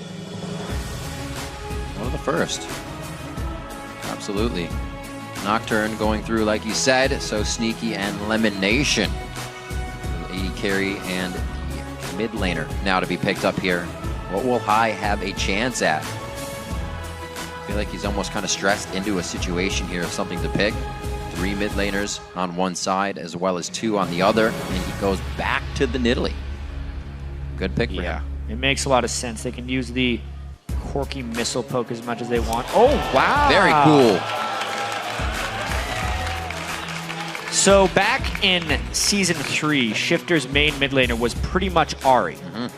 And he is one of the few to continue to play her. A lot of people have been picking the Twisted Fate into Nidalee, but as we saw in the last game, and not always a solid initiation, he'll be dive buddying with the Nocturne. Ahri Nocturne used to be a classic composition of you use these 2 ultimates and you kill whoever you want on the map, right. generally speaking. Charm, done. Yep. And that is probably what Dignitas is going to be looking for, finding small windows of pressure to break Cloud9's team up. Something Cloud9 has been struggling with a fair bit this split. The Ahri pick and the Nocturne, two Two very interesting choices there by Dignitas. Looming memories of the Nexus Ari Lichbane from Shifter being able to take out the game. We've had some close, I wouldn't say close, but we've had base races this week, so we may just get another one. So the champs are locked in now, the teams are loading, and the only thing left to do is see who you are predicting to win. According to LOLesports.com, closest win of the day, 57% of you are saying Dig will come out on top during this fight. A lot of Cloud9 faith still with the fans. Keep those votes coming over on Twitter as well. Send your picks to @LOLesports. Use either the hashtag C9win or DIGwin. It's the team tags of the teams. Make sure you send it to @LOLesports, or it doesn't count. Nope, doesn't count. Important. And we want to read it. Of course. If you can use more than 150 characters, that's pretty amazing. 40. God, I don't even use Twitter. Coming into this game, we saw a good early level 6 from the bottom lane. First blood was taken about 8 minutes from Dignitas. As Hai said, they just kind of controlled me in mid lane. But as soon as each lane got their 6, they got it before C9, and that's really how Dig started to win the last time they played this game after watching it twice. Very good play. Dignitas set themselves up for an early lead, and they held it. We'll see if they can do it again here. Coming in our last game for the LCS in week 4. We'll see how the game plays out. Yeah, neither team starting with an early ward. Lemon Nation doing the sweeper start, though, something he's been doing a fair bit more, especially when he goes with the Thresh because he does the Health Crystal into early Sightstone. The level 1 counter invade threat of Dignitas will be very high if they were to continue to group up, because KubiKid could, of course, have that pass-through grasping roots. But they are doing the defensive line, which actually indicates we have a pretty good chance of getting standard lanes in this one. I love it. Standard lanes really showing how the teams are panning out. With all these changes, we've only really gotten to see how they play chaotically in 2v nuns and roaming around the map. It'll be really good to see how teams size up against each other. Believe it or not, the last time these two teams faced, Dignitas beat Cloud9 in 28 minutes and 11 seconds. That is their fastest loss ever playing in the NALCS. Yikes. Fastest win for them was 25 minutes, so definitely not something that they want to have happen again. And they have the team that can poke their way to victory here if need be on the objectives. Cloud9 setting up for what may be a late invade here with the safety of some hooks. Yeah, definitely moved all the way down here. Lemon Nation gets to sweep out the 1 ward, which creates a lot of uncertainty on the Dignitas side. Most likely going to prompt the double blue buff invade and also a lane swap. It's been real interesting as well, trying to diagnose the Cloud9 struggles. Because let's be honest, this is a 5-4 team that was a 24-4 team last split. I was checking for a person. Threw a little early. Yeah, a lot of it just has to do with Cloud9 has always been a team that relies very heavily on just overall map pressure. If you think back to when they first started playing, they were incredibly strong in the lanes, which meant Meteos could freely farm the jungle and power up and then gank very efficiently because his lanes were always winning. It's so easy to gank winning lanes. You're always at an advantage, and counter ganks come almost second nature, or even turret dives. You come up and Balls is already winning the lane. All right, buddy, I'll help you out and dive that lane. But in the game right now, as you can see, there's a lot of jungle sharing going around. So the jungle isn't as individualized as Meteos would necessarily want it to be. You know, we see Crumbs and Zion Spartan sharing. Meteos has to share with Balls at this point, and both of them end up being very far behind. You add that to the fact that when we saw Cloud9 at All-Stars, their main strategy was ganking top lane again and again. They can't do that right now. Right. We even heard Hai just recently speak about how they're kind of trying to correct the problems. And even if you know what the problem is, it doesn't mean you have the answer right away. He said, we're trying things, and sometimes they still don't work. And Hai in particular has a lot of problems of his own right now. So much, like I said, of Cloud9's play is about overall map pressure. If one person makes a mistake, steps out of line and dies, all map pressure is lost. And all the work the jungler, the top lane, the bottom lane, the support did is gone. And Hai has substantially more unanswered or somewhat random looking deaths than he ever has before. Yeah. And he's really just lost his consistency, which really hurts Cloud9 as a team. Back to the early Dragons, courtesy of the 2v nuns. Looks like Cloud9 will pick up a little bit of this early gold, nothing substantial. They do get the timer, and they do get a lot of what Cloud9 loves is map control here for the next move onto the Dragon. So slow moving on this. Still the farm from Sneaky, 18 to 15 on what Cutie Pie is doing in the top lane. We're just going to be back to lane farming. Yeah, and it's beneficial, actually, that Hai has picked this Nidalee, and they're not losing out on the early game invades. We just saw the EG versus CLG game where Link was Nidalee in the mid lane and got very heavily punished by Elise early game jungling and by Twisted Fate Roam. But it's much more difficult to punish his Nocturne early game because Crumbs wants to basically farm up until level 6 before making his first big engagement, which does give Hai some time to trade farm without losing that much map pressure. That's going to be good for Hai. He is known to be one of the mid laners to farm less, something he has said he doesn't put a huge priority on because of his roaming, but this will work out very good if he has to fall into that factor of the less farm. Yeah, and speaking of the farm as well, touching on our featured matchup with Meteos versus Crumbs, even though Balls and Meteos have been jungling together, they're giving all of the last hits to Meteos. It's a very different style than what Zion Spartan and Crumbs are doing because those guys have been buddying up a while and they're sharing the CS. So Crumbs much more in the supportive style, trying to get Jax going, and Meteos actually much more selfish right now, hoping to get some early game power on Lee Sin and Snowball himself for the team. A mission right now. Cloud9 is looking to formulate ward coverage for pure knowledge on Crumbs, and then they can activate something a little later when they want to. Sneaky taking the pressure in the bottom lane because of all this aggression towards the top, but he stays safe, even with 3 roaming. Yeah, the 3 roam gives some deep wards into the top lane of Dignitas. Oh! They're not going to be able to do much taking that kind of harass. Definitely feeling pretty good on the side of Cutie Pie and Kiwi Kid. Trading damage in 2v1, and they're definitely getting the upper hand here. Sneaky's pushed off the turret, so this could help Cutie Pie quite a bit in the ways of farming up himself, and he's able to soak up the experience without being zoned out. Good grab. Yeah, best friends, Crumbs and Zion Spartan. They are following each other all over the place, using the buddy system, even in the lane. Wonder if they shove up one more wave and then just go back to jungling together. Finally, they might split up. Nope. Stay together. Same thing on the other side. It looks like it's just Pen Pal Day. They're doing what they can to keep it strong and keep everybody leveled up here. Hai looking pretty low on mana in the mid lane. He's got about a minute or so before he can even get his blue buff, so he's just holding strong. Shifter finally starting to put a little bit of harass on. Hasn't played Ahri in a while. Maybe rethinking a few of the timings, but feels comfortable on it now and starts hitting those orbs of deception. Missing a few CS here and there. Yeah, absolutely. Not been Shifter's strength, actually, is the absolute CS and laning. He's definitely avoided dying himself. Has gotten most of the kills in the LCS as well for mid laners. It's one or the other, Jeff. Yeah, you can't have everything. It too. He's not the perfect player yet. Definitely trying to work towards that. Shifter with a ton of potential. Yeah. A lot of one-on-one time coaching from Skara as well. So his buy going back as they're getting pretty hard pushes on the lane there. Not so much Hai, obviously getting pushed into his turret, but Shifter going back with increments of gold, picks up an ability tome right there. A little more power for himself. And the pink wards start to come out from Dignitas as well. The early vision control that they oh so love.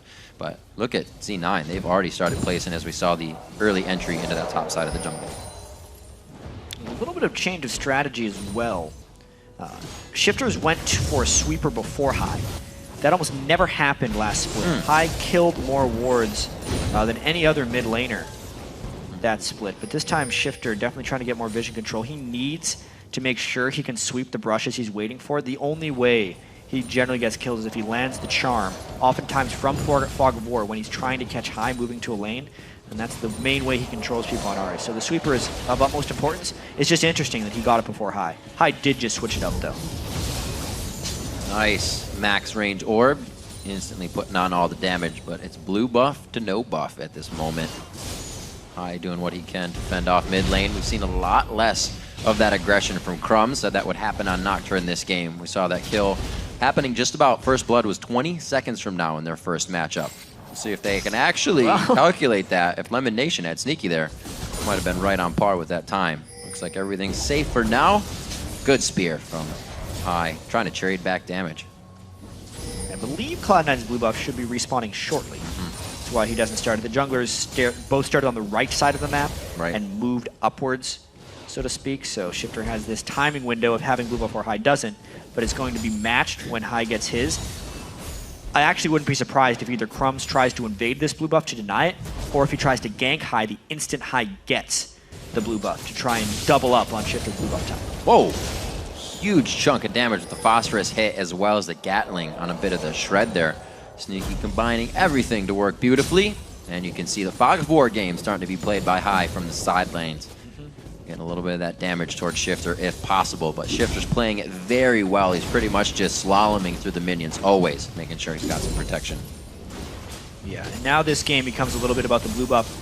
Crumbs didn't notice that he walked past a pink ward, so Cloud9 knows where he's gone, but they also don't have their jungler here, so they have to forfeit it for the turret. Yeah, they have Zion Spartan moving down. Good pressure there. C9 answers with a bit of cash flow in the bottom lane. And this is great. Gonna shut down a bit of objective control. High is gonna be very low on mana as they approach this dragon in 5 seconds. I think he's gonna go for a little more than just that Foxfire, but it's the harass. Nation getting himself in early. Sneaky's there. No. The damage we just saw onto Cutie Pie absolutely can't be taken by Kiwi Kid. They finalize the kill they were looking for. Now Dragon's in their favor. Right, exactly. Right as it spawned, and that's just Meteor staying down bottom. The selfish farming he's done a little bit of. Also giving his team the big time objectives. Now the second dragon they're going to be able to take, as well as the turret, as Crumbs was off securing blue buffs, but lost the big objectives. He wants to do something here, though. The Valkyrie's there. He gets a flash from Lemon Nation over the wall. Good guy support, pulling out the plays. And Crumbs still got to give him credit for trying to get that quick kill out. Yep. Nothing coming from Burned everything. Sneaky also did. But the dragons, the turrets, starting to mount, actually, for Cloud9. Even the lanes are doing pretty well for them at the moment. And with the one Nocturne ult already being burned, they didn't sync it up with the Ahri ultimate. They have not secured the kill that you kind of rely upon with that Nocturne. But the good news is he ulted with a blue buff, and there's a very, very long rank 1 cooldown on that Nocturne ultimate. So with the blue buff, it will be 121 seconds. That's the reduced one, and he's got 90 seconds left. But all the flashes of Cloud9's bottom lane were burned. Right. Very likely the Crumbs goes bottom for another big gank and tries to pick up a double kill. They definitely have the counter crowd control if they need it with Kiwi Kid back up. Lemon Nation towards the top lane, however, as we're looking at some Cloud9 movement here. Walking through a bit of a ward will be seen. You can see Zion Spartan kind of playing this one safe, but I don't know if it's going to be safe enough. It's about to be 3v1. Or not. Maybe not. Cloud9 decided to back off. They saw the ward. They saw the ward over the wall, and they thought kind of better. Diving a Jax is very difficult, as well as when they don't have a total knowledge of where the backup's going to arrive from. Shutting down a higher priority target is going to be the agenda right now, and the hook onto Shifter. The patience from Lemon Nation to watch for the first Spirit Rush, and then know there's a slight cooldown. Hooks it in. Crumbs is going to be in some danger here. The pounces, the swipes, scratching his eyes out. High finally pulls up the kill onto Crumbs' Nocturne, and Cutie Pie's already running out of lane, getting a little tossed back and forth. Lemon Nation's going to be there. He's going to dodge the culling. Back and forth. They're going to be forced out of this one. Relentless pursuit. Dodge the death sentence. Only the 4th game of 10 where Shifter has died. And it's happened pretty early on here. Cloud9 assuming control. Meteos' Lee Sin is really been a big factor here. One more.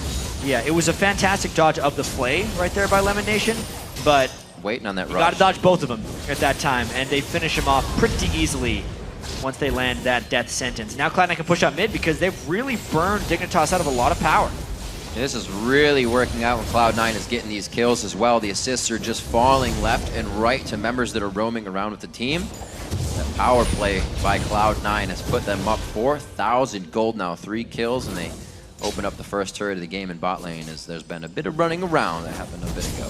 Yeah. And we have to pay very close attention to the frequency of fights in this game, because the more frequent the fights become, the better Cloud9 is. They do not have to wait on their ultimate cooldowns necessarily. Lee Sin is incredibly strong without his ultimate, as well as Nidalee, who just swaps forms and can throw spears every few seconds, whereas Shifter needs his Spirit Rush to do big work, and Crumbs needs his Paranoia to make big things happen. Even when they're using those skills, they're still losing the engagement. So the pressure advantage is absolutely in the favor of Cloud9, as long as they don't have any of those random deaths that have been plaguing them throughout their defeats. Constant windows to fight in, even playing very strong with the summoner spells down as they go into some of these engagements.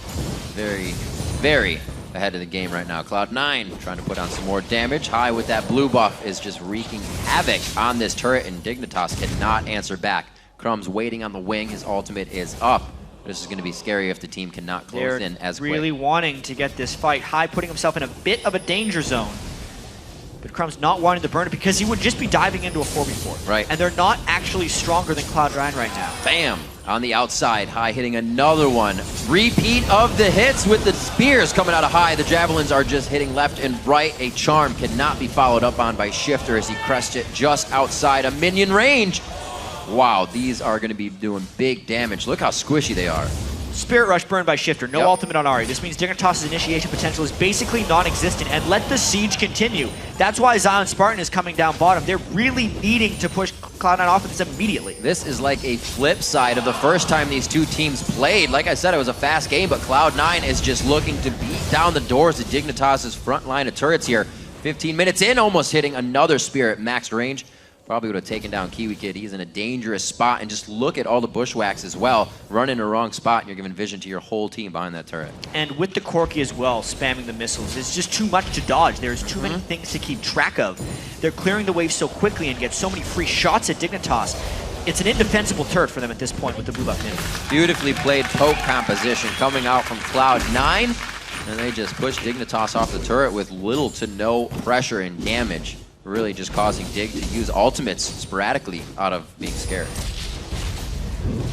Dignitas kind of has left here is the strength of Zion Spartan and the hope that Crumbs can get a big ultimate off. That's true. We haven't seen much of him. Crumbs had that window where his paranoia was up and the flashes of sneaky elimination were down, but that window has passed. They have still yet to be able to synchronize the ultimates of Ahri and Nocturne. They're still sitting at 0 kills with a pick composition 15 minutes in. So things are actually very grim for Dignitas right now. We'll see what they can do, assessing now how strong Cloud9 is. We get a glance at the top lane, level 10s and Zion Spartan and Balls. We're kind of saying that Balls hasn't been living up to what his expectations were of the summer, or the spring split, I should say. A lot more kills, a lot more control over his lane. Very even here on the top side. Nobody has that advantage. Exactly. You wouldn't believe it if after the All-Stars or after the spring split you said after 9 games, Balls would have fewer kills than every other LCS top laner. Right. But that's actually the case right now. He is very much been denied farm, and because Cloud9 has been struggling as a team, they're not finding the team fight ability for him, and he's just kind of trapped. Would always be that last man to dive in with Dragon's Descent and clean up 2 or 3 kills. Make sure the 2 or 3 kills are secured as well. We're trying to formulate that right now. He's in the top lane still against Zion. Haven't seen too many teleport plays either. It's been the power of 4 from each team, and right now C9's is stronger. Dignitas doesn't seem to have an answer to this siege. They're trying to just have Zion Spartan farm up in the top lane and hope that the power of Jax versus Shyvana will be enough. But they either need to find a clean initiation onto Cloud9 or have Zion Spartan teleport in for a 5v4 because they're just getting destroyed in this siege game. Oh, goodbye. This is getting dangerous. Almost getting a few plays in. Wow, very nice spear predicted by High on that one. Looks like they're going to get all the pressure they need. They poked enough as well so that Dignitas couldn't counter-engage that. One of the biggest things you can do as a poke team is corner yourself at an objective. This time, Cloud9 didn't go for the objective until they had landed poke, which made it safe. And not get yourself pinched into that melee range. Just missing the charm. Shifter trying to use his minions as a little bit of cover for his abilities. Almost catches High off guard there. Looks like Crumbs again trying for High in the mid lane. Very slippery, niddly, and just the magician at escaping these ganks. High's going to keep it safe. 1-0 and 1 for him. Shifter yet to come up with some kills in a game. They're making sure he's not getting what he wants, and he's been a key to Dig wins. Crumbs is hoping that this dive works. They're running out of options at this point. Unless they snowball Zion Spartan and make it so Jax can take on 2 or 3 people, they're losing this game. But even then, there wasn't a big enough edge in that lane at the time. Now they've landed a bit of poke. Expect the Nocturne ult probably with the next wave. That's the HP they're looking at. He hits the Duskbringer to start, and it's almost a little too early. And he alerts Balls to that situation. The teleport's used there in the top lane, but that's both laners, so this is Zion. Maybe could get a lead. And this is why map pressure overall is so critical to Cloud9's success. When they went for Balls, because they have the mid lane already pushed up, they can make a move in the mid lane. But the wave clear actually does come out from Dignitas here, and the Nocturne ultimate is still up. A little bit of danger here if Dignitas wants to initiate. They have that ward just on the side of Wraith. Tower's going to go down. A great ult from Kiwi Kid, but it's really to keep the rest of the team safe as he goes down. An ultimate, whoa! Pulls up to Meteos on the safeguard. They try to get the sneaky, but he flashes, actually heals himself and gets to a safe position with Valkyrie. Still looking at Shifter for some damage on this one, but it's a Kiwi and Crumbs down at the beginning of the fight. Dignitas is so hesitant to pull the trigger at this moment. They were caught on Kiwi Kid. He had people locked up in a Stranglethorns, and Crumbs watched. Then after the death happened, he decided to ult in right as the turret dies. You Nocturne right now if you're going to do an initiation. Once you've given up the kill, you do not decide to do it after the fact, because at this point Cloud9 has recovered from the peel, they're no longer suffering from the knockup, and they can focus their full attention on the Crumbs. Also, their cooldowns are back, because we talked about the frequency of fights. They killed one, they let the cooldowns refresh, Cloud9 killed them again, and Cloud9 is just in complete control. We'll see if Dig can make any more moves. They're going to have to push themselves outside their comfort zone to do it. Cloud9 on top of this game and can pretty much do whatever they want. 69% to 31 coming in on this one as the Cloud9 fans begin to back. Dignitas is such a weird team. Not in the physical sense, but in the gameplay. Because they're so inconsistent. Why do you see this play out of Dignitas? One day, they play flawlessly. They destroy Cloud9, and they have this air of confidence, especially when you talk to them. And then they come into this game, and they haven't made a single solid play in 20 minutes. Not something you would expect from a team that, if they win this, they are in sole control of first place in the LCS. It is just very confusing. Definitely shaking their confidence. Things like this not helping as well. Whatever it would be, we thought the last grace for the team to come out on top is already being focused. Now Zion Spartan goes down, try to solo invade the jungle. Yeah, they're not playing as a team. Whatever happened between today and yesterday, because they were great, flashes in a straight line through the corridor to get hooked. And now they're basically relying on Crumb's flash smiting this solo. He's going to try for it, I think. Warding is deadly. I think we can take that from that last play now as Baron going down very, very low. 2,900 health. Baron healed up a little bit there to 3,000, but they're still trying to get a bit of damage. A good calling from Cutie Pie. This is Dig now trying to throw back their DPS before the fight starts. And it looks like it actually worked this time. Gaining a little ground there. They still have a long way to go before they can start initiating more. Cooler minds prevail in the Baron right there. Yeah. Dignitas had landed the good amount of poke. Cloud9 realized they only had one person dead. High actually gets caught out though! That is exactly what they needed. Cloud9 feeling a little too sure of their positioning after disregarding the Baron attempt, and Dignitas takes hold of that instance. Finally, Dignitas pulls off a good play, and that was all because Cloud9 overreached a little bit with that Baron attempt, and instead of immediately backing after the Baron, they continued to think they had control of the map. But when they spent so much time as 5 people around the Baron pit, they lost that control, and that's why High got picked off by Dignitas. So we did lose mid, but you get top. We have to consider that not actually a lot of summoners were blown as Lemonation and High went down. So with those champions there, good on Zion Spartan to grab another turret. They're still 5,000 gold behind, but seeing that damage out of Cutie Pie and seeing the movement there by Dig, they may be giving Cloud9 a second thought. Yep. So signs of life, absolutely. You can see Zion Spartan with his Blade of the Ruin King as well. They need him to become that split push force. He still has his teleport. Surprisingly, Cloud9 right back at the Baron. They are very focused on controlling this area. They know Dignitas just went back as well. And they're hoping Dignitas is afraid to check because Cloud9 has been so focused on getting picks previously that maybe they can scare them back. That one hook by Lemon is going to delay things, but when they realize he has no backup and when they take that spear, they know. Crumbs is on it. They put way too many wards down to even be swept out. They're really relying on Meteos to be able to smite this down. 2,500 on Baron, and it looks like they once again back off. Cloud9 having the less health once again. Hey, very strange. Dignitas knows all about what happens when teams overreach for Baron. Dignitas has lost more games than any other team, probably in the world, while trying to do Baron. So Cloud9 kind of risking the same threat right here, but disengaging whenever they try to do so. So Dignitas very experienced in knowing how to stop that, actually. Oh! No! Like an upshot to the leg. He is so weak. Gets out with 1 HP. Level 8 Kiwi Kid, only health item is a Sight Stone. And High has a death gap, oh dear. I think everybody winced on that. You know it hurts when you're wincing at home. You're not even playing the game. 24 minutes on the clock. Cloud9 finally walking onto the front steps. Feeling pretty controlled here as they have Dignitas members almost surrounding them.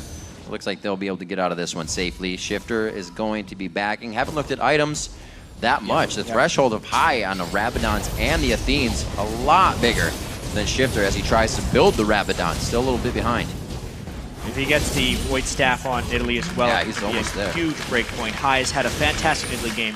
2 great Italy games, actually, when he's played it. The fact that Meteos is almost at Randwoods as well will make initiating much easier. He'd be able to tank up the culling shots just by himself. And also the Trinity Force being completed is a big power spike for Sneaky against DiamondCutiePie. Bloodthirster plus Trinity Force, in my opinion, is the strongest moment in the game for Corki. Because he has so much trouble splitting his magic damage and physical damage. Building penetration is very difficult for him. But just having the straight up damage item before people have been able to itemize for either armor or MR, Corki's incredibly strong right now.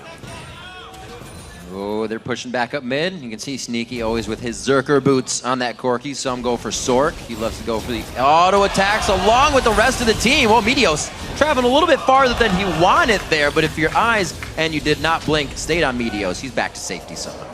He's safeguarding onto a lantern. Yep. The fastest way to jump across the map. Split push happening once again. Teleport on both top laners and a siege happening from Cloud9. This is kind of back to what got Cloud9 here.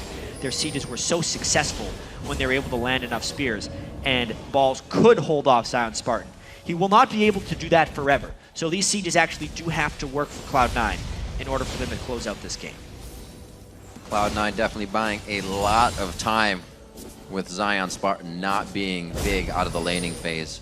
That scaling is going to come quite fast if they start knocking down more turrets and get an influx of gold, but Cloud9 is also playing safe enough to not give Dignitas too many kills back into this game. Those two we were talking about were just as we almost prodded Dignitas to try more. They found that after a Cloud9 disengage, but now back to the stalemate. Back to, is Cloud9 going to make another mistake? And if they don't, where does Dig stand? And you know what, we've seen a lot of stalemates like that, like this week in particular, especially with Jax in the game.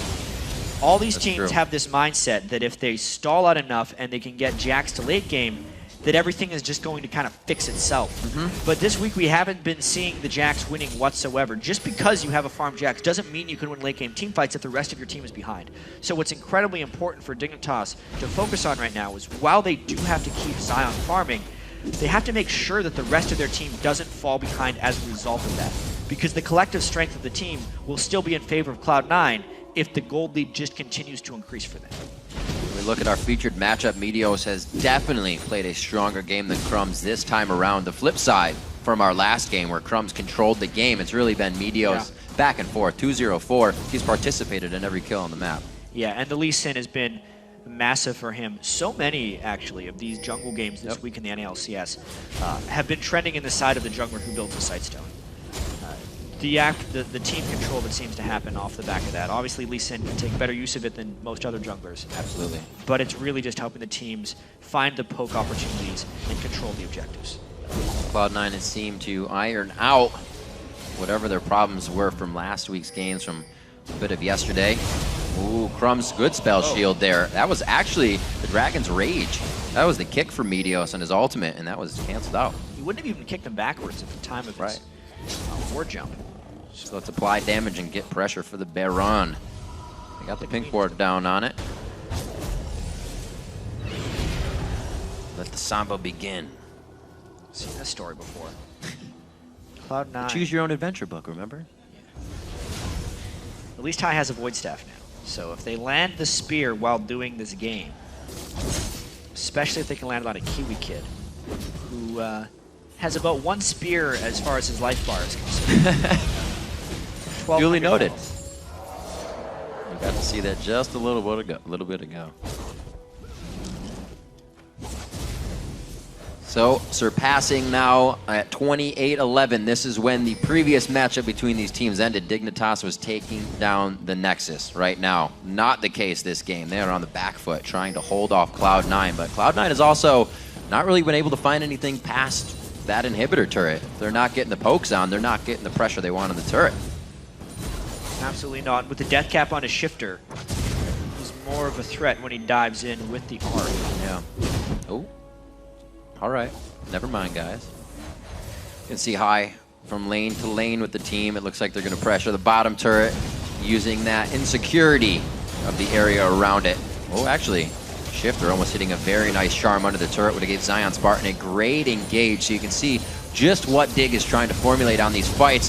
PewDiePie forced to use the culling. It's cut short. The Flay comes in and he is forced out of the fight. A very nice hit by Meteos. Waits on the resonating strike. Here comes Crumbs. This is going to be big, but again, the team cannot pull the trigger and follow up on Crumbs. Cloud9 turns this one around instantly. Shifter goes for a dash after he hits the charm, but there's not enough damage to have it. It's the true damage coming in from the Zyra passive, but it's not going to kill anybody. Kiwi Kid just sits there, and it's C9 in the base now at Dignitas. Ends as a 3-4-1 because Cloud9 did find the fight they necessarily needed. It wasn't a spear that started it, but instead a death sentence. Wow. And it was a spear that ended it when they managed to finish off Silent Spartan on the backside. They finally cracked the code of Dignitas. Get their first inhibitor. Dig needs to spread out there. Just a little steppage. Actually, watching this one more time. It's the danger of trying to shut wave down the clear calling with Death Sentence as well. It was a good Zyra ultimate. It almost turned when High was a little bit low, but then Crumbs just didn't have the strength as of yet.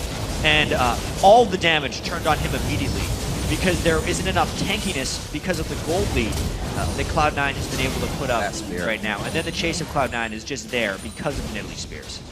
Cloud9 now cleaning up the rest of the map.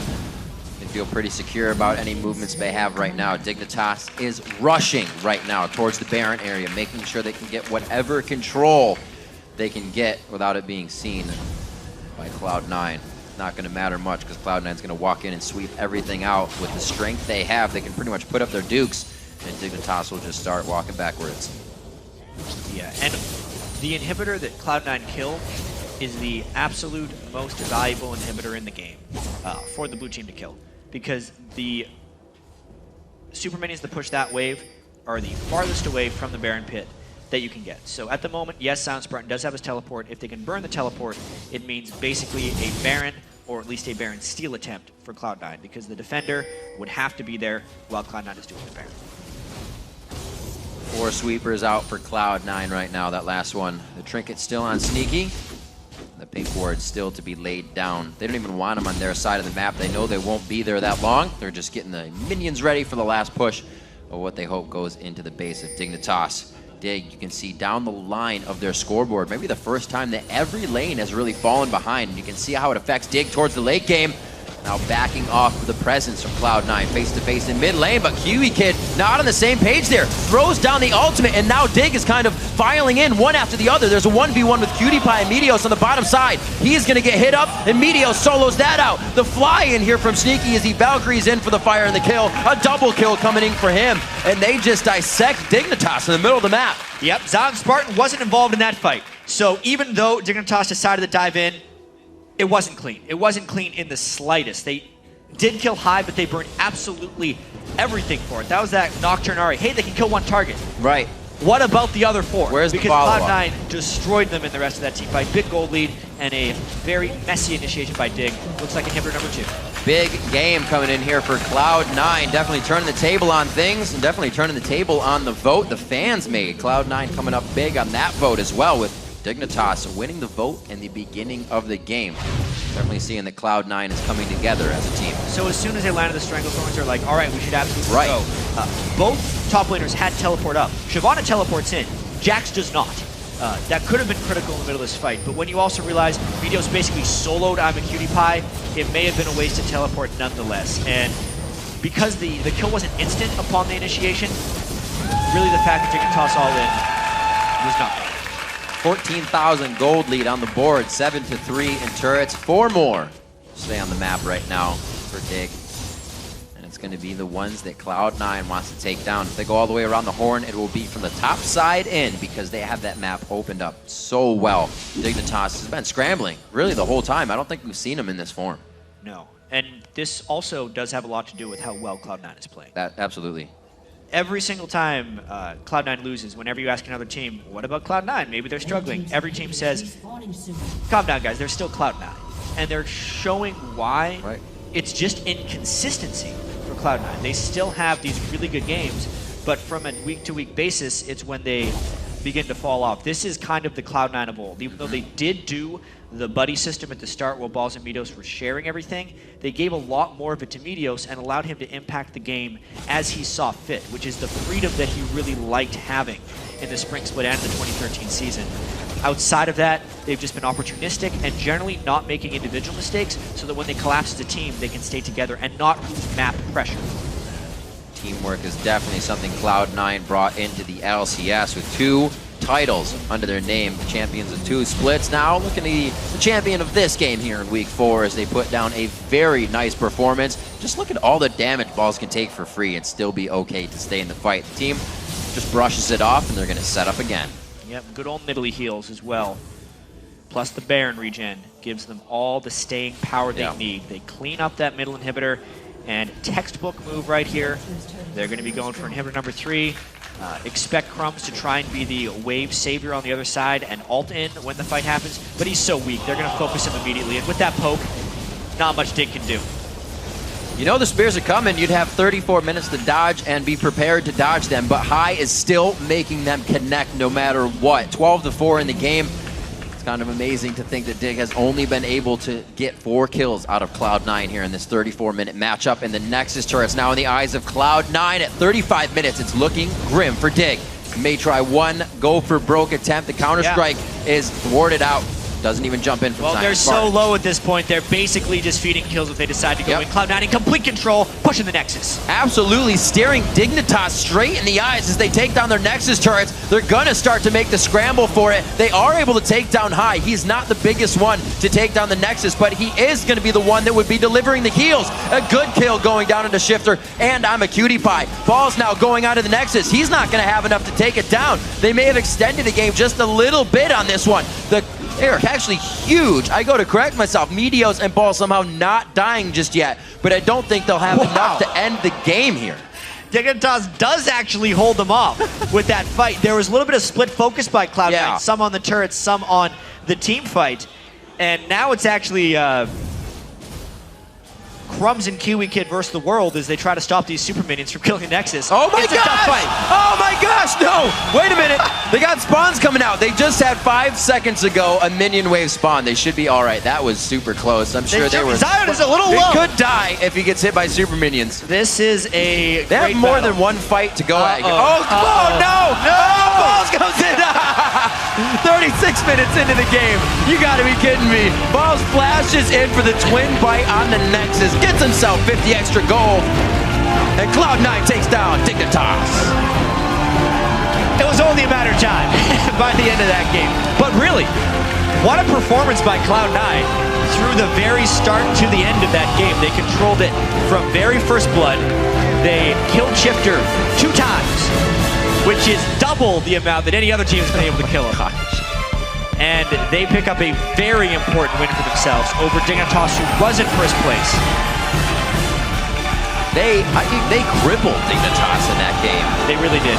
They did not allow Dig to really breathe. Kiwi Kid was the instant focus of every fight because he went down in the blink of an eye. And it was like a few auto attacks on to the next one.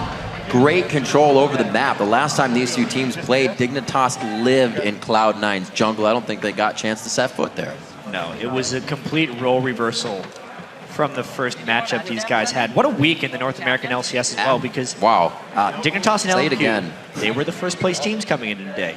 They both lost, and they're the first place team still. I mean, just because everyone is so close, you know? But it's not by any means a one-horse league like it used to be. Cloud9, and last split was Cloud9 and TSM.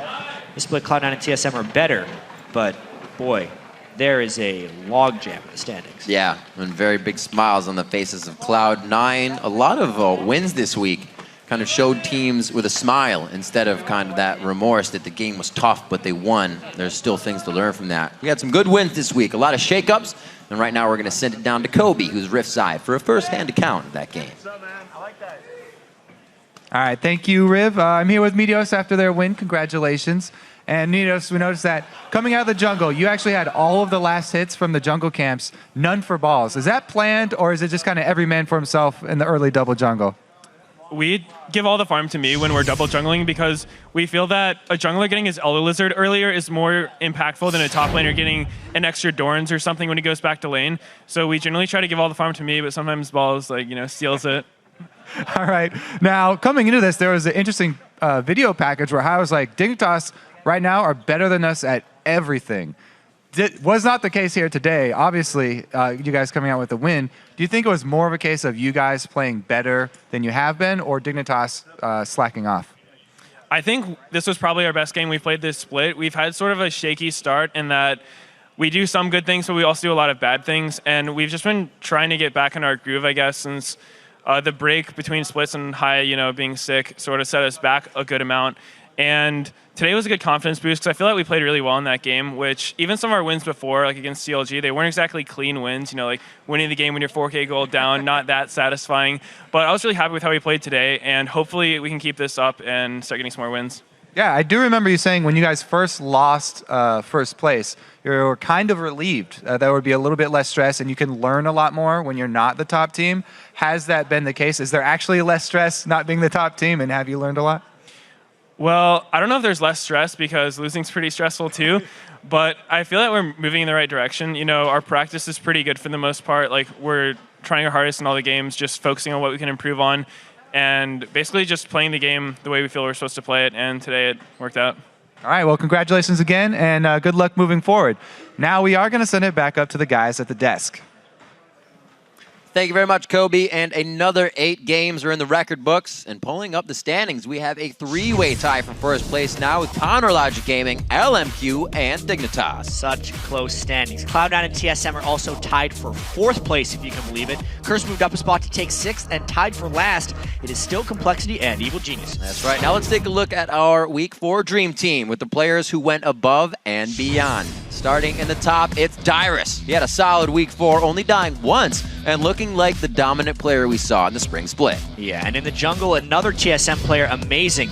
He lived up to his name this week. He changed his play style substantially this week. He's been working on it for a while, but a very supportive jungle style gives him incredible KDA and also a 2-0 week for TSM. That's right. OP in the mid lane, it's Voyboy. He had a great game on Kassadin and took down the #1 ranked LMQ. A lot of armor in that build for his tank caster. We've seen our AD carry this week, of course, is Doublelift. He had 2 great games on that Twitch, racking up a lot of kills. The 17-11 doesn't really tell the whole story. He was carrying those games. It doesn't hurt either. Lemon Nation came up big on Thresh, landing 3 early game hooks and getting a little Week 1 payback by taking down Dignitas. But there is always only one captain of the ship, and this week the player who stood above the rest was Amazing. Yeah, honestly, Amazing showed that he can play the support role jungler, and he ended the week with only 1 death and a 32 KDA.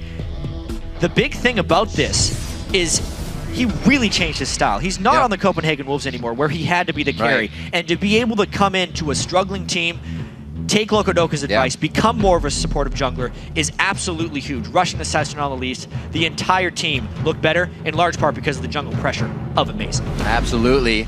As a reminder, next week we are pulling a broadcast swap with our European counterparts as they take their show on the road, which means we'll be kicking off Week 5 with the North American LCS on Thursday. Mark it down, starting with a brand new LCS preview show. Then Team Curse will take to the Rift against Cloud9. Followed by TSM versus Dignitas and LMQ taking on CLG. Big games all around, concluding the day with EG against Complexity. That's right. Then the European LCS will hit your browsers on Saturday from Wembley Arena. So mark your calendars. Week 5 gets underway Thursday at 11:30 a.m. Pacific Time, 8:30 Central European Summer Time. We're about to send it over to Freak and Zyrene to kick off the North American Challenger Series with a semifinal showdown featuring 8 former NALCS players, including Sheep and Golden Glue, with Team Coast taking on Man Cloud, Saint Vicious, and Bunny Fufu on Curse Academy. But first, let's take one last look at some of today's most memorable moments. Well, I'm gonna just play a lane. Why? That's what I'm most skilled at. The laning mastermind. Voyboy on the backside. Nobody can even do anything to him right now. No Name gets here with a piercing light from the backside. He's getting hit up. Voyboy finishes the kill. Safe enough to get out there. Cop is very low, but he gets out alive. Great peel from the team and just body blocking. A complete ace. Here we go, though. 2 versus 1 up top on Bjergsen. Squishy target. They might be able to capitalize. Oh, he goes back in. Oh my gosh. Yeah, he goes back in. The healing's going to be there. Will he actually be able to rock this out? And if you are going to throw a skill shot, you got to juke, man. You got to make octagonal patterns. Yeah, the octagonal patterns. This is going to be big, but again, the team cannot pull the trigger and follow up on Crumbs. Cloud9 turns this one around instantly. Shifter goes for a dash after he hits the charm, but there's not enough damage to have it. Happy birthday, Lemon! Did we give you too much coffee? You don't go slower? Double lift is still coming around the side. It's a perfect place to rat-a-tat-tat, but it's also a perfect place to get focused on. Pole Bouncer's going to come out and drop instantly.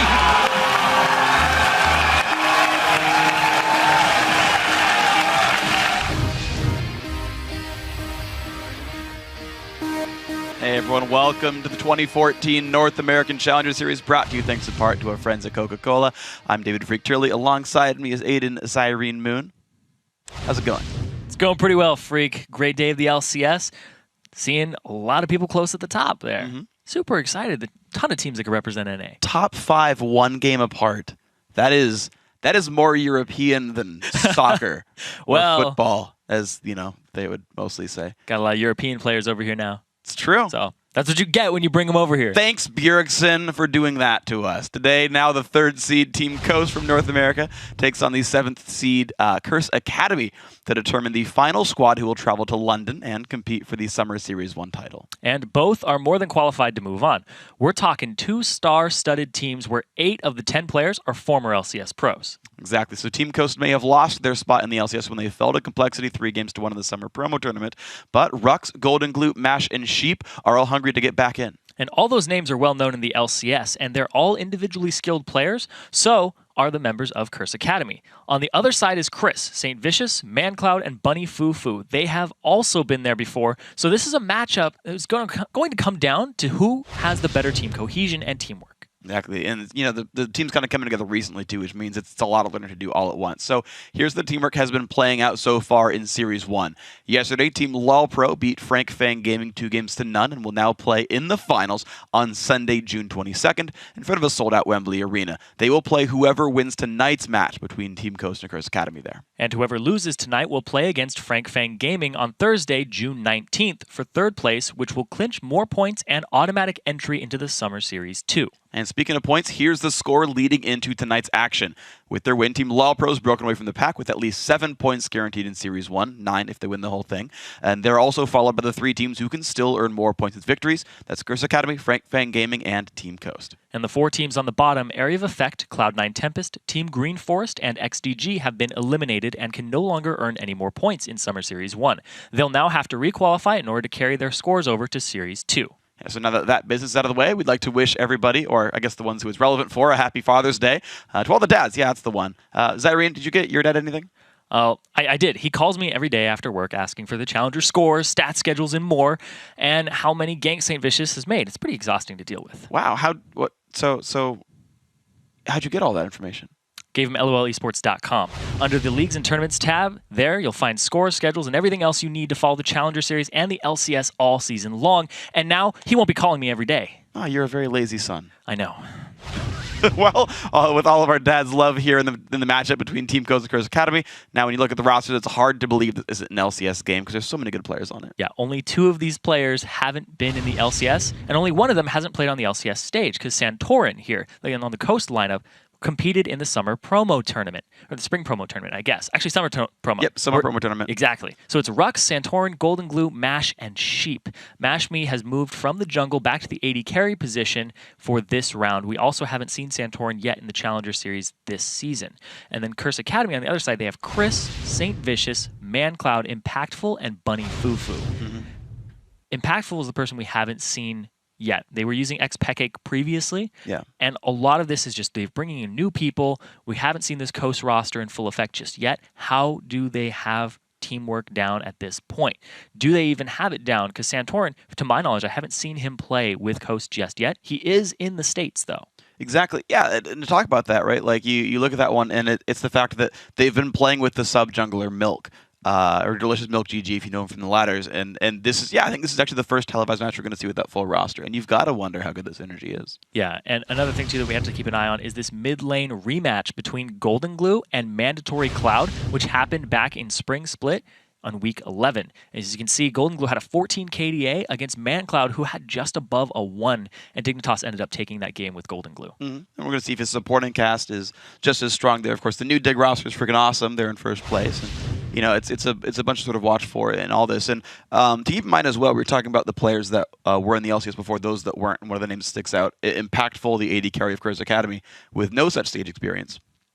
I was talking with Brokenshard the other day, and he actually still keeps up with the challenger scene despite being in the LCS himself. He's a lot of ties to these players. And in his mind, Impactful's actually one of the best players in that team, the guy without that kind of experience. Now, if this team makes it to the finals, sometimes nerves can set you back, and he might underperform there, and as the games get more important, that could set him back. But in his mind, like, as far as his individual player skill goes, Impactful's like the guy to watch in that team. Okay, and he would be very familiar with him because he's formerly of Complexity Red, right, up against Complexity Black, which Brokenshard used to be on. So now, with that little endorsement, wonder how he's going to do against Don't Mash Me, who's very tried and true, and I regard as the best challenger AD carry currently. Yeah, it's great because the title used to be Robert X. Lee's, then it was Altex, graduated, and now it's Mash. It's like best AD carry not in the LCS in North America. Right now, title goes to Mash unless you can take it away from him. Well, the last two made it to the LCS. It's not like they got worse. They got picked up. So. Yeah, and also Mash Me was on Curse Academy previously, where he was able to take Complexity to 5 games.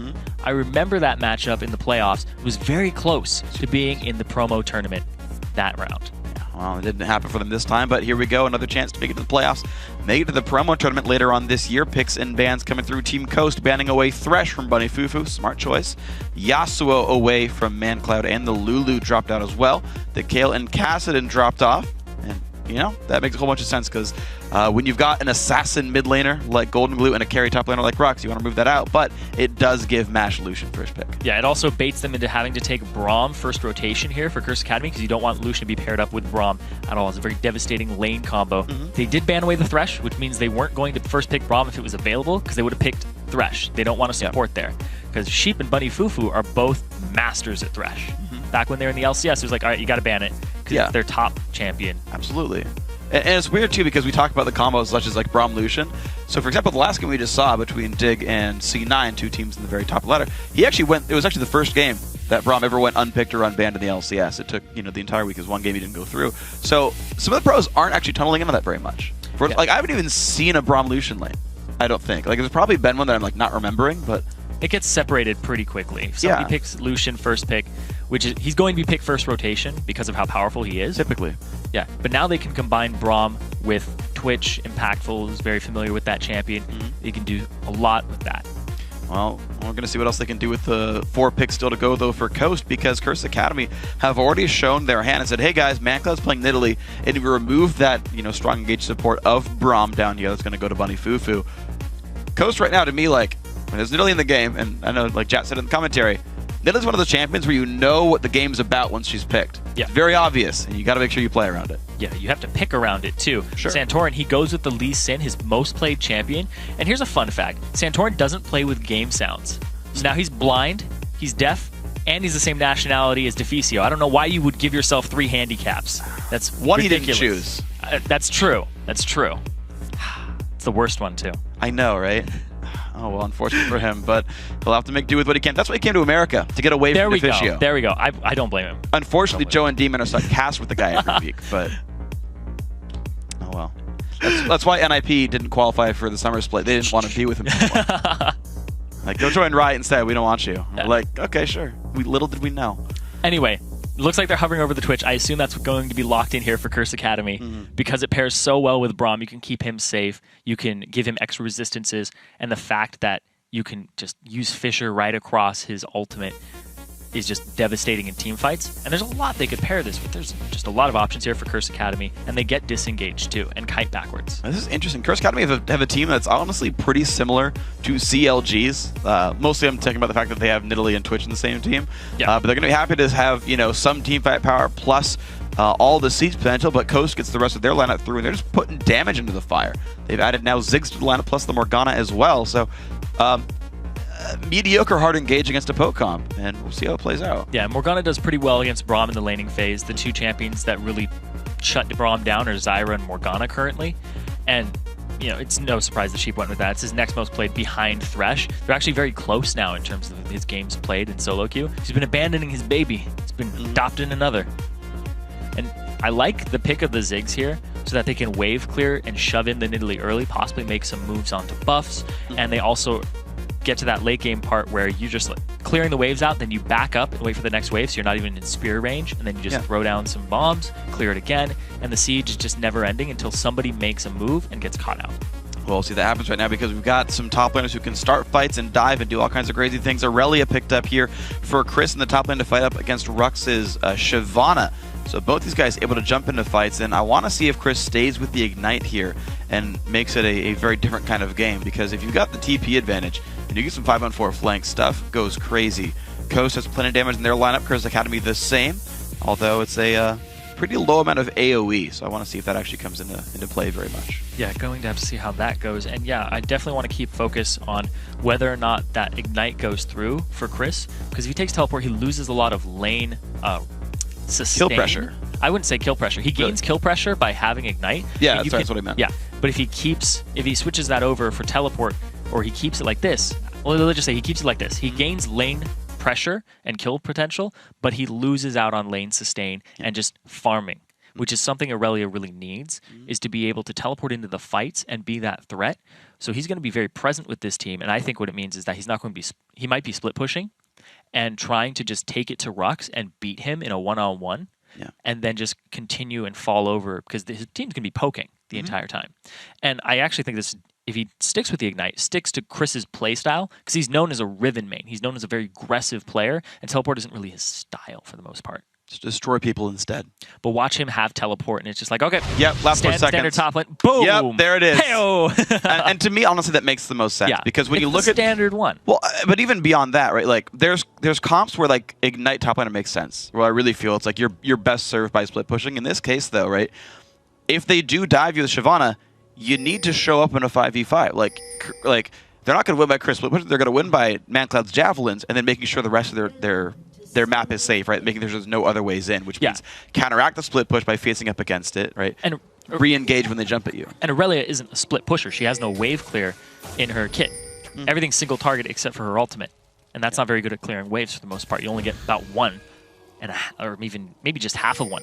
Yeah, I mean she's no Shyvana at push speed. It's decent. She shows up to the but fight, and you get on the squishies, and you cause the pressure. That's what Aurelia's role is in the late game with movement speed and gap closers. All right, well, we'll see how this one pans out, guys. We're into the match, 1 minute in, and already an early aggressive push from Coast, getting trinket wards down in Curse Academy's jungle, won by the Wraith Camp 1.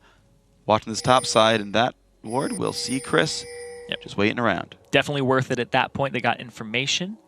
And if Braum actually passes that, they will see the lane swap coming here for Coast. So Coast will be able to set up completely what they want. And Curse Academy, actually, it's going to be a mutual agreement here. They're both going to be like, all right, it's time to lane swap. It's time to just go with this. But this sets Coast up for an early dragon on the side of the map. That'll be something to watch for absolutely in this one. Rux and Santorin are going to duo jungle on the bot side, and looks like a pretty similar situation there. Both teams will start on the sort of southern jungle here. But because they're both near their duo lanes, you're going to get 2 buff starts on both sides. Here's the thing, too, is Coast doesn't know that Curse Academy is doing their blue because their wards weren't that shallow. They actually had deep wards that just showed them on the near the red buff. Yeah, it doesn't mean too much, though, because they could guess it. I mean, the 2 top left buffs are theirs regardless. Like, you know by the duo lane up there, you have the assumed gentleman's agreement, like, you get those 2, we get these 2. And as soon as they see Saint Vicious, they see, is the red buff timing out more, like, faster or slower than their blue buff? And then you know which one they did first. Yes. So you can actually get your jungle timers just by clicking Saint at some point. Well, it'd be hard, because he's invisible. Yeah. I mean, if he doesn't gank for 4 minutes, then you don't get it at all. And then you have a little mind game where Curse Academy knows whether the blue or red comes up, and that can be used. I just don't think it's likely. I expect to see Saint at some point. I do want to keep big tabs on this middle lane, because Mandatory Cloud used to have the highest CS per 10 as a mid laner, but up against Golden Glue kind of creamed him in lane. Had a 14 KDA back when they were in the LCS against each other. So I want to see this matchup, because Mandatory Cloud was winning it in CS. Golden Glue was winning it and just straight on bringing the brawl to him. This could be a very deciding factor in this game, because these 2 champions will dictate what the comp does in the late game. And we'll see what happens in the late game, because right now early game's happening, and Coast is going to take that dragon. They're going to leave. This seems to be the standard way to do it. You leave the AD carry down in the lane. He takes the free farm. and you just do the standard 3-man dragon here that no one seems to contest. So this is right now the tax you get for lane swapping, is a dragon goes away, and I want to see this metagame evolve some more. I talked about it yesterday, but again, like, you can 4-man push the opposite lane. Instead of jungling and recalling back, you can 4-man push, and you can trade a turret for a dragon, assuming you can balance the waves properly afterwards. And instead, really nothing of value at all is gained for Curse Academy. Yeah, it looks like it's going to be a 3-man in the bottom lane here, just keeping Impactful up top, getting the CS onto him. The dragon was taken by Coast, which basically you said, that side of the map, that's what they get for it. But here's the thing, what do they do with that gold? Are they going to put it into items? We saw this yesterday, and the team that kept taking Dragon first wasn't transitioning into wards, which they need to get that pressure, because the early Dragon isn't worth that much gold, and it's spread out over a lot of members. You buy consumables, you buy some wards, make sure that you can win your lane and transition that gold into more gold. That's what the first Dragon is, an investment. Well, I like this transition right now by Coast, though. I like that both Rux and Santorin show top lane. They break the freeze right now of Impactful's Twitch, and that's going to unlock them on the map a little bit. Oh, but here comes St. Vicious down into the bottom lane here. And if Chris is known for anything, he's known for setting up ganks. We'll see if he can do it. There's the attempt going in. Red buff only on Saint. Slow lands on a Sheep, forced to flash away. Bind's going to hit Chris here. Of course, Sheep, not level 3, can't Black Shield himself, so away they go. But now, if they're paying attention, they know the buff spawns because Saint only has red here. And it's just a trade of a flash and a heal actually gone on Coast's side. Yeah, they get 2 summoner spells for none in that bottom lane. They do get St. Vicious low, which means that Santorin, if he wants to, he can go ahead and start counter jungling. But we'll have to see. Oh, ManCloud getting taken really low. Yeah, he's taking a good bit of damage. It looks like he will not lose any summoners. Nice dodge of the bouncing bomb. That could have almost been enough to force a summoner heal out, but it's not going to be the case. Golden Glue just pushing under the turret. Does have a 9-minion lead right here. ManCloud can equalize about 6 of them if he plays this right. So, to be honest, fairly close in the minion game, but definitely a quantifiable lead for Golden Glue in the 1-on-1. Yeah, big thing about this matchup is that Ziggs will bully around Nidalee in the early game and just constantly wave clear on top of her because she lacks that type of kit, and the fact that his auto attacks are a little more potent. Yeah, so yeah, you're right. It is to be expected, but if he can snowball that farther, it's going to be, you know, a low impact Nidalee for a long time, and that can definitely make your comp backfire. But the fact that ManCloud is keeping up right now and is only 3 CS behind, despite being harassed constantly, is a big testament to his skill as a CS and laner. Absolutely, absolutely. Well, now it looks like this left-hand side lane is going to be the target of attention. It's going to be a 4-on-2 right now, as St. Vicious still walking across the map. 1 minute until that buff spawns. He's actually pink wards the western blue buff there. Hopefully that work can stay alive and they can play for that buff in about a minute. Here's the thing, is that they know that Chris is there. They don't know that St. Vicious is there. And now they're collapsing from the mid lane, and they have Sheep here too. So Sheep and Golden Glue coming in. It's going to be a 4-on-4. Ziggs ulti going to be used to wave clear up there, and that will be no real turret damage dealt. These guys are staying safe. The dive does not matter. Chris and Saint lost about 45 seconds just to take 1 jungle camp. And in that meantime, ManCloud decides to back, get himself a chalice. So he's going to get shoved in on by Golden Glue, who's going to back and buy some goodies for himself now.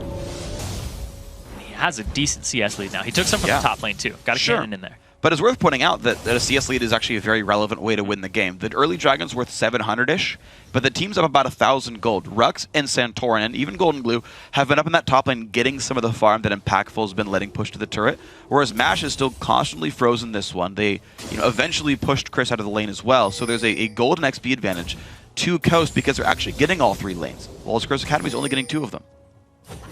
We're going to go ahead and take this blue buff away, but Coast, they want to have something to say about it. Rux going to put some damage on. Javelin will not land. Golden Glue off in the wings. The spell's coming out, and Golden Glue actually claims the blue buff while Santorin was doing the red on the bottom side. So out jungling right now for Coast. Very well played. Saint had no reason to be on the eastern side of the map, but he was. Big thing. Saint is level 4 right now. Santorin is about a camp and a half away from 6. Wow. So Santorin's ganks are going to be very potent, and the blue is up right now. If he wants to start contesting it, he can go for it. Sheep is there as well. They're collapsing on it. Oh, they're making their way on up. Of course, they have the timer. They clear this camp themselves, and they're trying to bully these guys around. There's a ward into the brush that's going to help them a whole little bit here. Saint still only level 4, of course, can't do much. Chris also 4. Sheep lands the binding. There's the culling as well. Saint is very squishy. Chris loses a quarter of his health as well. Black Shield goes on a Sheep, and there's the Q on in. The damage coming through. First blood goes over to Rux thanks to a teleport, and now the blue buff being acquired here by Coast should be very safe. Santorin takes a huge spear into his backside, and he's going to get 6 off of that camp. They gave 6 to him very consciously so that he could have his ultimate for this game. Man Cloud in the wrong spot. St. Vicious maybe also as well, but there's the engage. A 4-man Ziggs ulti, and Bunny Poo trying to keep the team alive. Looks like he'll be in a bad spot, but his team's going to be okay. Dodging some of the bombs. Javelin hits Golden Glue. Looks like nothing else picked up, but it does mean Chris now out of the turret. Going to land a slow. Was getting some farm underneath that. Mash be taking some damage. Curse Academy will keep this turret safe. And they go 1 for 1 on the overall, but a lot of buffs go over to Coast. Yeah, absolutely. They did a 3-0 on buffs right now. 3-0 on buffs. Excellently played.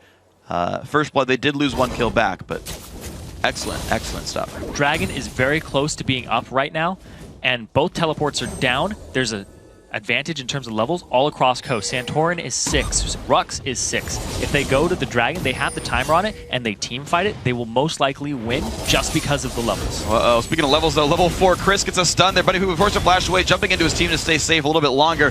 Looks like he'll be okay for that one. Rux did die in that fight after the initial kill, so it was a 1-for-1 engagement. We did call that one out a little while ago.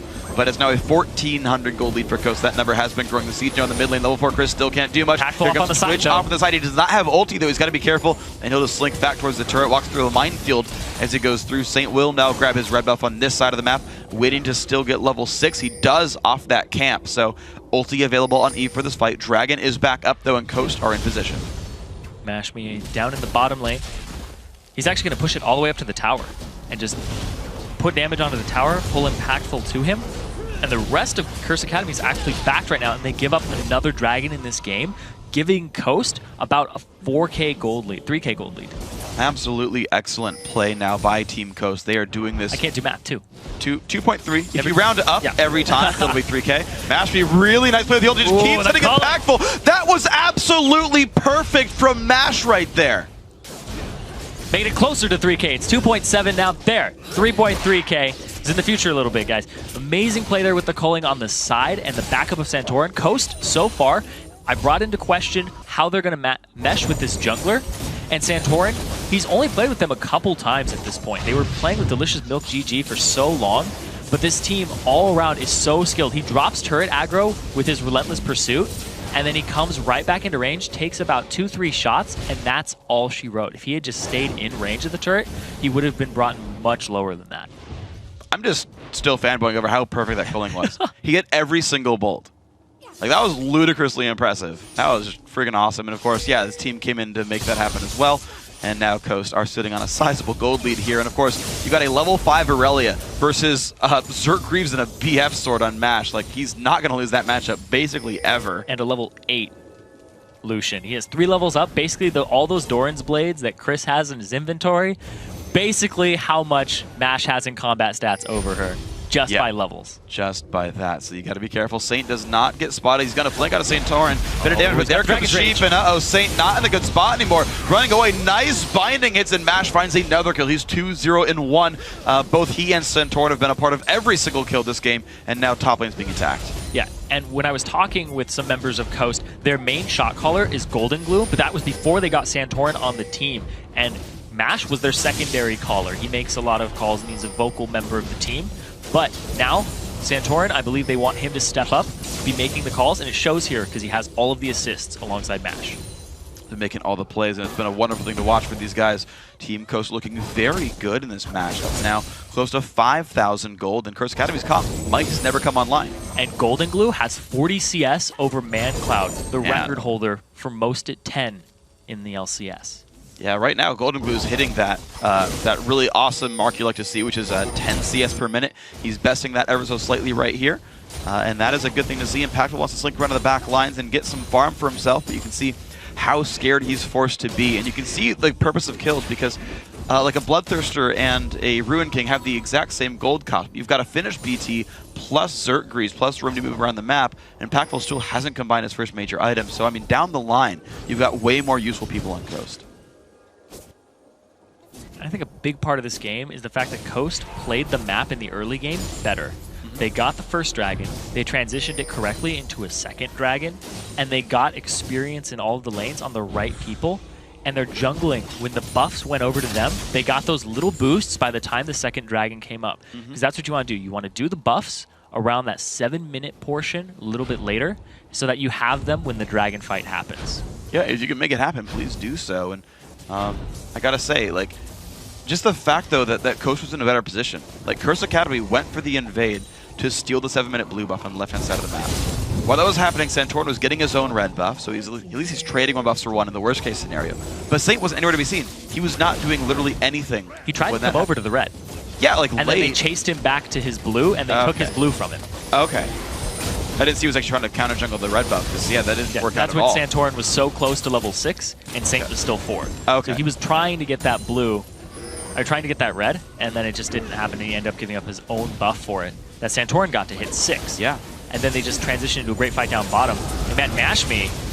Another Culling hits most of the bullets. Last half doesn't do too much, but you know what? Sheep takes a Javelin, and in they go for the turret. This early siege is working from Ziggs in the Bloodthirster Lucian, and that will be mid-tier 2 at 14 minutes. Team Coast continuing to play awesomely. It's also 4 sweepers at 14 minutes. They're trying to push up, deny vision control, and they have 2 sight stones because Santorin is Lee Sin, and it goes right into his build path. They're going to ward up the jungle. If you look at the vision right now, lots of pinks, lots of blue-green wards over on that side, all across the map. They're just littered all throughout. They want control of this area, and they want to deny vision from Curse Academy so they can't extend without being picked off. And it's working so well for this lineup, man. Team Coast have been making good choices this entire game. I haven't seen a single real misstep by these guys, and they've been firing on all cylinders. So I just want to see, you know, how else they play this game, because this is, you know, a team that's, if they keep this up, headed towards the finals, right? I don't want to get too far ahead of myself, but like, it's just like we're in a downtime right now, and it's like Team Coast haven't shown any slip-ups. In Team Coast Academy, they honestly, I haven't seen great moves from them. They've made greedy moves that haven't paid off, and that's it. Their comp has to come online here. They have an Aurelia in the top lane who requires a lot of farm. Twitch, he has the Blade of the Ruined King completed. He can start assassinating people, but it might be a little too late because of that 6k gold lead already. We'll have to see what he can do, and if he goes for something like a Yumu's, or if he goes for a more fighter build, like team fighter build, I'll put it that way, as opposed to assassination.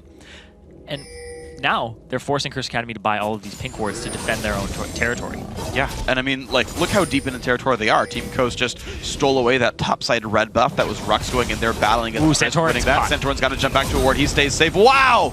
The burst in towards Saint and Bunny. Curse Academy once again lose control of the map as buffs are respawning soon again. So over and over, just like Coast always in the right place at the right time. Santorin heals back up pretty healthily, and he's going to look for some more things to do. Top lane still being pushed in. They're pinging another go spot. Yeah. There's a lot of just go in pings currently, and Dragon just came back online, and St. Vicious is so low he has to back, and the smite will not be around for Curse Academy. This might be the 3rd Dragon in a row going to Coast. And pretty much immaculately as well. The burst damage that came out from Golden Glue pushed away St. Vicious, earned his team the uncontested dragon. Uncontestable dragon, to be completely fair on this one. And Santorin gonna smite that safely. Still 0-0-3. We haven't had kills in a while. Because Curse Academy respects the damage that Coast have, and they won't fight him when there's gonna be battles this easy. Yeah. And Golden Glue CS is crazy. Speaking of battles that are easy, he's about to back and buy a huge amount of items for himself there. He just cashed in on a needlessly large rod, I believe, when he went back. And now has a lot of AoE damage that he can deal in those team fights. We saw it earlier. That was before he had that extra AP in his back pocket.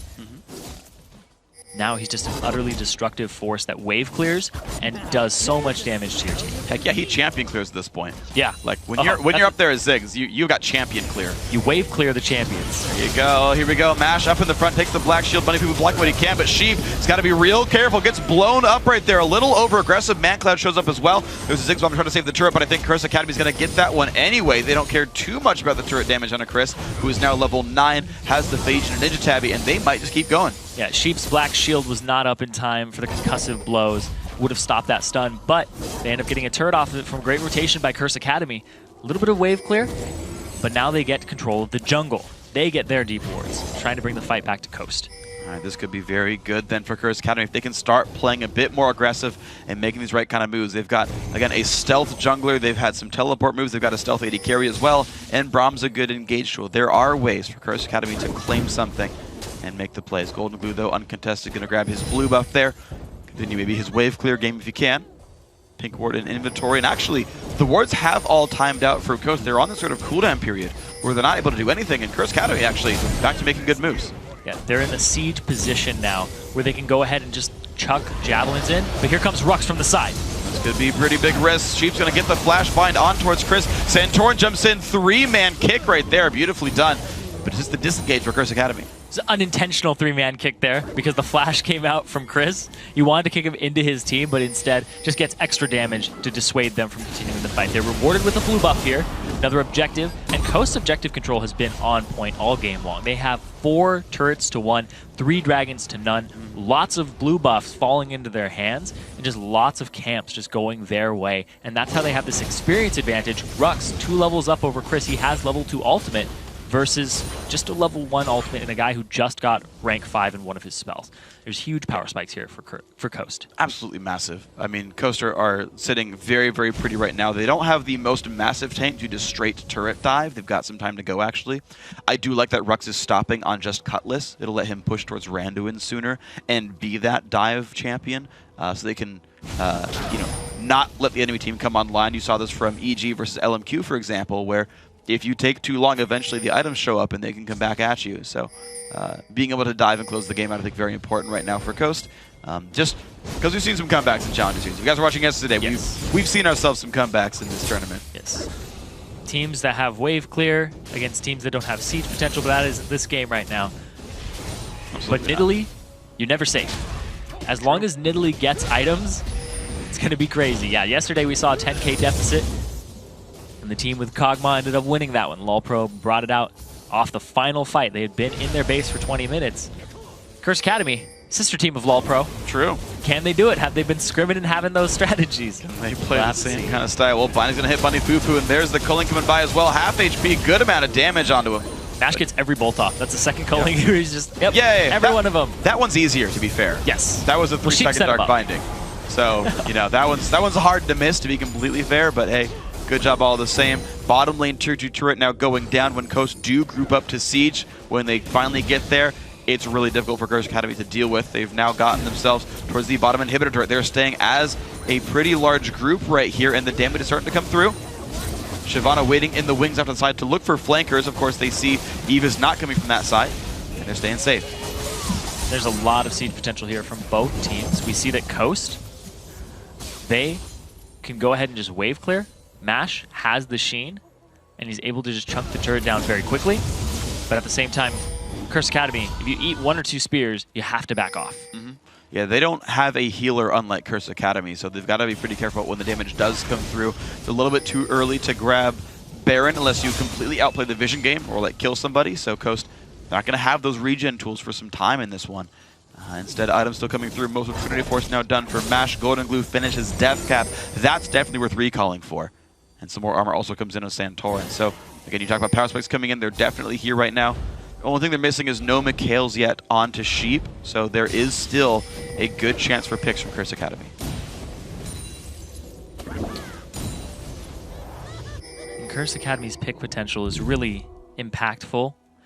He's going to have to take that Zeal. He's going to have to turn that into, I assume it's going to be a static Shiv. He could turn it into Phantom Dancer. Yeah. And go either way there.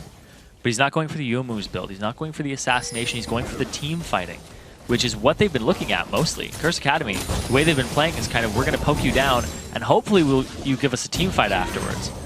Because that's what Rux wants to do. Rux wants a team fight. You can tell that's his style. He's going to push, wave clear, show up to the fight. And now, there's another dragon coming up in 20 seconds. They're setting up for it, putting wards all around, and Rux has his teleport available. Chris, his is available now. But he's already here. He's not going to be able to stop Rux's push. Yeah, I mean, so it just depends. Is Coast going to buy enough time to pressure the top turret? He's actually going to be walking down across the map. Doesn't want to have to burn his teleport. So we'll see how much time Coast can buy, because Curse Academy is starting it right away. They are grouped up. There's the TP in from Shyvana. That's going to be a flank. Manclub losing about a quarter of his health. Chris will take some of it.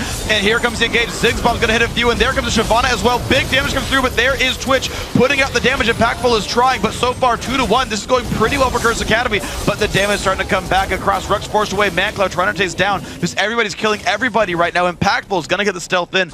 But now can Mash chase him. He sees the guy went to the left-hand side. Can he double back? Can he get anywhere he wants to be through the tri-burst, the move speed? Enough the flash for Mashme. He finds Impactful. 1 attack to go. Slow comes out. Javelin slows Mash. Golden Glue shows up. The Flash W! The shutdown comes through. ManCloud slowed a little bit by the red buff. One more bomb. Doesn't quite land it. More leaps. Can ManCloud get this wall? Yes, he does. Very, very good heal there for the movement speed increase.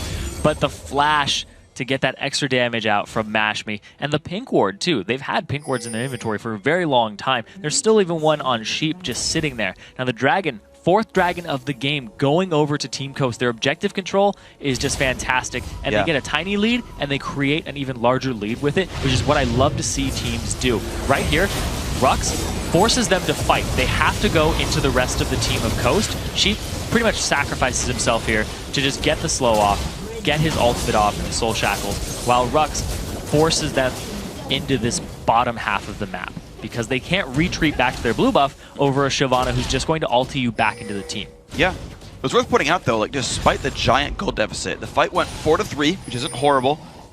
And how well Impactful did right there, right? He had 4 kills before going down. He is every single kill on his team. St. Vicious, not in the right spot, though. A little overaggressive, picked up the knock up to Impactful. And now Buddy Fufu's not exactly in the right spot. Ziggs Bomb comes out, a 2nd kill grabbed up.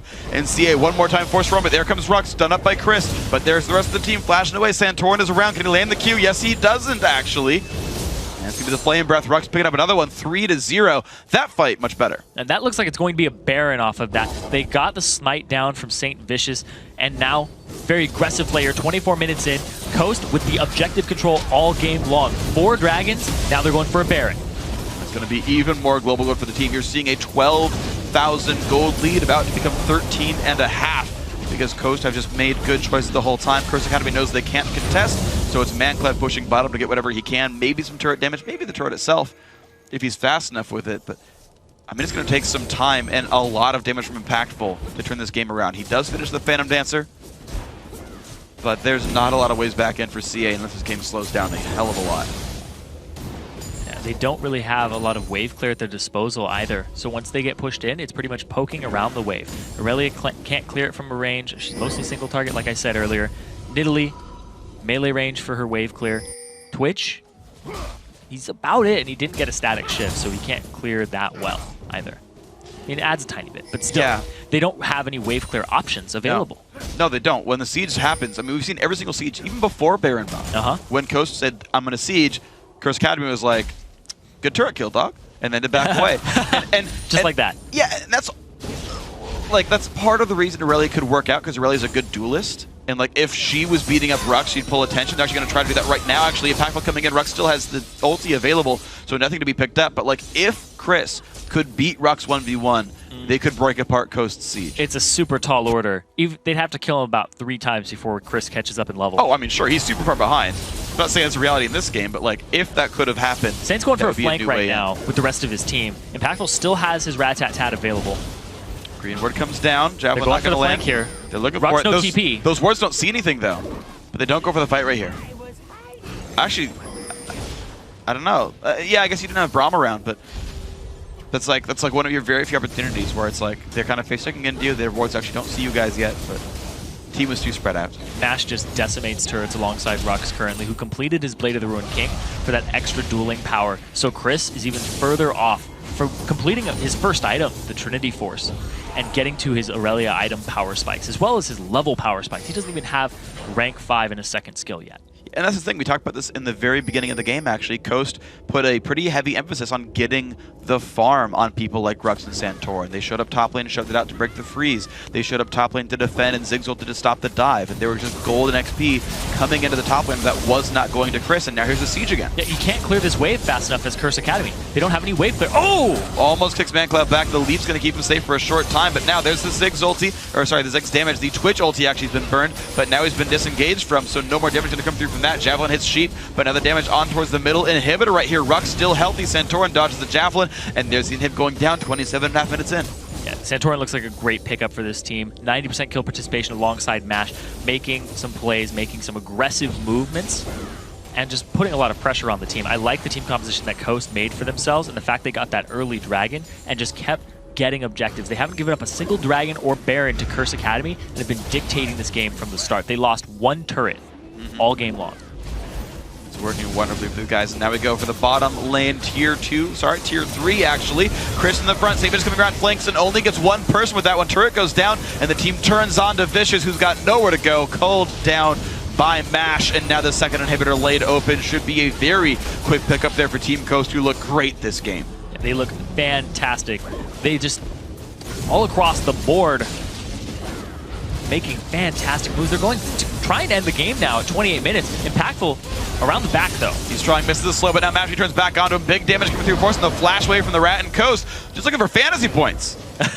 There's no challenge in fantasy. Santorini's going for it. Oh, wow. Gets up with a kick. Well, they're getting ready for it, man. I mean, Challenger season is to get into the LCS. They got to get used to the LCS strats, get points for their fans, get points for their friends and everything else. But now they go in for turret number 2, and Nexus is now open. 5 versus 4. Bombs coming out, and it's losing all of its health bar. Team Coast gonna win 29 minutes in, a fast victory, only losing 1 turret, 4 kills, and nothing else all game. That was all based off of objective play and their early movements in the early game. They got experience on the right people, grouped up for the second Dragon, was able to take the fight to Curse Academy and take their buffs. They were just 1 step ahead and 1 level ahead all game. Oh yeah, and I think they had the whole picture actually. I think the champions there, the game plan there, it all worked out in their favor. You've got guys who are very good mid-game, right? Sunfire, Cutlass, Shyvana is probably one of the most brutal top laners to team fight against at like 18 minutes. Right? Lucian, who's going to spike off of 1 item or 2 items. BT Lucian kills turrets fast. BT Triforce Lucian kills them even faster. Golden Glue won his mid lane and had Athene's death cap early on. Like, all this comes together to be like, can't mess with us. Yeah. Yeah, they had fantastic play all throughout. Golden Glue, 4-0-4. So right now, his KDA versus ManCloud, just add 8 more on top of that. He's at 22 versus ManCloud in a head-to-head, who now has to add on just 3. So he's got a little bit better than just 1 KDA but with the now. deaths, it's not even... He doesn't have any deaths. Well, I mean, from before, he had 1 death, right, in the previous Yeah, game? he had 2. Yeah, he was 2-2 and 3. Yeah. I believe. So he's added... He's very close. He's added 1.5 to the ManCloud KDA against Golden Glue all time. I don't know why I really cared about that stat, but I was like, I want to know. I want to dive into that one. We did the math before. Yeah, I mean, down the line, like, what else can I say, right? Like, Team Coast definitely played the early game right. It really was, to me, getting golden XP on Santorin and Rux. The level lead was there the entire time, and you saw how much pressure that put on the map. And there's a big thing here about Coast is normally a team in the Challenger Series will have a star player that just stands out from everybody else. And this one, it's really a team effort from what I was seeing. The kill participation on MASH, Santorin, is both 11 out of 12 currently. Golden Glue, he wasn't doing much for the early game, but he was farming. 277 CS at 29 minutes, 4-0-4, coming up big for himself. Sheep, high kill participation. Rux, he was putting pressure in the right places at the right time and just had a level advantage over his opponent in lane. This is pretty much just a super team right now. Yeah, I mean, this is definitely one of the strongest teams in North American Challenger, and I want to know what kind of legacy that's going to be, because the scariest team in North American Challenger last split was LMQ. They're tied for first in the LCS. So, you've got a pretty easy line to follow when you go for that one. I mean, you think about when Lemon Dog's busting the scene. They qualify kind of out of nowhere from the summer promotion tournament, and they go to Worlds, right? Like, out of the first split they qualify from. And we've got this obvious sort of trend of like, look, sometimes a team comes together, and it's the team. Sometimes that team just comes up and shows, right? Coast, Curse Academy, both completely new rosters coming together. Coast look really freaking smart, really good on all roles.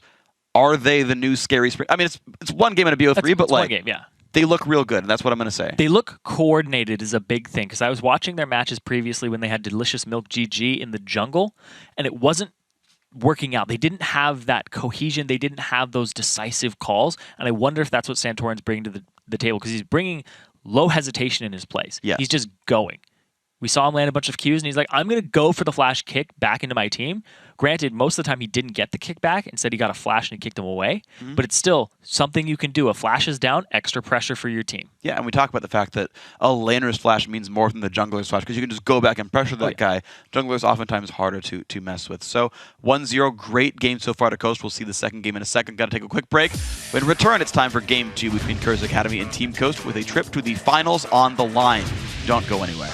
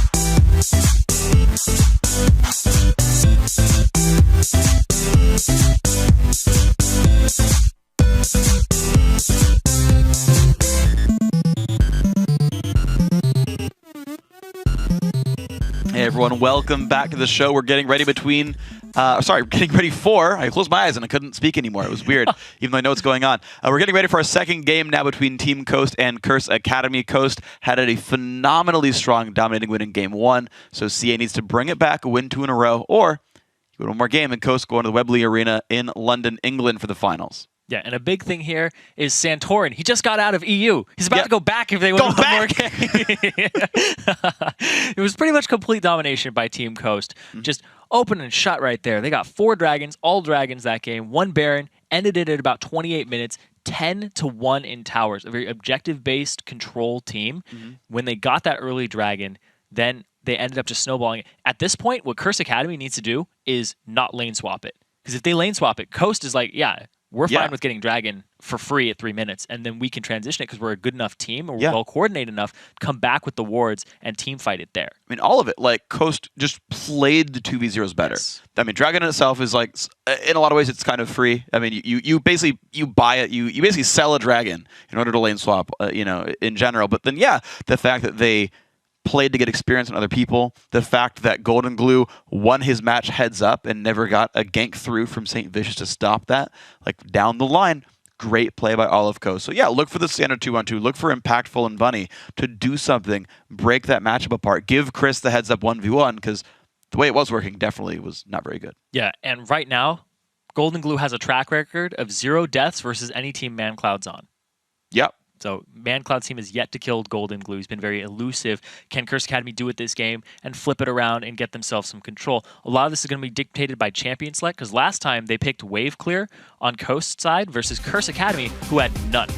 So they basically just kept pushing it in and sieging with Lucian very quickly off of the Ziggs bombs. They're like, okay, you have Nidalee, you can't Wave Clear from a range, and you have nobody to really get to us. Yeah. So very difficult matchup there for Curse Academy right off the bat, and I see the Ziggs ban, and I understand the Ziggs ban immediately. I understand the Ziggs ban too. The Kale ban is going to stay though on this one. Team Coast still going to first ban Thresh and the Lucian, which I believe they first picked in Game 1. Going to ban it because they really don't want to let Chris play that champion. So, not Chris, but Impactful play that champion. Yeah, Chris lock it in for Impactful. Yeah, that's what I was like tunneling on.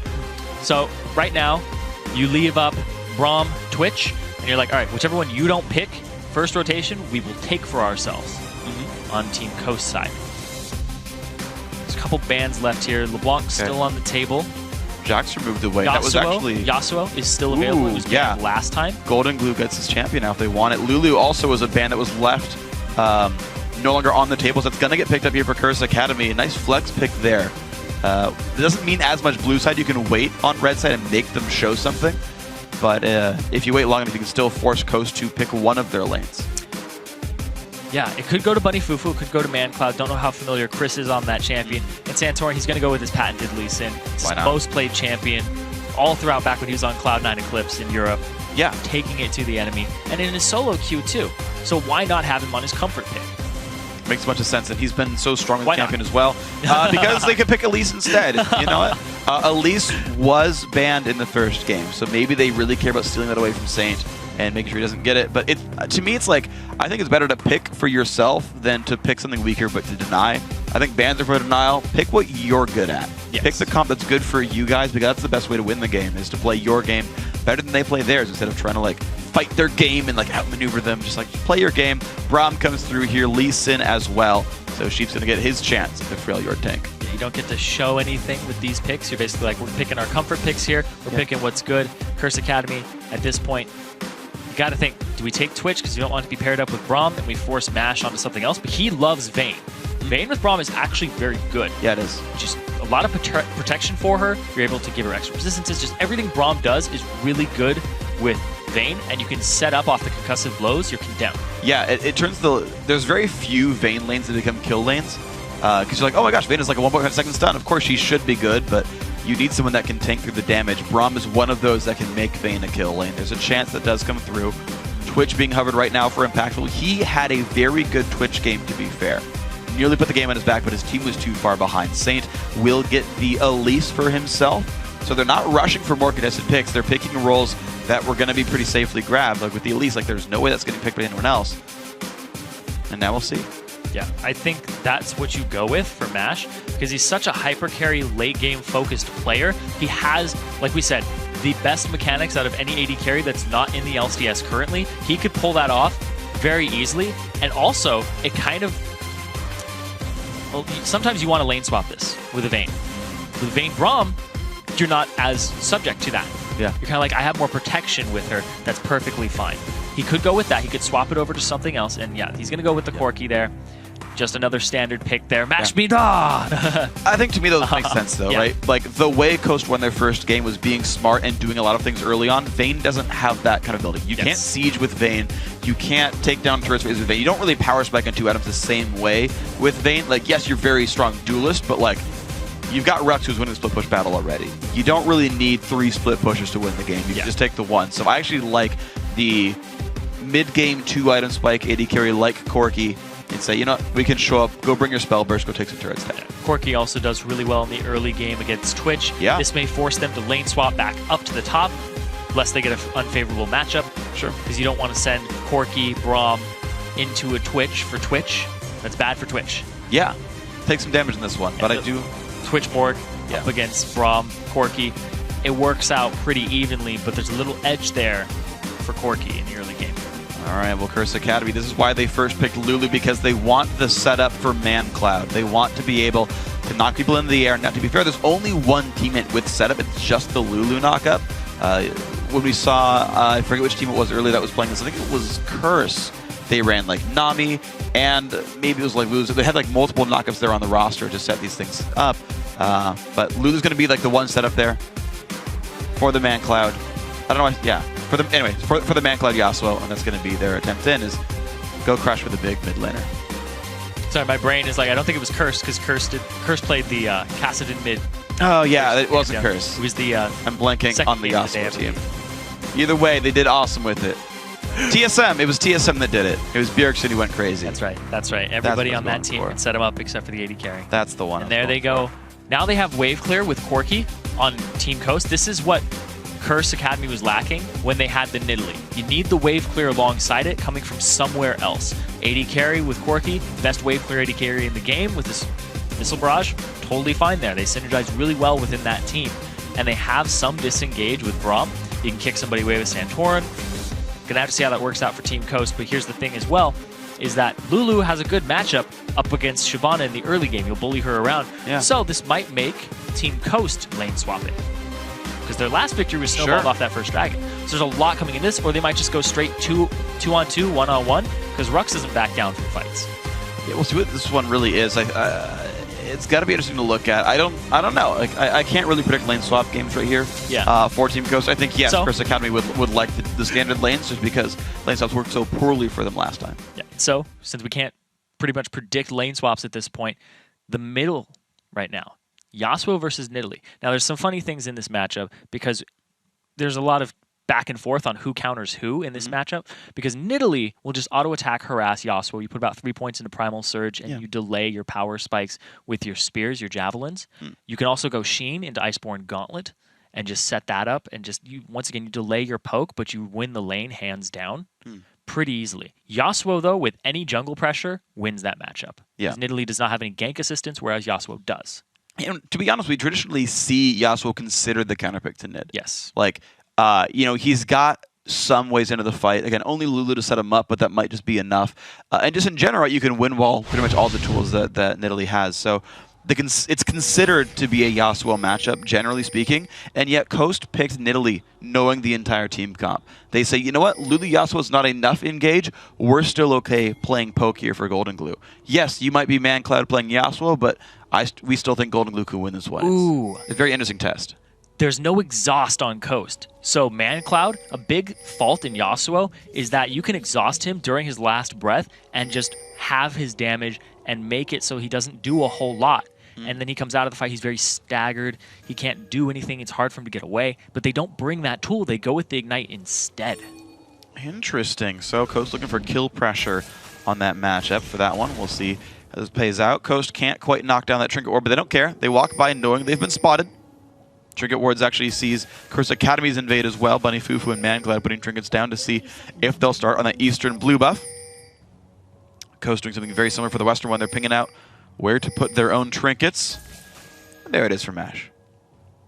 And the way that they're moving currently, it looks like Coast is going to lane swap it and put their AD carry support top, just by the way that they're positioned currently.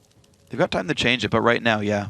Yeah, that looks like it's what it's going to be right now. They're just going to make it so that Rux isn't in that matchup up against Chris, and also they don't have to deal with the Morgana counterpick to the Braum. Okay. Well, this is actually a pretty good vision statement right now for Curse Academy. They know for sure Coast and dual lane top. They opt to stay with their own dual lane bottom. So Curse Academy they could have reacted, but they want this matchup. Coast, they looked to try to find what was happening, and they're not going to find much here. They don't actually have great vision to start this blue buff. I think there's one way into the jungle, theoretically, that Curse Academy could find to jack them, but that won't be the case. We will, in fact, have the pretty safe buff starts where you jungle near your dual lane, and Chris will be helping St. Vicious jungle. I want to see if Coast ends up with some type of reaction to the 3-minute dragon. Because they know it's coming, they did it before. Is there a counter strategy to it? How do you contest that? We'll see. Right now, just the buddy jungling so far for these guys. Mankler going to look for his way in. We know, or we've seen, I should say, for Bjergsen, he maxes E to 5 points on Yasuo for the harassment there, to try to get the big plays going on, push his opponent around, and we'll see if Mankler goes something similar for the E damage. Right now, Saint and Chris still lurking around in the sides, and it's also pushing in away from ManCloud's turret. So Golden Glue is actually pretty safe against ganks because he's got a turret right there to back him up. Yeah, I'd love to watch what he puts into his E and what he puts into his Q on ManCloud. Because Xiao, I know he does the same thing, but it's based on matchup. Interesting. So a lot of it, and also the fact that Q scales with attack speed as well in terms of cooldown. Yeah. You hit those item spikes, you'll have the max rank of Q by level 13. That's true. Well, right now, Curse Academy going to show up to this bottom lane right here. Looks like they might make that attempt for the dragon here. 3-12 into the game. Bunny Fufu joining as well, and the 3-man dragon about to be started. Sometimes we see teams actually shove that bottom lane down with their AD carry. In this case, it's actually an attempted freeze for Impactful. We saw him try to do that last time. The actual ward will spot this attempt, and we are seeing some moves down. Coast are sending their mid laner and jungler over there. 3-man there. Twitch and Yasuo could join, making a 3v5. Rux getting a little closer to Santorin. He could possibly have stolen it if he had gone really hard on it, but this early on in the game, a death, giving up double buffs for the dragon, is not worth it. The funny thing is, I feel like there's enough damage coming out for Dragon that you could potentially try to contest if you play it right, but yeah. Again, still a 3v5. I understand being risk-averse in this scenario, so Coast simply knows the timer on the Dragon respawn. It went down about 345, and they're just going to continue to clear the jungle on this one. Support goes back to the dual lane, and again, we just have 80 carry supports, freezing the lane. Top laner is getting not much.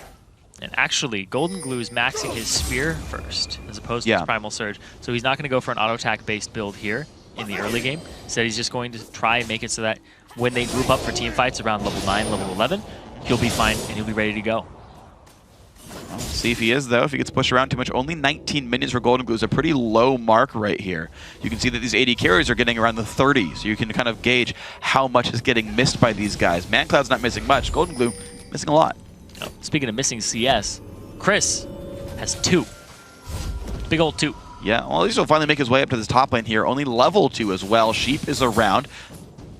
You're seeing Chris get whatever he can from this, but also keep in mind, this lane, I think, might be pushing into a straight. There's a bit of a knock-up there. Golden is going to take some good damage. Half HP, some more damage from ManCloud, a simple heal. And he's going to stay safe without losing any summoner spells.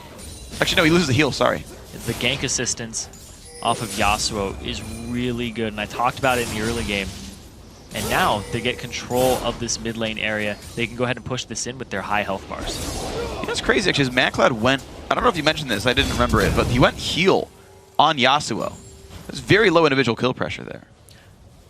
Yeah, Yasuo, you can take the Ignite against Nidalee, so you can have her heals, her Primal Surge as well, but instead he's going for the team fight. And it's what this team composition is based around, too, is just a lot of Wombo. Just looking for that. We'll see if that pays out. And watch him like get into a duel and like not kill him by like 40 HP, and you're like, Ignite. Hasn't happened yet. We'll see what happens. Even right there, though, the Primal Surge would have been halved alongside the heal. May have been enough with the Ignite ticking too, because then Golden Glue wouldn't have gotten about 200 HP back. Maybe about 150. Yeah, I'd say 150 is about the right mark for that one. Between the two spells, yeah. Yeah. 150 total off, plus the ignite damage is pretty much negate the entirety of the heals. Like 30 or 50 plus 20 per level is, another 100 something. So yeah, 300 health difference. Would not have necessarily quite killed him. Sheep level 4 shows up mid lane here for Golden Glue. Trying to keep the lane in good shape. Again, the push just still happening. ManCloud 53 to 35 CS. Sheep trying to help as best he can. Lanes are still moving around a little bit. I like this move actually. Santorin manages to slink in his bottom lane. Ward hops in, gets a slow. Chris is only level 3 but misses the Q. So nothing to be gained here for Santorin. He's going to back out. And this is mandatory Cloud being that CS monster. This time he lands the Q. But Chris, you got to keep in mind, has no summoners up now. He's lost his flash already. He's teleported back to lane recently. If he does die, he misses a whole bunch of golden XP, but Bunny Fufu's now here to defend him, to keep him in a decent spot. Nice dark binding dodge there by Corki, and he's got enough damage to last it under turret. And now there's this 1,000 gold lead for Curse Academy. What can they do with it? The Dragon, and this is basically the same spot that Coast was in last game. They got that 1k gold lead off of the Dragon, off of the experience and the pushing, and making basically the lane swap an advantage for them. Yeah. And transitioning it. The big thing is, what do they do with this second Dragon that comes up in 2 minutes? If they hand it over, it's all for naught. The second Dragon's worth even more, and it'll equalize the gold for Coast, and they'll be right back in this with no real hiccup. Yeah, sure. And this kind of team doesn't turn on until the second Dragon anyway. No real team comp really does. It's more about your laning and gank pressure. Mash, good dodge there on the binding. He's going to stay safe. Bunny Fufu gets his money though from the puddle, to be expected. And it's just Mash sitting there trying to get farm under the turret. Sheep is roaming around really heavily. It's very much roaming support. He's keeping Golden Blue's lane afloat, trusting Corki to solo it. And they want to put more farm into Mash Me, make sure that he can carry the game, the late game. He hasn't backed yet for a single item. Sitting down on about 2k gold right now. Codex plus Chalice. Yep. And BF Sword Longsword right now if you're Mash Me on the AD carry. So I think some wards came in for Golden Glue as well. And so he will be ready to set up this Dragon that spawns in about 1.5 minutes. And speaking of wards, Santorin's on top of one. He gets hit by a binding. This is going to be pretty bad for him. A whole bunch of bursts. The Cocoon as well. Santorin gets some burst out. Oh, and it's going to be Mash Me chasing onto Chris. Does get the kill. Burns them on a heal. Fighting Saint. Oh, a good bind. A good bit of burst. The rocket hits and Mash Me. Can he flash the wall? Yes, he can. I cannot believe it. Don't Mash Me. Oh, Fufu has Santorin. Oh my gosh. Oh. Valkyrie's up in a little bit. Go Flash Q. No, he gets him. Nicely done, Bunny Fufu, making it 2 for 2 overall. Still assist credit going to Saint. And the blue gets transferred over across 3 members there. Meanwhile, saw Mandatory Cloud go up top. Golden Blue's going to get turret damage now, and the Dragon is back up in 30 seconds. So everybody's going to be respawned. Everybody's going to have their items in their inventory and their little power spikes coming out here. Can they get there? Can they get there in time? And who's going to get ward control? It's the big thing. Right now it's the upper jungle being ward controlled by Curse Academy, but that is not, of course, where the Dragon spawns, but it's where they put all their effort anyway. And, of course, they still have a bunch of members up there. They got 15 seconds till it respawns. People got to get to the right location soon. ManCloud, if he doesn't back, is going to give up numbers control. Yeah, and St. Vicious, he got a Sight Stone before he even completed his jungle item. Nice. He's going for the vision control. We're seeing more and more of this from Elise in the LCS and all throughout Elise play. Dragon's live. No real wards put around that area for either team. Ruck's got to be careful. A lot of CC. Forced a Dragon from away from this one. Sheep will stay safe. Now Santorin could have smited red buff and didn't, so he knows to save smite for this Dragon. The problem is Coast don't have the numbers to really fight for it. Teleport to the mid lane for Chris. ManCloud's already back to the mid lane, and Coast's AD carry Mash Me is top lane. Like, there's no reason to even contest this necessarily. Rux could teleport in, but right now, Santorin, he's going to go for the smite. He gets it! Oh my gosh, Santorin gets the smite steal. Extremely well played, and, well, St. Vicious, what do you expect? I'm not going to answer that. Let's be real. Let's be real. Everyone saw that coming. Pretty much living up to the hype there. The Santorin definitely living up to his hype. He's doing great. Cloud9 Eclipse, they made it to the Summer Promotion Tournament, and now he's playing in North America. He's doing a fantastic job. 100% kill participation this game too. Smited away the Dragon, and man, coming up big for his team. Yeah, but keep in mind, even with the Dragon steal, Curse Academy still have 1,000 gold lead. Coast crushed game 1. They were 1/3 of the way to ending the game at this point in the last game. And this is a very, very different situation. Their Curse Academy are winning the mid lane. They're tied up in the AD carries. And again, this is a team with a Twitch, which means if you go late game AD carry, it's a bad place for you. Traded dragons, traded turrets now as well, and the gold is back to tied at this point. You got to be careful about what he also can do to you guys. Sheep streaming towards the front. He's going to put the Unbreakable down. ManCloud going around, does get the knock-up onto one. And look at this, the kick going back and forth. No damage coming through. Somebody he'll burned as well. And there's the Bromley, but it misses entirely. Sheep doesn't get anybody. And Rux still has his teleport available. Chris does not. He decides not to go into that fight, but instead to duel impactful and just see who can get those little scraps of CS. Because if you're a top laner right now, you are definitely hurting for CS. Yeah, double Doran's Ring Chalice is not exactly an end game build right here. Thankfully, we saw this actually with, I think it was Dignitas. I'm like blanking on teams unfortunately right Dyrus? now. I think it was Dig though, because it was Zion playing Lulu back in yesterday's games, yes. And they said, yeah, he's really far behind, but you know what? It's still Lulu. Yeah. Like, he can still contribute what he needs to a team. We don't care about that champion getting farm. And with Curse Academy making that change, like Aurelia needs farm. Like, Aurelia in that sort of situation is going to have a pretty rough time. But Lulu is still going to be pretty effective. And so, Chris being down isn't nearly as harmful this game. Yeah, absolutely. Because he didn't even hit a single spike with Aurelia in terms of power at all. Power spike? Yeah. Well, I was going to say at all through items or oh, sure. Level. Yeah, absolutely. Botlane. Yeah, now it's a 2v1. You got to leave with your Mash here. Binding. Predicts the juke. He doesn't this time. Masher's done a very good job of figuring out where these binds come from for Bunny Fufu. Outside of that one, he flash queued under the turret. He's read the binding accuracy every time. Yeah, the binding is out for actually a complete second because its travel time is about the same as its distance.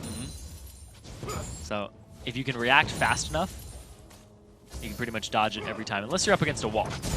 Then you have and no it goes straight, and then it goes straight across it. Then you have to flash it. Yep. Or Valkyrie. We'll see. Outrun it. Yeah. Valkyrie's about the same speed as binding, actually. Just have go it with similar speeds. Have it be right next to you. Yep. Here we go, though. Bot lane Wind Cloud comes out for ManCloud. I just realized how convenient it is that a wind-based champion is played by ManCloud. I only just now got that. And I mean, you wouldn't want to be Janna because he's ManCloud, not Woman Cloud. Okay. So, okay. It makes a whole bunch of sense. Or Riven in this case. You know, wind slashes. Okay. I'm there with you. But there's a funny joke in here somewhere. Guys, I gave you the setup. Okay. Tweet at LOE Esports, hashtag Puns of Damage, and make it happen. Golden Glue on the run away. ManCloud actually put some good hurt on him, though the static shift is there. No lifesteal, just rushing the damage output. He's doing a great job. Yeah, and he's actually keeping equal levels in his E and his Q. He has it at 4, 1, and 4. I know he put 3 points in E early. I remember seeing him at level 5. Yeah. So he went 1-1-3, and now, yeah, he's getting that Q maxed out there. Because I remember seeing Xiao, and he had 5 points in his... He went 3-1-4, and then went 3-1-5. Okay. So it's actually just whatever you want at this point. Yeah. Seeing what you need for the team. There's ways to balance it out. Right now, Coast sitting down in the bottom lane. They've got pretty equal levels. Hero Secret Service minion. Yep. Jumps in the way, dies for his services, but helps Mash here. Jeep going up. Puts the Unbreakable down there. Jungler is around. They could go for this fight, but of course there's a counter gank waiting for him. St. Vicious just by the double golems. Saint and Santorin, the pink ward comes down. They're going to actually move Santorin up into a forward position here. Ready for the fight. Now Mash will most likely back up alongside Sheep, and they'll try to suck him into this vacuum where Santorin can flank them. This is crazy. It's 2 pink wards just for the lane, just to get a kill here. Knock down Impactful, knock down some of this this end game. And look how safe they are. They know those brushes are dark. Bunny Fufu. Yeah. Yeah, he got the ticks. You can count from the ticks how many are in that brush. You know there's one automatically. Yes. You can tell there's 2 by how much your gold went up. Guy's pretty good at the game. Oh, yeah. And I assume he did that. Yep. And Santorin is caught. They see him out. He's going to have to back up here. But the gold, even across the board, pretty much this game, this matchup, just wax and wanes off of dragons. Yeah. It ebb and flows off of those fights. Not a lot of solo kills, not a lot of group up kills that end up happening. And it's really just those team fights when Dragon comes down. Ooh, slow, some CC goes in, nice black shield. Here comes the teleport onto the turret. Chris keeping his team alive. Another javelin hits Impactful, though. That is not good.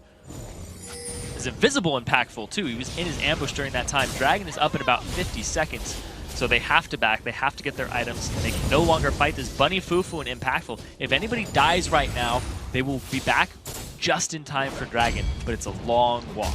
They're not going to be there in time for this bottom lane turret. It's going to go down. Team Coast finding the siege they wanted. They've still got that split pusher in Rux in the top lane. He's making headway towards the tier 2 turret, but Coast grab this outer turret in the bottom lane for their efforts. Dragon's back up as well, and they're going for this one, and no one is around to stop them. It's just the mid lane being pushed out by ManCloud, that level 11 Yasuo. He will get mid outer turret for the Dragon, but it's still overall more objectives for Team Coast. The Dragon came up a little bit sooner than I had thought, but they end up getting it for themselves, and now Coast have a lead, and like I said, this game just whacks and wanes off of that objective control, and Coast has played it a lot better in game 1, and now, despite being the person who was lane swapped against, that second Dragon that was smited away by Santorin put them back in the game and back in even. Now it's looking pretty good for these guys. Slightly over 1,000 gold, doesn't mean a ton, but hey, it does mean that you're ahead. You got items coming through now. The first real combines are starting to come out here. Of course, we've seen Static Shiv and most of Ruin King now for ManCloud. The start of a death cap for Golden Glue, so he's also at 1.5. 80 carries have hit their first big item. They're going to keep going, and finally the top lane has gotten combines as well. ManCloud gets the knock, goes to the ulti as well. Golden Glue not in a good spot. It's going to be a lot of pain coming through. The ulti burned by Bunny Fufu plus the ignite, but the flash away is going to keep Golden Glue safe. Nice wind wall going to stop Santorin's Q. No counter engage there, so it's just Golden Glue losing summoners. So they're using the ignite from Bunny Fufu instead of the one on ManCloud to go ahead and get the heal just halved, put the grievous wounds on to Golden Glue. Now it's at that point again where everybody's just taking these little objectives, waiting for the big objectives to come up and get themselves big pockets full of gold. Now, these two teams are just very similar in play style right now in terms of what they're doing across the map. Just Coast is doing it one click better. Yeah, exactly. The first Dragon came through because you expected from the lane swap, and then objectives have only gone Coast way since, really. Bottom lane outer, though, that will go down, making me a liar here, so Curse Academy have tied up the turret game. These guys have both taken the entire outer shell. Also, last time Coast had that 1k gold lead in game 1, they transitioned it into a really big lead, just off of wards and off of getting a lot of picks and getting the next Dragon. Now that they have a 600, 700 gold lead, can they do something with that? Because it sounds very small, but they know how to work with this from what we've seen. Yeah, they definitely can. We'll see if it does come to fruition here. Looks like Coast wanting to keep pushing down to the mid lane. Trinket ward over the wall. Knockup's there from ManCloud. Doesn't follow it up. Mash does get stunned, but Sheep's there to the rescue. Damage coming through Saint at half HP, but there's the engage. ManCloud pushed back. Sheep incredibly low. The huge damage coming through the flash ulti from Chris and knocked them down, and it's going to be a kill picked up. Impactful gets the kill credit, and Coast are routed. Now they have to back off there, about 200 gold. It's pretty much even across the board. Now ManCloud, he's looking for that last breath. The Steel Tempest, Impactful, going to move up. And now what do they get with that kill?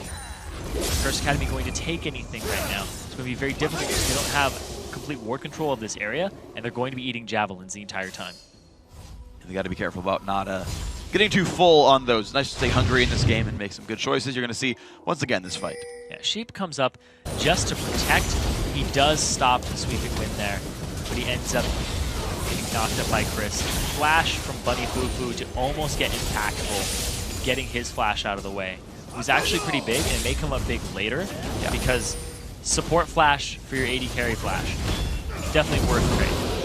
Let's keep going. Actually, Rux, ManCloud going to be fighting each other down in the bot lane. Javelin shows up. Nice wind wall plus the knockup. ManCloud staying safe so far. Got to have a knockup in this queue right here. Dodges the Javelin, and nothing's going to happen to him. Perfectly played by this Yasuo. You can't ward hop to that. Now a slow's going to come in for Sheep, though. That could be enough. Forced to flash. Couple more attacks could do it. ManCloud perm summoner heal to get more distance away, and he will not go down. Staying safe. But he's causing so much pressure in this bottom lane. So many people are actually dealing with him right now that the middle lane, Impactful, is just farming up alongside Bunny Fufu. And up top, Lulu's been pushing this entire time. There's a huge wave up there, and Chris has TP. Person dealing with it right now, Mash, does not, and he doesn't even have a flash either. You got to be a little bit careful there in the mid lane getting pushed as well. Chris can be getting some good damage down. And of course, no one is around to stop this. Rux is going to be in a 1v3, so the turret's going to lose health. He doesn't put that much pressure across. But now the bottom lane, of course, is the place of the siege. Santorin is trying to take control of this jungle for himself. Look at all of these wards that Coast have on that red side jungle. Dragon is up in 1.5 minutes currently, and these teams are already setting up with 3-minute wards so that they don't have to place them or be in compromising positions to place them. State's going to keep his farm going up level 11. Again, that Sight Stone now picked up for both junglers, so 2 Sight Stones per team. I think it's kind of what's to be expected now in this patch. We've seen some of the best junglers in the game spend a lot of money on wards. And I figured at some point, like, you might as well just get the Sight Stone. You're doing the same thing support's doing anyway. Yeah, and the funny thing, too, is that the junglers that are considered the S tier right now, the Lisa and Elise, Evelyn is actually up there, but I wouldn't consider her as good as those two. They both fit Sightstone directly into their build without losing too much. Yeah. Jarvan, on the other hand, you can put it in, but you kind of lose out on a little power spike. Yeah. So they're definitely synergizing well with the vision items and continuing to be these fighters who can get some picks and deal some base damage. Maybe Nunu will be coming back too. Sightstone's really good for him. I agree. I think we should see a lot of them.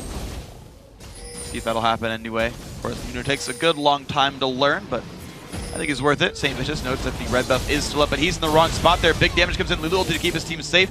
Glitterlance hits 1. Chris stays safe with the rest of the team. Bunny Fufu half HP. They're going to walk away. Golden trying to poke them out. And Mandatory Cloud, he still has a 30 CS lead now. And he's the split pusher currently. He's getting towards that 100% crit build. And as soon as he gets his Infinity Edge, it's actually going to be quite a bit. Dragon is coming up now in about 3 seconds. And Coast, they're already set up for it. Curse Academy, they need to make a move here and not get caught. The Golden Blue, he's caught. Yeah, he is not in a good spot. Big damage from Impactful. The attack's coming through. There's the flash in to make sure it all happens. And that is a kill picked up. Nice pick there, right in time for Dragon. Yeah, right before the Dragon even gets started up. And is Curse Academy going to go for the Dragon, or are they going to push the Turks? If they push the turret, they're outnumbered currently on Coast side. They have Yasuo on the wings. Coast know they're sitting. It's going to be an even fight in the mid. Ooh, can Sheep get a good ultimate? Question. They can go in. Santorin wants this. It's going to be St. Vicious taking a bit of damage. Going to repel up into the air. Goes towards the backside. Sheep going to block for his team a little bit. Of course, Impactful ulti is down. And they're going to actually chase in towards the one. It's going to be a 4v3. Nice ulti once again from Chris, keeping his team safe. The disengage is there. Mancloud actually is going to be stealing buffs in the jungle. Doesn't even want to fight. And now Golden Glue is back. Santorin actually blew his flash there. Wasn't able to get a kickback. But they are going to get Dragon for it, so Curse Academy making a lot better choices there. Uh-oh, Bunny Fufu. He was in the wrong spot on top of the ward. There's the knock-up, though. 2-man Yasuo ulti. Braum ulti popped as well, and the team's going to filter back down. Of course, Chris has already left the fight, so an outnumbered battle. Saint's going to get one back. Santorin's still alive, though. Mancloud going as big as he possibly can, but it's not going to be enough. 2 kills for 4. And it's going to be a Dragon, but a kill, like, large number going to Coast. Yeah, despite the Dragon going over and the 4 kills for 2, Curse Academy, they end up with a gold lead right now. Big thing here, Chris TP's top. He's already top, just farming that wave. And now they're outnumbered. Great ultimate across multiple member there, and here comes Gold Blue from the side, just cleans up this fight, gets Impactful, and then it's Mandatory Cloud as the last member alive. Big little blunder there. Chris TPing top, not being in the fight. And at the same time, they should have pulled off altogether in the same direction instead of going off to the, just basically scattered to the wind there. Yeah. I mean, Curse Academy put no wards down as they retreated out of mid. They figured, hey, you know, we killed someone off, right? The mid laner's dead. We get Dragon, but they took so long after that kill, going back and forth and finally coming down for Dragon. You saw that Golden Glue got to rejoin that fight. He and Sheep alone killed off Impactful in that battle. It's like, well, you lose your AD carry, who's only been hitting the support. Good fight. Yeah, definitely a good fight there for Coast. They're still down in gold by about 1,000. Curse Academy have that up, and now Mancloud dueling Rux, but he's definitely stronger right now because Yasuo's power spikes off of items start hitting after he gets the Static Shiv and the Blade of the Ruined King. Now, Rux is going to have none of that. He's going to go rotate towards middle, and here's the thing too, is Golden Glue, he got a Zhonya's Hourglass. He's not looking for the big chunky spears just yet. He's looking to survive and dodge Golden Glue's, or Mancloud's ultimate. Make sure that he doesn't get taken up by that. I mean, especially if someone like Impactful jumps in on you, right? Like, he's going to be a bit aggressive to do it. You're generally a squishy champion, but if you buy that 2.5 seconds of time, that gives you time for your team to show up, gives you time for the Twitch queue to time out, maybe the Ruined King slow to time out. There's actually a number of windows that close just through a Zhonya's active. ManCloud will sweep away the pink ward, successfully done. They replace it with a green one, but at least it's a 100 gold item down, and the siege now going to begin for Team Coast. They're down 1,000 gold, but I think their items are there enough just to go for this anyway. And there's a big thing here too, is that against this Nidalee and this wave clear from Coast, you have to bring Chris into this fight. He can't split push because he's your wave clear. Knock up on Rux, and they're going to go for this fight. Sheep shows and says, stand behind me, puts the shield up, but the battle has begun. Buddy Poo flashing, and he's going to get the stun onto Rux. The disengagement, Sheep goes down. 1 for 0, Impactful still firing, and Rux will fall as well. 2 kills go to the Curse Academy AD carry, and they have won this fight. 2 for 0, ManCloud just chasing them down on that Yasuo, who is extremely powerful, alongside Impactful, who's going with the same build as last time, but he's doing more with it this time. And they're going to get rewarded with this tier 2 turret and just continue to get map control. Well, absolutely beautiful play by Curse Academy, making very good choices to re-engage in that fight. Coast apparently could not have sieged that battle because they opted into a fight, basically, one where they could be engaged upon, and it went miserably for them. So we're going to see Curse Academy now looking much better now in Game 2. Team Coast, they've just not found their way in with this poke comp. It seems like the change from Ziggs to Nidalee just was not worth it here. Their ManCloud's going big. They're baiting the Baron here for Coast. Baiting him into this fight. TP onto Rux. Bunny Fufu. Oh, he's teleporting in. They get Bunny. Low health. There's the Q. The damage coming through. Bunny Fufu stays alive. Now Rux with the flank, but does not have Dragon Form. This battle has begun, but ManCloud's in the mix. He's got the 3-man ulti, and he's blowing people up in the back lines. 2 for 0 so far, and now Curse Academy goes for Baron. ManCloud gets 3 people up in that Steel Tempest, and now they don't have a lot of pressure here. Santorin, he's not gonna. Oh, he's actually gonna stick around and try to steal. Oh no, he just smites the red. No chance there of contesting the Baron. So Curse Academy now twice in a row go big in a team fight. They get a tier 2 turret the one time. They get a Baron the second time, and Curse Academy showing a lot of new life now in this game. They're looking very good in Game 2. Yeah. Bunny Fufu, they go all in on him, but he gets Wild Growth to keep him alive and get Santorin out of the fight. Want to watch this 3-man ultimate here off of the Steel Tempest. Waits for all 3 to hit, grabs all the priority targets you get on the Nidalee and the Corki. ManCloud, best Steel Tempest of the game so far. Yeah, that completely made that fight worth it. Of course, Rux didn't seem to even do very much in that fight as well. He got the flank as this top laner, right? Sure, but like you just hit someone, you saw kind of halfway through, who's like, you know what, we're going to lose, and just like walks right through the team and says, we're gone right Booking now. it. Yeah, he just books it, and then it just gives time for ManCloud to go kill people. So the 2-1-5 Yasuo, 283 CS, easily the highest in the game. I mean, by a lot, he's leading this one. And now with the Infinity Edge there as well, good luck getting rid of ManCloud. Yeah, Mandatory Cloud's going to be doing a lot of damage very quickly and in a very sustained manner too. Yasuo, when he reaches the 100% crit power spike, is extremely potent, hard to deal with, and the fact that he's level 16 already, and he has that rank 3 ultimate, he can cast it 2-3 times a fight. Yep.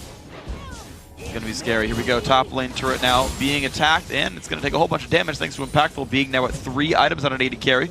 And that turret has fallen 10-6 in kills, but the really big point is that it's 49.5 to 42,000 gold. 7.5k lead. Curse Academy up 2 turrets as well. They're actually winning in global objectives pretty significantly. They're looking pretty perfect. And so far, the team that's been able to get the most dragons is the team that ends up winning the game. Dragon is once again up. And now Curse Academy, they have control of it, and they're going to continue to take it with this Baron buff and these temporary combat stats that they've gotten for themselves. So far, they're looking really good and a lot better than last game. Shaking off the rust, shaking off the nerves, giving Coast a run for their money.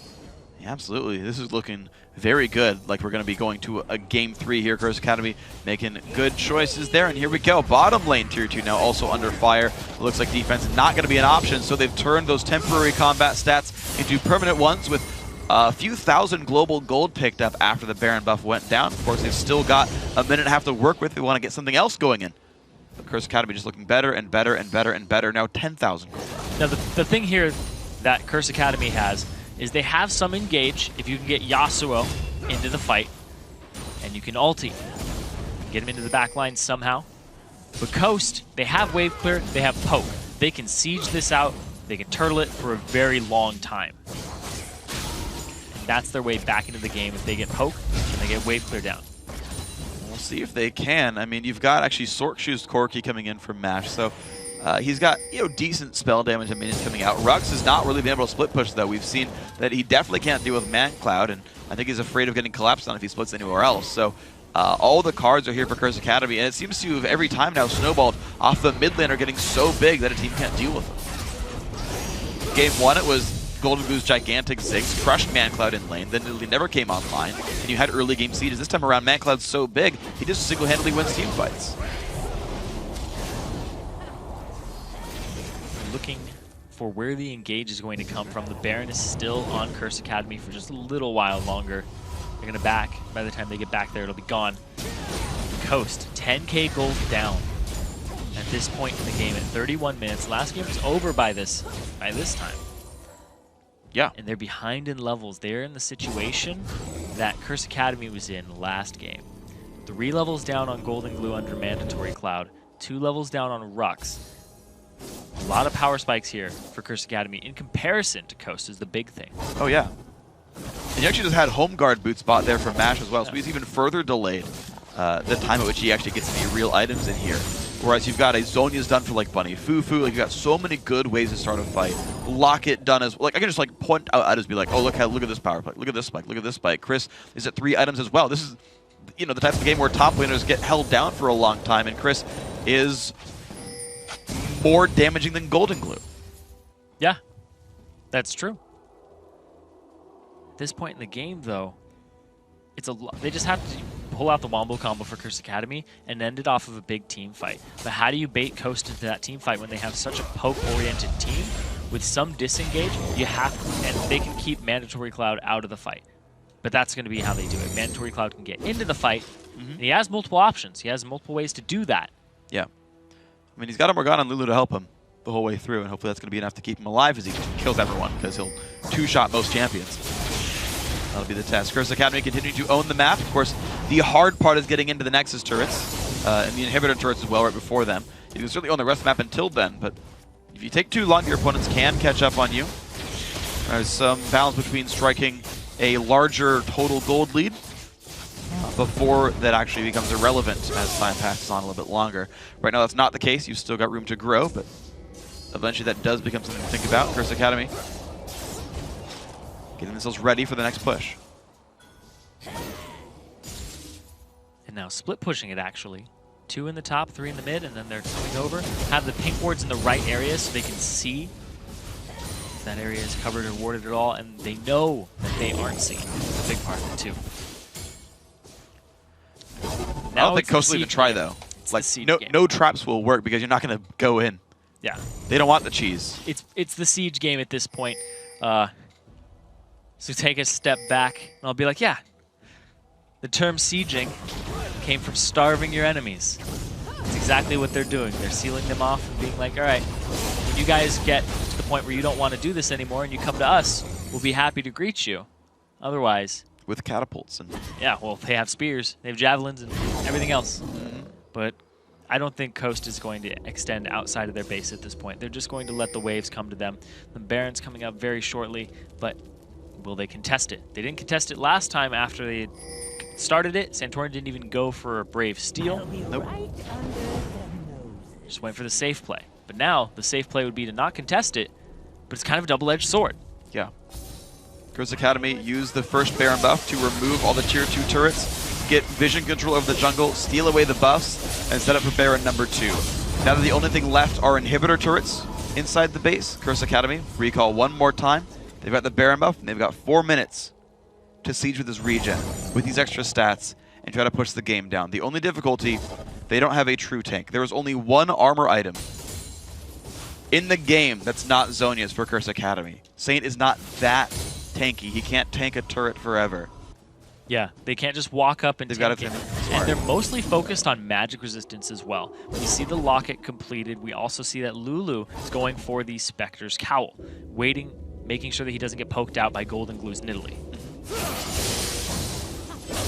I just wonder how much the lack of turret tanking stats will hurt Curse Academy. It's likely to be okay. Of course, Banshees to stop Javelins, but we have to see just how well Coast can play defense here. Minions getting killed away fairly rapidly. Wave comes up. Wind Wall doesn't do too much, and no attacks come through on this wave, but we were waiting for Chris and Impactful to show up in the wave. There's a bunch of minions pushing actually both the top and bottom side, and a minute and a half or so, Chris Academy might want to back up and claim the gold, but if all they're doing is claiming gold, that's still not closing out the game. Binding's going to hit, some good damage will come through. They're going to try one more time. Wind Wall now more aggressive. They're putting some damage in the turret. Now Impactful putting actually a lot. You can see the Black Shield helping, and it's down well below half HP. This siege is working. They're getting the damage through. I think a big part of that is he walks up, ManCloud does, puts the Wind Wall so you can't clear the wave with your Missile Barrage. Yep. It's executed perfectly there. They're putting all the things together. You're seeing them stack the shields prematurely on Impactful. Just, no matter what, we got to guarantee nothing's going to hit him. No Flash Braum ulti will go through at that point.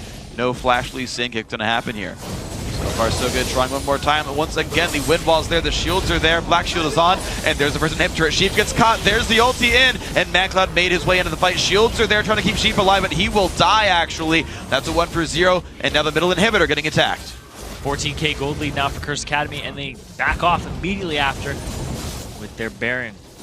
ManCloud, last breath is halfway down already. It's almost back up. Yeah, and that was the first 2 minutes of the Baron buff. They've got an equal amount of time to go for somewhere else, but now they've got even more things working in their favor. They will send Chris bot lane. There's the giant wave. They got the exact correct wave pushed in, because look at that. They get to claim all that gold in XP. Well, not XP, he's level 18, but they can claim all the gold and then reset without losing basically a second. Lulu wave clear. We love it in Challenger. Having some flashbacks right now. So glorious. Anyway, Dragon back up once again. Chris, he's going to shove out the bottom lane, and at the same time, he has his teleport available. He can get to these fights. Coast, 3 levels down on Golden Glue in comparison to ManCloud. Item efficiency, he's about 100 CS behind now. ManCloud is doing a ton of work for his team at that 10 per minute mark on Yasuo and transitioning into these team fights amazingly well. So here we go. This could be the game-winning push, because everything has been working so far. 38 minutes of hard work and all the talk before the game to put a plan together, and so far Curse Academy have looked good with the adaptations they made between Game 1 and 2. Minions starting to die off. They've got to take a little bit of time with this one. Baron buff down to 30 seconds. This is the last wave they get with Baron buff. Once again, walk up, Wind Wall, double shield on Twitch could be enough. Same strategy would just work, just more of the same. They're going to do exactly that. It's what the doctor ordered. Big damage comes through, no wave clear available. Turret's going to go down. Nicely played, Curse Academy. Black Shield will time out soon, so they got to be a little bit worried about the engage, but nothing has stopped these guys whatsoever. Inhibitor now under fire. That is losing health very rapidly here in Team Coast. Have lost 2 inhibs. Curse Academy earning this push on in. Impactful towards the back line. Does take a cue from Lee Sin, but that one doesn't matter. ManCloud blocks another javelin. His wind walls have been on point here. And CA just walk away with 2 dead inhibs. They have to focus on the base right now, because there's shipping minions on their Nexus turrets. They got to clear them out. And then back, and then wait for the other waves. And then they'll go bottom and start pushing that up. So a lot of things in Curse Academy's favor right now. Gold, turrets, inhibitors, barons, dragons, everything going their way this game. Yeah, and they've been pushing by the book. Both these games, actually. In either side, one of the teams got an early lead and was allowed to play their game with no contest. This game right here, you're seeing it. Golden Glue has not been allowed to be important this game. ManCloud's been allowed to go just destroy freaking everybody this game. And everything that Curse Academy tries to do works out. When Coast push, they get stabbed in the back and lose the fight. Game 1 was the same story for Coast. They got the early gold lead. They controlled every single dragon. Every trap they set worked. But every time they sieged, it was so easy for them. They had the items first, they had the levels first, and there was no way in for Curse Academy. Both these games have been, to be honest, fairly one-sided. One fast than the other, but still. Waiting. See what's there. Saint. Gonna check it with the Spider Link. Oh, they found the slow, flashing away, putting the cocoon down, and he can repel if he needs to. Stuns are there, but here comes the re-engage. Oh, Impactful, getting a massive spray off of the back lines, but 1 kill comes in for Rux so far, but he's gonna start falling down. The chase on in, the knockup is there. Golden Glue's got really nowhere to go, and he's gonna fall down. Triple kill for Impactful, another for ManCloud, and now only Sheep is alive. Knockup is found, the red buff there. There's the surrender, 40.5 minutes in, and Curse Academy tie it up in the semifinals. He also killed Golden Glue 3 times, no longer deathless against Mandatory Cloud's teams. ManCloud coming up really big that game in CS, getting objectives for his team, and I want to say the Dragons and just rotating around them, it basically dictated the start of the game, dictated the finish of the game too. That was an amazing game all throughout. Curse Academy bringing it back 1-1 here and just turning over a new leaf in that second game. I gotta say, I think there were two elements that stuck through in both games. The fact that the team that didn't lane swap, right, the one that like, look, we're gonna send our dual lane bottom like is normal for teams, got the dragon, got the early gold from that, and did get to snowball that a little bit, and they kind of kept that sort of control. Smite steals notwithstanding. The second one is the fact that the team that picked the weak mid laner, Nidalee in both these cases, got run over, and then they never got started out. The teams are playing tight enough, control-focused games that if your mid laner falls behind, you don't have a way out of the game anymore. And it seems like if these teams want to play these slower, poke-focused games, they've got to find ways to not hemorrhage a bunch of gold early on. Yeah, they are having a lot of problems with that on both sides. You hemorrhage gold when you lane swap and you give up the dragon, the early dragon that both of these teams have shown they can transition into a lead. Curse Academy, they just had a little hiccup there because they got Smite stolen away the second time. Yeah. But then when they showed up to the dragon the next time, they got it, but then they gave up 4 kills for 2, but ended up with a gold lead there, and that's where they started to just bump themselves in, and it put Coast in a corner where they were kind of like, we have to do something, we'll bait the Baron. Yeah. Lose the Baron, lose a lot of members of their team, and that's when they were just pushed to their front door. The level advantage was in favor of Curse Academy, and then in the very end too, Coast, they go when they're behind for these very ballsy, risky moves. Yeah. And that's always a curiosity. This is something that old EG did actually last split, is they're like, yeah, if we're behind, we just like fight you out of nowhere. Yeah. And like Complexity was like, yeah, we don't take enough risks when we're behind. It's like, well, it's a good way to lose a game really fast. Like yesterday, Team LolPro got behind early on. They're like, Kale Kogba, we'll wait. And they patiently waited to come back. Of course, the comp must support that. And in this case, there wasn't a big end game goal here for Coast. So maybe they don't have those kind of tools. But I mean, maybe keep that in mind. I think the Yasuo put a big damper on that for ManCloud, picking that away and revolving the comp around that with Chris, and also having Impactful in there too with the Rat-Tat-Tat on Twitch, just going across all of the members, very wombo combo oriented. And the fact that he was able to put the wind walls right in front of the turret to block off the wave clear was brilliant. Yeah, so excellent play by Curse Academy by the book, and they closed the game out in 40 minutes, slow but steady the whole time through. Now, guys, we're going to take another quick break, but when we return, it's time for the deciding game between Curse Academy and Team Coast. It's winner take all right after this. This is going to be pretty bad from a whole bunch of bursts. The Cocoon as well. Santorin gets some burst out. And it's going to be Mashme chasing out of Chris. Does get the kill. Burst on the heels. Fighting Saint. Oh, a good bind. A good bit of burst. The rocket hits and Mashme. Can he flash the wall? Yes, he can. But if he was flashing it, he's going to get the stun onto Rux. The disengagement Sheep goes down. 1 for 0. Impactful still firing, and Rux will fall as well. 2 kills go to the Curse Academy AD carry. Now Rux with the blink, but does not have Dragon Form. This battle has begun, but ManCloud's in the mix. He's got the 2-man, no 3-man ulti, and he's blowing people up in the back line. Stuns are there, but here comes the re-engage. Impactful getting a massive spray off of the back lines, but 1 kill comes in for Rux so far, but he's going to start falling down. The chase on in, the knockup is there. Golden Glue's got really nowhere to go.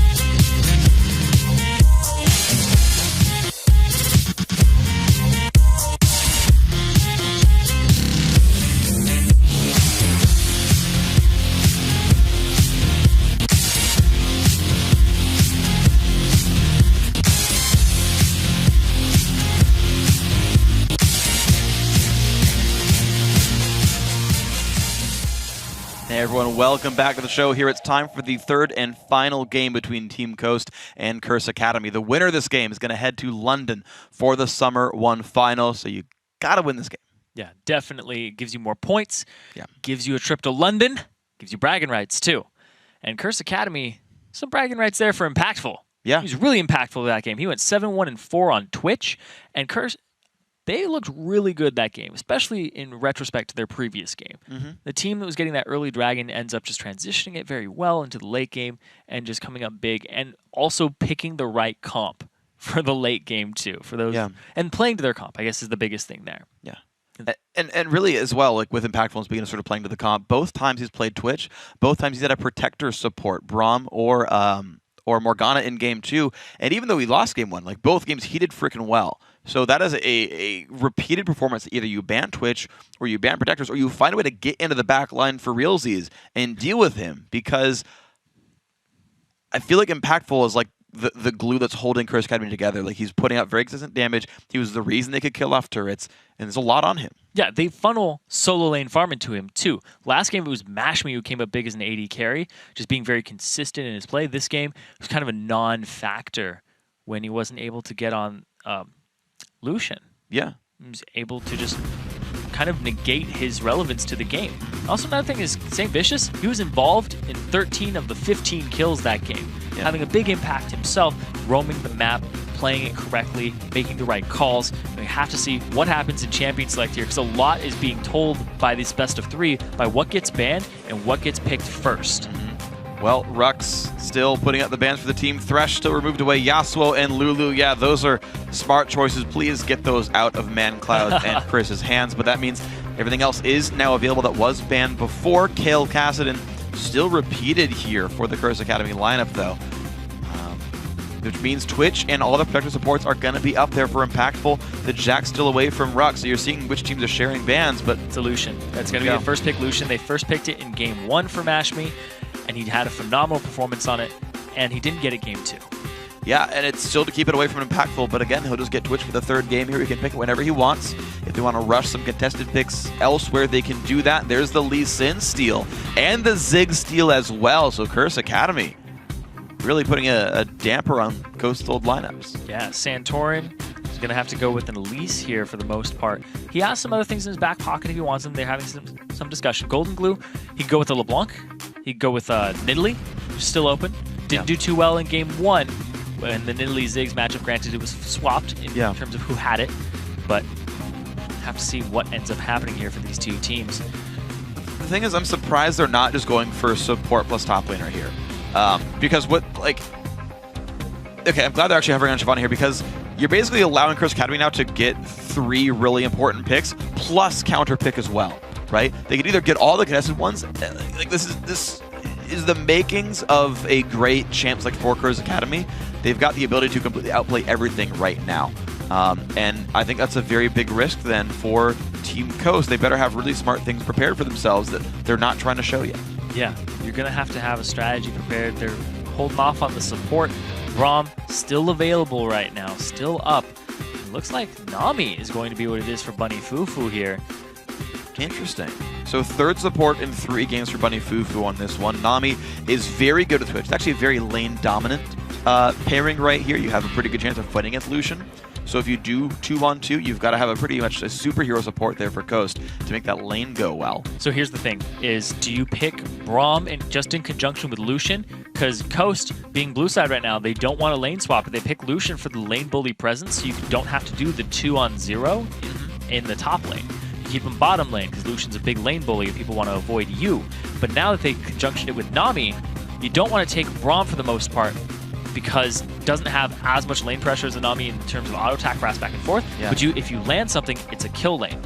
This makes a little bit more sense to me.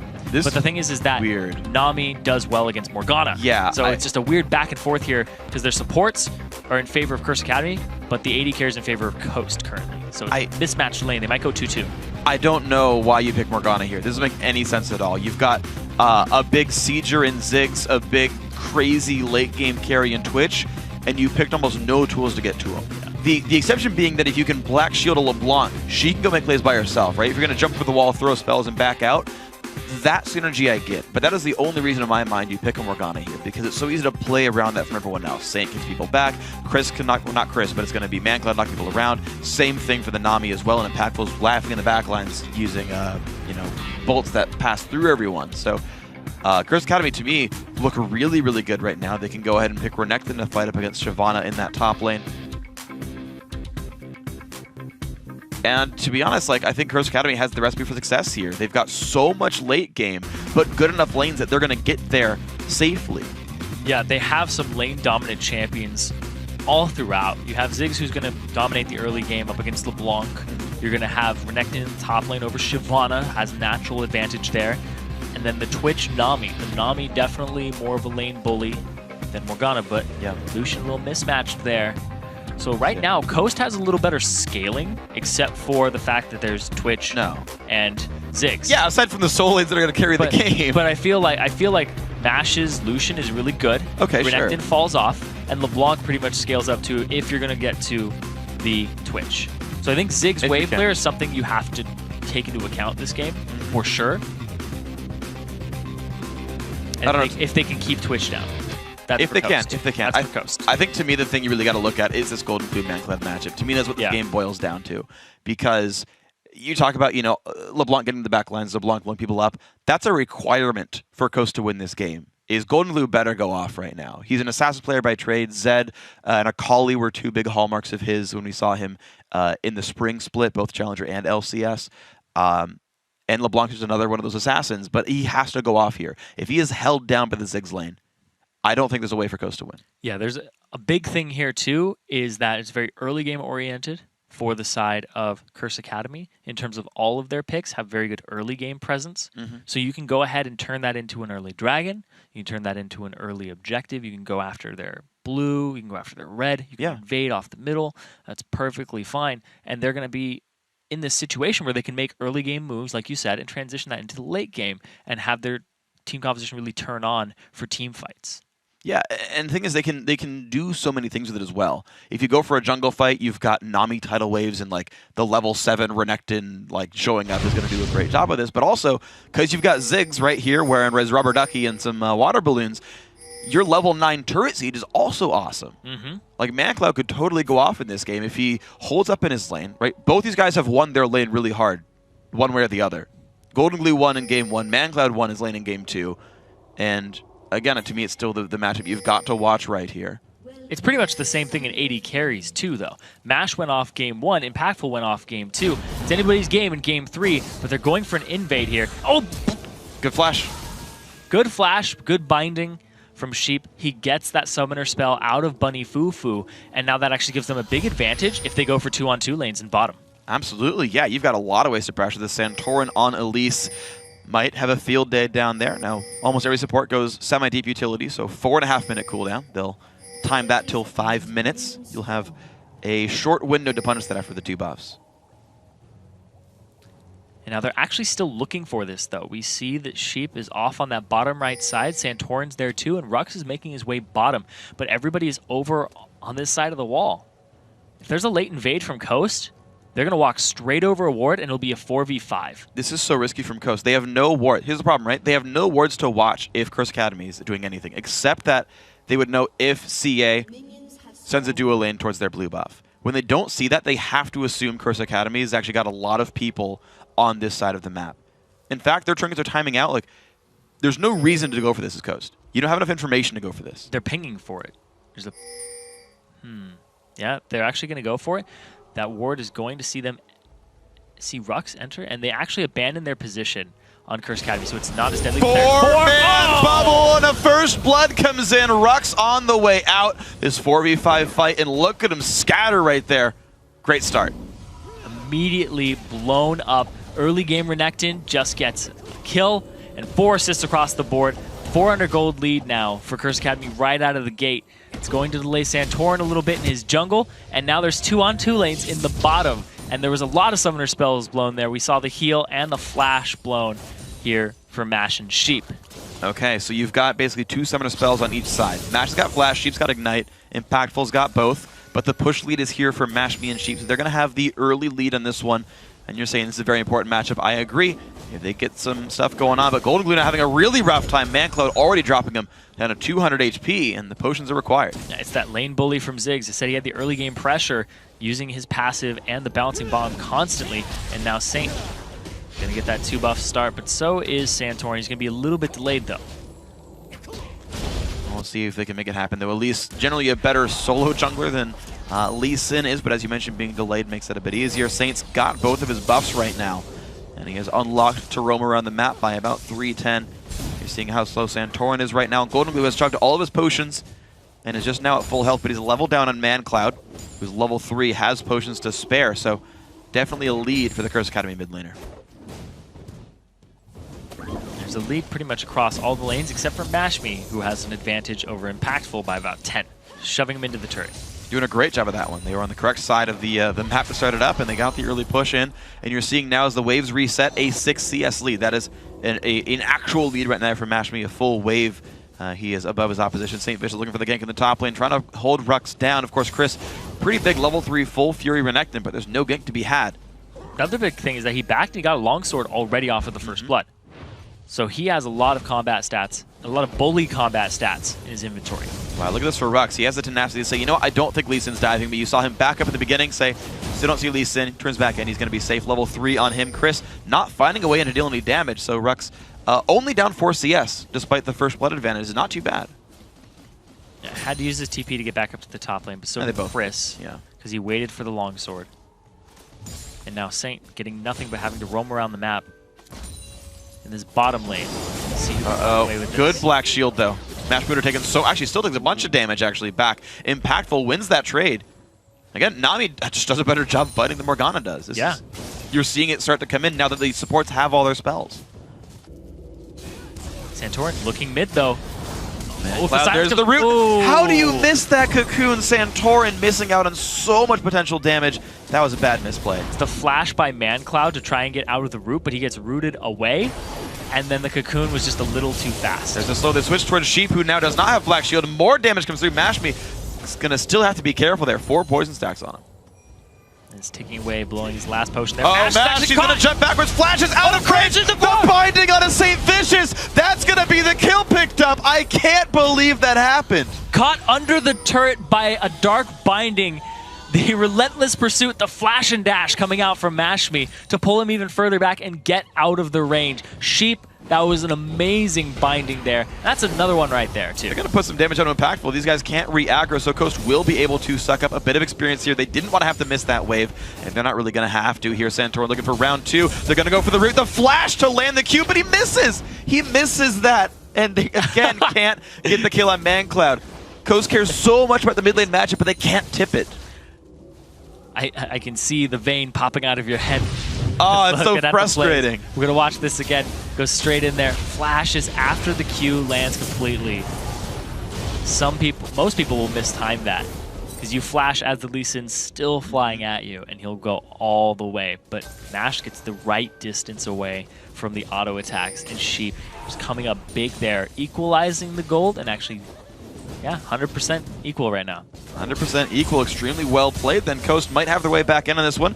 Golden Glue trying to harass his opposition. Of course, ManCloud's gotten to back once and held equal CS. So now if Golden Glue wants to get some items, he will miss out on a wave while doing so, unless he can get some help from Santorin to shove the wave. Right now that's not happening here, so ManCloud, they give the slight edge in this mid lane. Do have to commend Mash and Sheep, though. They're going to get their recall, and it's going to be Phage and Potions versus Vamp Scepter Boots. Mash likes to chase people down and use the Ardent Blaze to just push that advantage and get the constant damage here. Golden Glue, you can see he's actually splitting his points. He's got 2 into Distortion currently, so he can help clear the wave. He's just going to get constantly pushed in on and allow him to back at the right time as well. Rux missing a lot of CS under the turret right here. He's going to get a few of these, but you're seeing an 8-minion deficit there, and he missed all those casters. And the laugh. Chris knows. Chris. That's a frustrating one. Rux and Chris both have teleport. Chris actually should be very close to the makings of Tiamat. With the longsword early on, he doesn't need nearly as much to finish that item. Sheep looking around. He's got the red buff, of course, from that kill onto Saint. Coming out soon, though, and her low attack range doesn't make it very easy to use. Here we go, more CS under turret here for the Coast duo lane. Nice little spell right there, and he'll get up into a decent spot. So an 8 CS difference, still the lead for Coast, plus the kill and assist. And keep in mind, the assist that Mash has is worth a lot more than Impactful, so that is a pretty reasonable gold lead. And second buff's coming up here just now. Saint is actually getting very low from this one, so he might have to actually get out of the jungle after this gank, whereas Santorin, as Elise, he's just going to let his Spiderlings tank it and not take as much damage, so he'll be ready for a gank. We'll see if that's actually a window that's going to matter right here. You're going to see that ManCloud... he's going to go for it! Not quite in time. Does get basically a timer on it, though, so they both know. It's a 7.5 to 8 minute buff spawns. Nice attempt there, ManCloud. Of course, lower cooldowns with all that. You can see both these guys, though, have their Chalice. And Rux now actually starts feeling a little more powerful now that he's level 6. Now that he's hit level 6, he knows he has a way out. He backed first, so he got his boots, and he also got the giant spell. Very good point. Just the longsword. Absolutely, it's a very big deal right there. Didn't Mash use his TP too. Wow, that's impressive. So only 11 CS down. Renekton now going to be the one to back. He realizes the stat disadvantage does matter. Will it be enough? Mash taking even more damage here. Sheep firing back, getting some gold. So the fact that Rux didn't use his TP is actually really huge. Oh, yeah. Because if he forces Chris back right now and he uses his teleport, it's time for Dragon. It's time to put pressure on that bottom lane for Coast. We'll see if they can do this one. Zigzomp, nice dodge by Golden Glue. He does stay to clear this ward out. Gives some respect to ManCloud, but does enough to kill this one off. So some wards have died, and Chris actually is still not backing. He feigns the recall to get Rux to push, and then just simply walks back in on this one. We'll see if he recalls for realsies this time around. But Rux is keeping this minion game pretty decent. There's the Tiamat for Chris. TP. And that's the TP. Yeah, okay, so this could be a big deal. Looks like Rux might want to make his way down across the map. He's actually running down towards the river right here. Yep. Could be the play for Coast. He's hiding off on that side. Tiamat's going to allow Chris to push very quickly. Golden Glue gets a silence. Does not quite land the chain, but at least he's getting some damage on. There's no potions left onto ManCloud. So if you're getting harassed down guaranteed with blue buff regen, you will eventually push your opponent out. Golden Glue is dodging these satchel charges. He's dodging the bombs. He's down 10 CS in lane, but it's not over for him, and I feel like it's going to actually start tipping because of the blue buff. We're going to have to see what happens there, because honestly, just back and forth, and there's more potions in favor of Golden Glue as well. So he can go ahead and sustain up some of the damage that he will sustain. Or he will take. Yeah. He's the same word. Yeah. Different meanings, but... Exactly. I swapped the meanings halfway through. Worked out. And now they're going to go ahead and get this pink ward here. He's going to get engaged on, though. Saint wants to defend it, but he really can't in a 1v2. Jumps away. Saint actually wants the fight, though, but he saw Santorin. Saint, I don't know why you went in on that. That's a big burst of damage. Now ManCloud's in the wrong spot. Pops barrier early. He's going to flash the wall, does get away from the binding. There's the ward hop, there's the jump over the flash, ulti in for Sheep. There's the tidal wave, but ManCloud's going to fall down. Mash finds the kill, and there's a cocoon onto Bunny Fufu. Santorin going to keep chasing. There's Twitch with the ulti, impactful. Going to push the team away, binding, not quite going to land, but it does still mean Dragon. Yeah, Saint's down, Dragon, the smite is still alive for Coast. They're going to go straight for it. Chris, he's forced to come down and walk down, but I don't think they're going to get anything for it. They'll have to go ahead and delay this. They might be able to fight because Santorin's low, but you'll have to burst him out and pop. Just 50-50 a really small window. No Zig's ulti. These players just now respawning. Saint coming across the map. There's the smite picked up. Well done. This is a play. He's in the brush. There's the chain. The flash is still going to be the root. Nothing else picked up, though. Maxing distortion there first on Golden Glue. The lower cooldown on it is going to help him get out even if he was surrounded. But right now, that play that St. Vicious went for was just way too risky. I don't know what he was going to get out of it. He goes in, he gives up his life, which gives up dragon control and pressure because your smite's down at this point in the game. They end up getting multiple kills, 2 kills, and a dragon. Golden Glue's got to be careful. The Q's going to land on the real one! Oh my gosh, that was close. Flashes as the Q lands. Yeah, that's happened to him twice this game. Yep. A little infuriating when that happens. You should get the flash and get some turret damage, though. First Academy are getting something decent out of it. Even though the scoreboard doesn't reflect it, the fact that this turret's down this low, First Academy could claim that structure here. Yeah, they're definitely going to go ahead and just knock this one over right now. Santorin is coming up. Sheep is off on the side. There's a chance. Oh, they have a TP behind them. Exactly. It's enough to force them away. Cocoon again, it misses, but Rux goes in. ManCloud does not have a good way out. He will burn to death. Rux claims the kill, and now the chase towards St. Vicious. But you know what? They can just regroup towards mid and push a turret down. Yeah. Turret ends up getting dropped mid lane.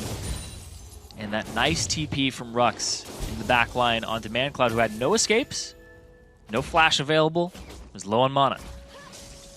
So good plays here from Coast coming out in this first 12 minutes of the game, 2k up, and now Rux is actually going to be in time for this minion wave. That's awesome for him. This is so good for Coast right now. This is a slower version of that first game where just the moves they make sense. They're getting the advantage every single time they go for stuff. Sweepers coming out, 3 of them already for Coast. They say, yep, there's really nothing around Dragon. I don't even know why you care about sweeping Dragon at this point since it's not coming up for 4 minutes, but Coast definitely have just completely crushed the vision on the map right now. Curse Academy can't see anything. Yeah, and the blue actually just came up too, so Curse Academy will get their own blue, thankfully for them. And they abandoned it from Coast. That's a timer that Coast realistically could have had. They saw Manclo get back to lane. Well, they also had a ward on it right there. Yeah, but they decided to make a different play to go for the safer one, give Golden Glue his blue. It looks like the aggression is on cooldown right here. I think they had a chance to fight, honestly. When you're ahead like this, I think you can keep going, but wasn't the choice. Golden Glue level 9, ManCloud the same here. Sword Shoe's actually early pickup there for Golden Glue. Still does not have his Athenes, whereas that's nearly done for ManCloud. Now this bottom lane, St. Vicious making a visit here. Last time he was in this bottom lane, he gave up his life. Can he get anything this time? Ooh, Sheep is not the best spot. Some damage comes through. This is actually pretty scary. E comes out, and that is some pain. Saint will show up now to push the wave as well. Mash, he can try to wave through with the ulti. And looks like Saint won't tank it, so that's going to be no push just yet.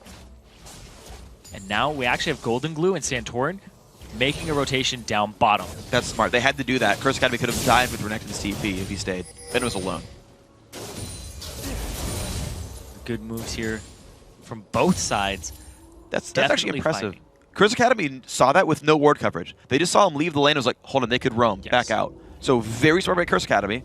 Coast backs up because they realize that as well, and they go back to their own lanes. But like, even without vision, Curse Academy are making very informed decisions. Yeah, you would think so when there's 4 former LCS players on the team, on both of these teams. Both teams playing phenomenally well today. But of course, only one gets to go to London. And they're both fighting for it. They're both fighting for those extra points. And they don't want to have to fight in that 3rd, 4th place match to see who gets that final berth. Requalification. Or who has to go back to the last. Golden Glue jumps in the way. He's going to pop the ulti for it as well, but there's the chain coming out. Impactful. Has to leave, and Golden Glue is burning down with Ignite. Is he going to survive? Yes, he is. Yes, he is. He's going to live for that one. It's going to be no kills picked up, but still control over this bottom lane here for Team Coast. Now she's going to take Turret Dagger, but they've got champions here to push down with the minions. So Coast going to pick up their 2nd turret of the game. Mash be playing a little more aggressive than he probably should. Meanwhile, turret goes down. Mid lane, we have St. Vicious and ManCloud who are constantly pushing this wave up. Rux is actually doing the enemy red buff right now for himself, too. That's very impressive. Once you're ahead like this, Sunfire versus Tiamat, you no longer really take damage, but you can push your opponent around, and Rux is looking very good in this matchup. Will get spotted by anyone. Actually does see ManCloud up looking to take this left-hand outer turret, and no one's really around to defend that. So actually, Curse Academy looking pretty decent. They're going to equalize the turret score one more time. And this is a decent place to be. So both teams... Ooh, they're wrapping... It looks like they're going to wrap around this bottom lane here with Sheep and Santorin. Okay, just now getting spotted. Pink Ward's there. Sheep knows he's been seen. And there's Elise. There's Morgana. Twitch has to play this so well. Was he going to go straight into Mash? No, instead, goes to the bush. They have to check this sooner rather than later. They're looking for the recall. They're going to see him. Impactful's got nowhere to go. Yeah, he's going to let that one just die. Pulling for good measure. Wow. Why not? Mash me, saying, I called you the first game, and call you in the 3rd game. It's his good luck charm for victory. There was a way to outplay that, but unfortunately Impactful. It's a bunch of blind guesses to make that happen, so it doesn't go down. But that whole time, Curse Academy was pushing the top lane. The objective focus, I mean, yes, it's 5-1 in kills, but Curse Academy, almost the same gold because they're trying harder to get turrets down. And they're keeping up in the game because of it. And Dragon is actually coming up very shortly. That's going to be the next point of contention here between these two teams.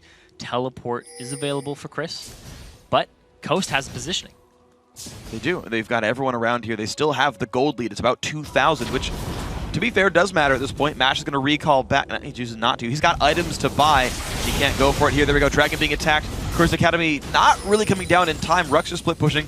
Again, has TP to rejoin if he wants to. Looks like that won't be the case for anybody. And the uncontested Dragon comes through for Team Coast, pushing the gold lead even farther. About 1,000 gold for that Dragon.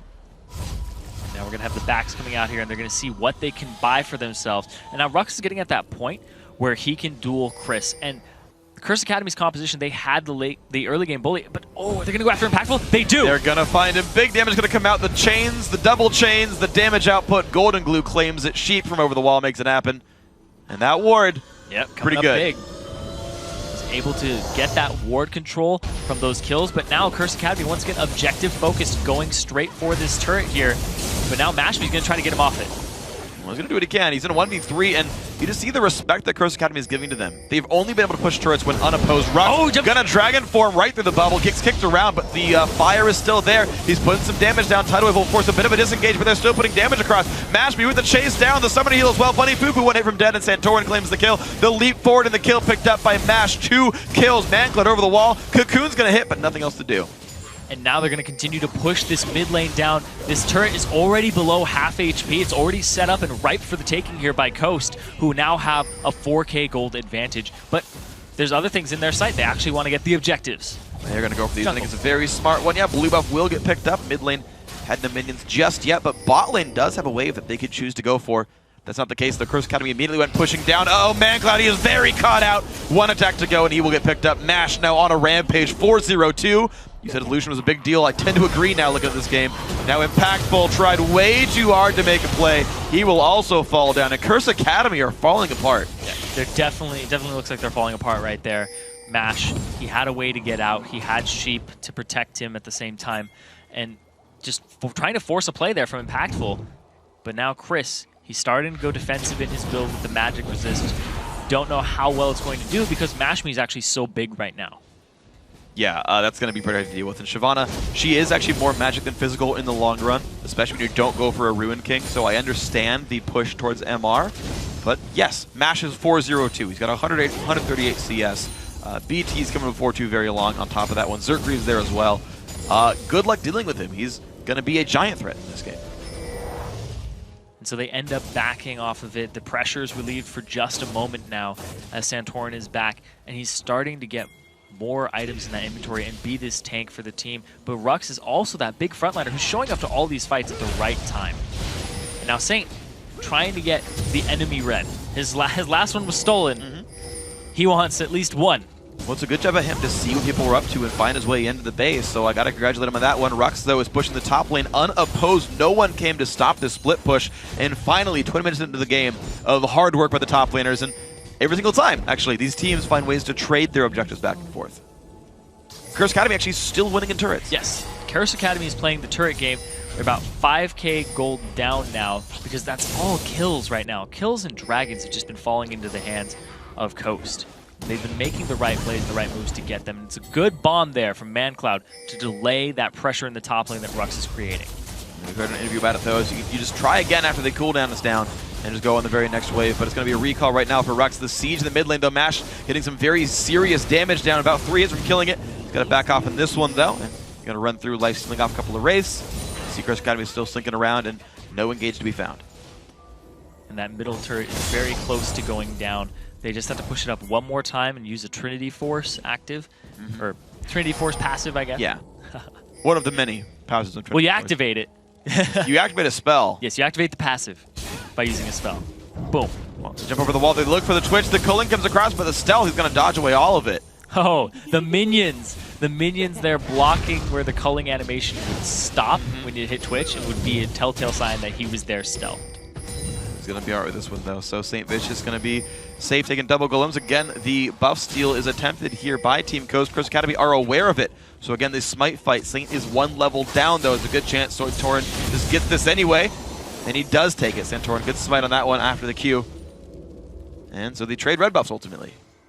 And now Golden Glue sitting in this bush top lane, waiting for some type of pick, somebody to come along.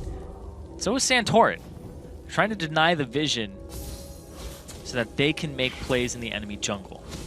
And here's the next attempt. Good defensive wards are here for Curse Academy, though. You can't sweep them all away right now if you're Team Coast, and so CA are aware of the plays Coast trying to make. They're in the right spot, the right time to defend. They still have Chris pushing in this bottom lane. 208 CS. The attempt to catch, they're on a safe edge. They get the stun, they get the root, they get a lot of damage down. He's got to safeguard a Mancloud to get away, but the wave is now also gone. But meanwhile, Chris, the bottom lane, he's just been pushing this entire time. There's no longer a TP on Rux. He used it just a little bit earlier. Middle turret's going to drop, but in this bottom tier 2, What can Rux do about Chris at this point in the game? He can maybe push him He around can the actually map, duel but him he right can now. stay for the turret kill. 2 attacks to go, and there's the turret picked up. Chris going to start walking away from this one. Both level 14, and again, no armor items to speak of for Chris. So the basic attacks, the Ruin King for Rux is a big deal. Chris gets over the wall, but Rux will follow the flash. He's going to TP out of there. He was waiting for Rux to use his ultimate because then you have no interruption on Shyvana. Yeah. So summoner spells are used, and Chris is on about a 3-minute cooldown on his TP. Otherwise, down some summoners. So TP advantage will go to Rux in the near future when that comes back up. But Curse Academy, they got a turret for all that. Yeah, they end up going 1-for-1 on the turrets. They lose the tier 2, but they also get a tier 2 in the bottom lane from Coast. So now Rux and Chris don't have their TPs. The Dragon is live right now. They're going for it for Coast. And Coast have done such a very good job of continually controlling that. A 5,000 gold lead. Now make that a 6,000 gold lead. It is getting better and better for Team Coast. Curse Academy just refused to fight them on the map because you can see that while they're ahead in gold, they'll pick you off with the LeBlanc. The only saving grace being, look at some point Impactful is going to get big on Twitch and you've got to deal with it. Nash using the culling for the zoning there. Mikhails to go ahead and get himself out of the binding there from Bunny Fufu. But still, 10-1 in kills. Curse Academy, they only got that first blood. It's the only kill they've gotten all game long. Yeah. It was a sweet start to this game, but they just haven't been able to make any plays. The lane bullies of Renekton. The fact that Mancloud was holding a lead over Golden Glue, but he got camped by Santorin early on in the game. He wasn't able to do very much. The sieges every time have been answered by somebody else, and Curse Academy just haven't been able to really put their foot on this game. Whereas Coast continue to control objective after objective after objective. Anytime there's a fight, they win it as well. Yeah, because they've been playing the vision game perfectly. You can look at their inventories even right now, and they have pink wards galore. We just saw Sheik back get himself another pink ward so that he can set up for objectives and just increase their lead even more. Curse Academy, like I said, that first blood, they haven't gotten a kill in 22 or 23 minutes at this point. Yep. Not a single kill in 23 minutes for Curse Academy, despite all these brawls that happen. Yeah, every single time it's been the disengage. And you know what? Sheep's Morgana's proven me wrong. I thought it was going to be a bad matchup, but they won that duo lane because of the early push, and they kept that lead going. He's been saving teams with Black Shields. It's been a very good, very, very good play by him throughout this match. So I got to say, very much impressed with Sheep. Yeah, and also getting revenge over his old XGG, man. You know, that's true. Teammate. That's true. There's a lot of X teams here. We see Sheep. He used to be on Curse Academy at one point. Rux used to be on Curse Academy as well. You know, it's funny. I'm actually looking at where everyone was from. There's actually very little team crossover. Yeah. You look at Coast. It's like XDG, Coast, basically, Dignitas, and Curse for their LCS incumbents going from bottom to top. And in fact, Cloud9 and Eclipse, you want to even go farther. So they're all from different teams. The same side for Curse Academy, Chris, Velocity, St. Vicious, Curse, ManCloud, XDG, Impactful, Complexity Red, if you want to count that, and Bunny Fufu is finally a second Curse player. There's one shared teammate. It's all entirely uproots the rest of the time through. Yeah, and that's why teamwork was such a big factor coming into this. How well can you mesh with this new team, even though everybody is extremely individually skilled, and they can hold their own in lane and hold their own in play. But that's the question right now. Nash, a little caught out now. Gotta be careful. The kick, though, is going to actually put him somewhere a little bit safe, and there's a Zigzag to the tidal wave as well, but they kind of dodge all of it.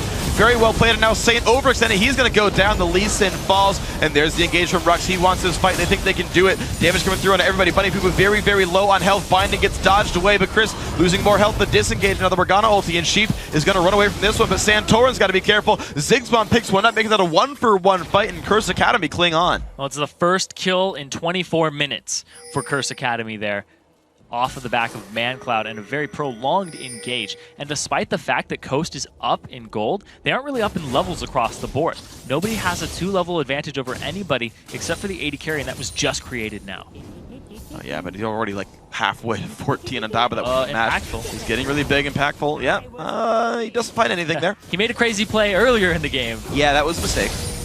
Making less of those right now. Golden Glue again getting his harass down. Does not get stunned in time. He stays safe. Didn't have Sheep to protect him, but he didn't need it. As we saw, Locket was already done for Santorin. He's playing very supportive. Not the Sightstone Rush this time, but adding combat stats. to be tankier in the battles. The DFG for Golden Glue trying to blow people up and just burst them down from 100 to 0. If he finds Impactful, he will decimate him in pretty much a second or two. Oh yeah. A full combo would do him in at this point. Life is painful if you're an AD carry against this Team Coast lineup. No matter who you are, it's going to be a rough situation. Phantom Dancer nearly done for the man. St. Vicious actually going to go for a second buff stew right now, and he's just keeping this up. The thing is, he didn't actually full clear the camp last time. He didn't have an automatic timer.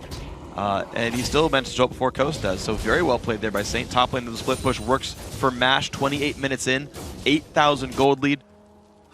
Coast continuing to grow their lead. They don't have that same kind of obvious siege gameplay that we were seeing in game 1, where it's like, oh, they're going to group up and it's going to be really obvious they kill turrets down, but Coast are making the right moves around the map.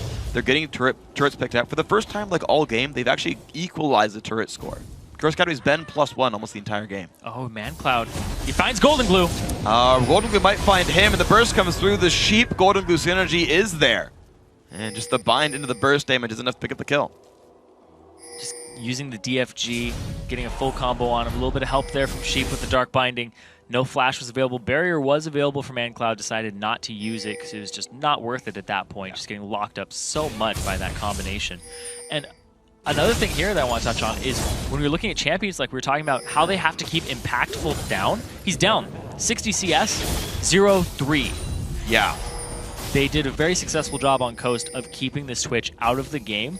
Hasn't completed his Phantom Dancer yet. He's not even at 2 items when MashMe is at 3. Yeah, the general sort of pacing for itemization is like, your first one comes pre-15, your second one comes around 23-ish minutes, your third one comes by about 30 minutes. MashMe's ahead of schedule, 3 items at 29. You've got 2 items at 29 and Impactful. I mean, it's just like, it's the proof right there. Like, this guy is very, very far behind. His impact's going to be quite low in this game. And that's unfortunate for him. No Sightstone this game for Santorin on release. Yeah. He's not going with that style. Instead, it's Vision Denial and cooldown reduction all the way so they can get the Elise Morgana combo. Also, LeBlanc fits into that combo very well too with the roots, but look at that. Oh my gosh, wow, Mikhail's used it to keep Saint Vicious alive, Oh, but he look gets at the culling. Big damage comes through and Saint falls down. Well done by MASH. Will they keep chasing? Looks like Chris will get away from the bubble, but he's still got to be careful. Yep, Rux goes in for that one, and MashMe's in the wings. They deal plenty of damage. 2-man Zigzult. The bounce bomb will miss, but the blue buff now under control for Team Coast. You get the 1 for 0. And they're trying to take control. Chris, again, still around. Sweeps away some wards, but takes a bunch of damage. He is a very tanky man, though, with that Randuin. They won't kill him quickly. They get the blue, but Baron's up, and so is Dragon. And there's actually pings onto Baron right now. They have pink ward control all over that area, and St. Vicious is not up for 10 seconds. By the time St. Vicious gets to about the red, Baron would be down if it's uncontested right now by Curse Academy. Well, right now, though, Coast just walk actually by a ward, so Curse Academy does know they're trying it. And it's going to be the rush down to see if they can kill it in time. The respawns are there, the moves across the map. Oh, Sheep, Golden Glue, goodbye, Impactful. And he is gone. This man has disappeared, and that wasn't the Q ability that did it. Team Coast now pick up Baron Nashor at 30 minutes and a half. Sheep looking for his next way in on a Man Cloud or Chris. Can he get the binding when the Wraith moves? No, he actually goes for Chris there. The root does land, though. Some good damage. Flashes the wall, stays safe. And a fantastic burst there from the camping of Golden Glue. They do the Baron even before St. Vicious is even close to it, with just 3 members of the team keeping Sheep and Golden Glue in that bush to catch somebody out. Now they're starting the siege. They have the Baron. They have the catch potential, the pick potential with multiple roots and stuns on this team. Well, speaking of which, they get a lot of damage on the Saint. They get the root on a Man Cloud, and there's the dive. Chris in the front line taking the culling, but there's Ziggs going down in this fight. The jump in as well from LeBlanc. The heals coming in, but it's going to be the 2 for 0 anyway, and they are now on to the inhibitor turret. That one is falling rapidly, and Team Coast even have minions to help. So Baron buff and a 5v3 means they are in the base. They've only ever lost 2 people all game. 2 people in 30 minutes, and Coast are looking real good this game. They're looking really good this game. They're going to go ahead and tank this bottom turret and just get damage onto it. They don't have a mini wave just yet, but oh, Golden! Almost lands the E. That would have exploded the support, but now Santorin's a little bit under the weather there. Just gets exploded there thanks to the bubble and the damage in from Chris. I think that was a bit greedy. They've got to back up now. Yeah, they might give up Dragon or they might take it on their way out. They don't have a smite available to them, so it's very prone to steal, so let's put it that way. They're all trying to back right now with Golden. Actually, he's going to have none of that. He's going for Impactful. Doesn't quite land the E. Looks like he's going to stay safe with a flash there from the Twitch, and he's going to be able to defend this turret. Looks like Coast have bought enough time and pushed the minion wave in to keep Curse Academy back, and so they ping, yep, let's go for Dragon. Yeah, they don't have a smite available. Only 2 members here. They're going to have to wait for Mash and Rux to get there. No pings or contest from Curse currently. It doesn't look like they're even heading in that area. The 2 men, the 2 mages making it happen. Yeah, Golden's off on the right doing a ton of damage here, but Rux going straight through, using burnout damage on top of the culling is just a lot of sustained, persistent damage. Chris barely gets out of this with just a sliver of HP, and Bunny Fufu eventually tries to re-engage it with a tidal wave, but it doesn't work out. But it's worked wonderfully, though, for Coast. You got to say about this one, they are 16-3, looking to clinch the third and final game of the series here to make it to the Summer Series 1 finals there. Trip to London in about a week. Play in front of the awesome European crowd. I assume mostly British, but you can come from anywhere if you really want, of course. And this is going to be the test for these guys, right? It's going to be the first stage experience these players have had in some time. Curse Academy, of course, to get there themselves, need to really grit their teeth and find a comeback here, but it's going to take a lot to do so. Yeah. We're going to have to see how they adjust if they end up there against Ro4, who's waiting to figure out who they end up fighting, whether it's their sister team and it's a family feud, or if it's Team Coast and it's this new team that looks really, really good. Yeah. And their synergy is only going to get better over time. Absolutely will. We've seen some very impressive stuff overall, some good shots called, and some good plays, a few misplays, but largely a pretty impressive showing. Santorin ready to push with the rest of his team. 4 men in the bot lane still. Rux sent to the top. And the 4-man bubble at the start from Bunny Fufu to get the first blood. Their losses were very minimal. And then now, Siege in the base and late game. Wow, Calling, so much Golden, damage so impactful. He's got to be real careful. Golden will be forced to run away, but he's going to be just fine. He's going to give them some time to put pressure down. You're seeing the minion wave once again cleared down to the bot lane. Santorin will tank the turret for a shot. They'll be ready to push one more time. And meanwhile, Rux is still in the top lane. His teleport is up. Chris's is not, but he can just walk over there and it's almost up too. They're going to just continue to siege this down. They have the Lucian. Mash is so good on that champion. He's just able to walk up, pop off a few shots, get the turret. It's going to go down this way. There we go. Turret goes down onto inhibitor number 2 now for Team Coast. Did one respawning before too long. And look at that. Rux has been left alone to push the top inhibitor turret down. So now every inhibitor is available to kill. Might be a full turret game there for Team Coast. Putting a lot through there. Curse Academy hiding in the background. Spiderlings come out. The bubble's going to miss. Mash still at half HP. Inhibitor now down to half HP.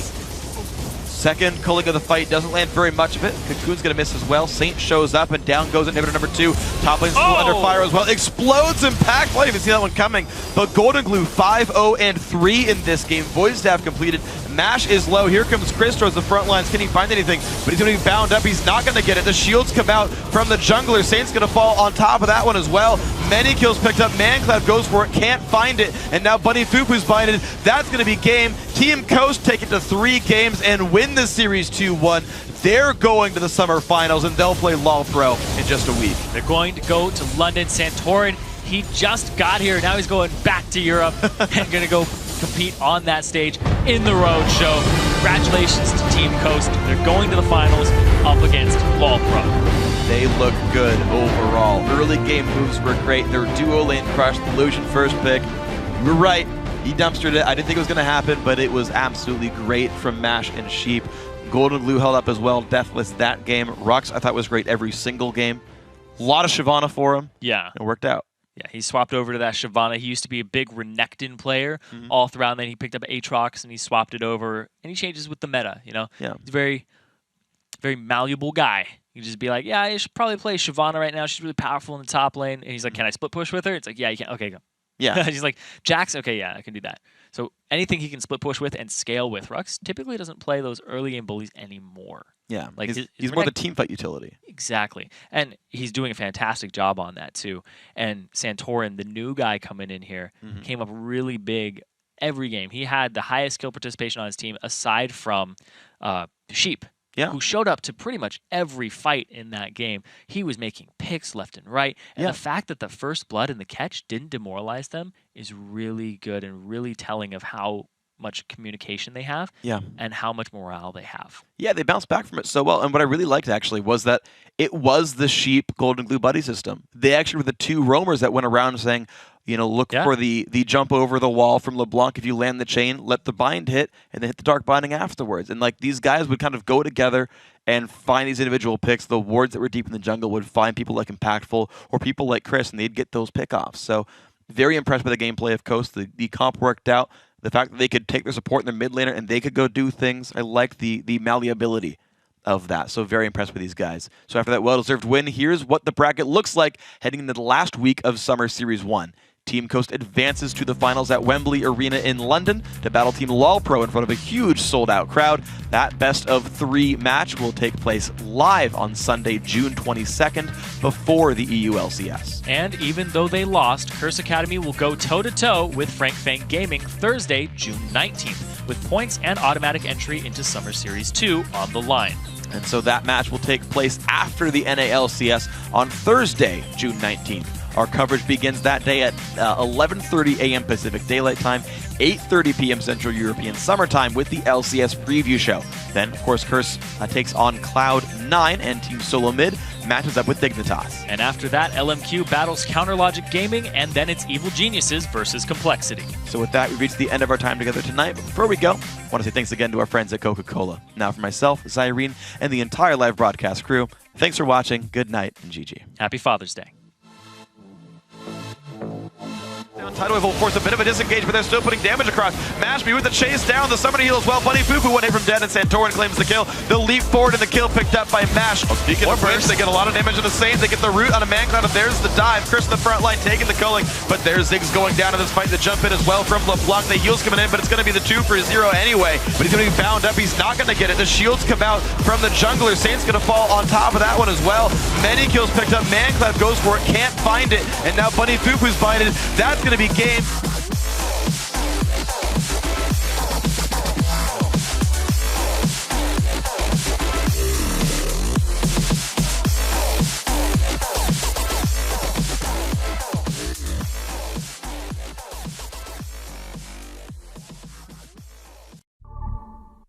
Yo, man, look at me, man. I got all the jewels. Look at my shoes, man.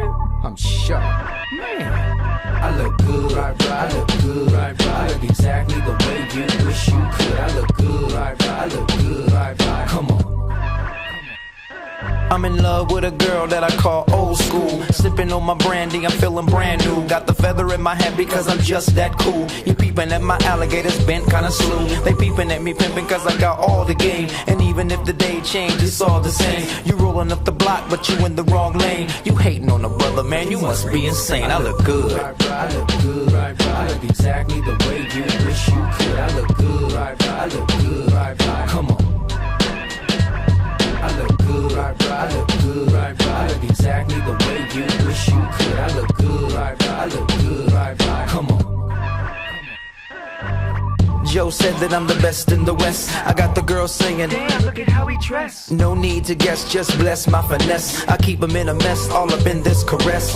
Jeans, fitted, shirt, knitted. Man, she need to quit it, she already did it. She gotta be Latina cause she look mixed with it. She all up on me, so I guess she gonna get it. I look good, I look good, I look exactly the way you wish you could. I look good, I look good, come on.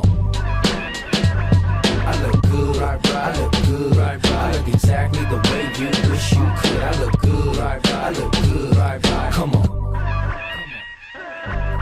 Right, come on. Right, come on.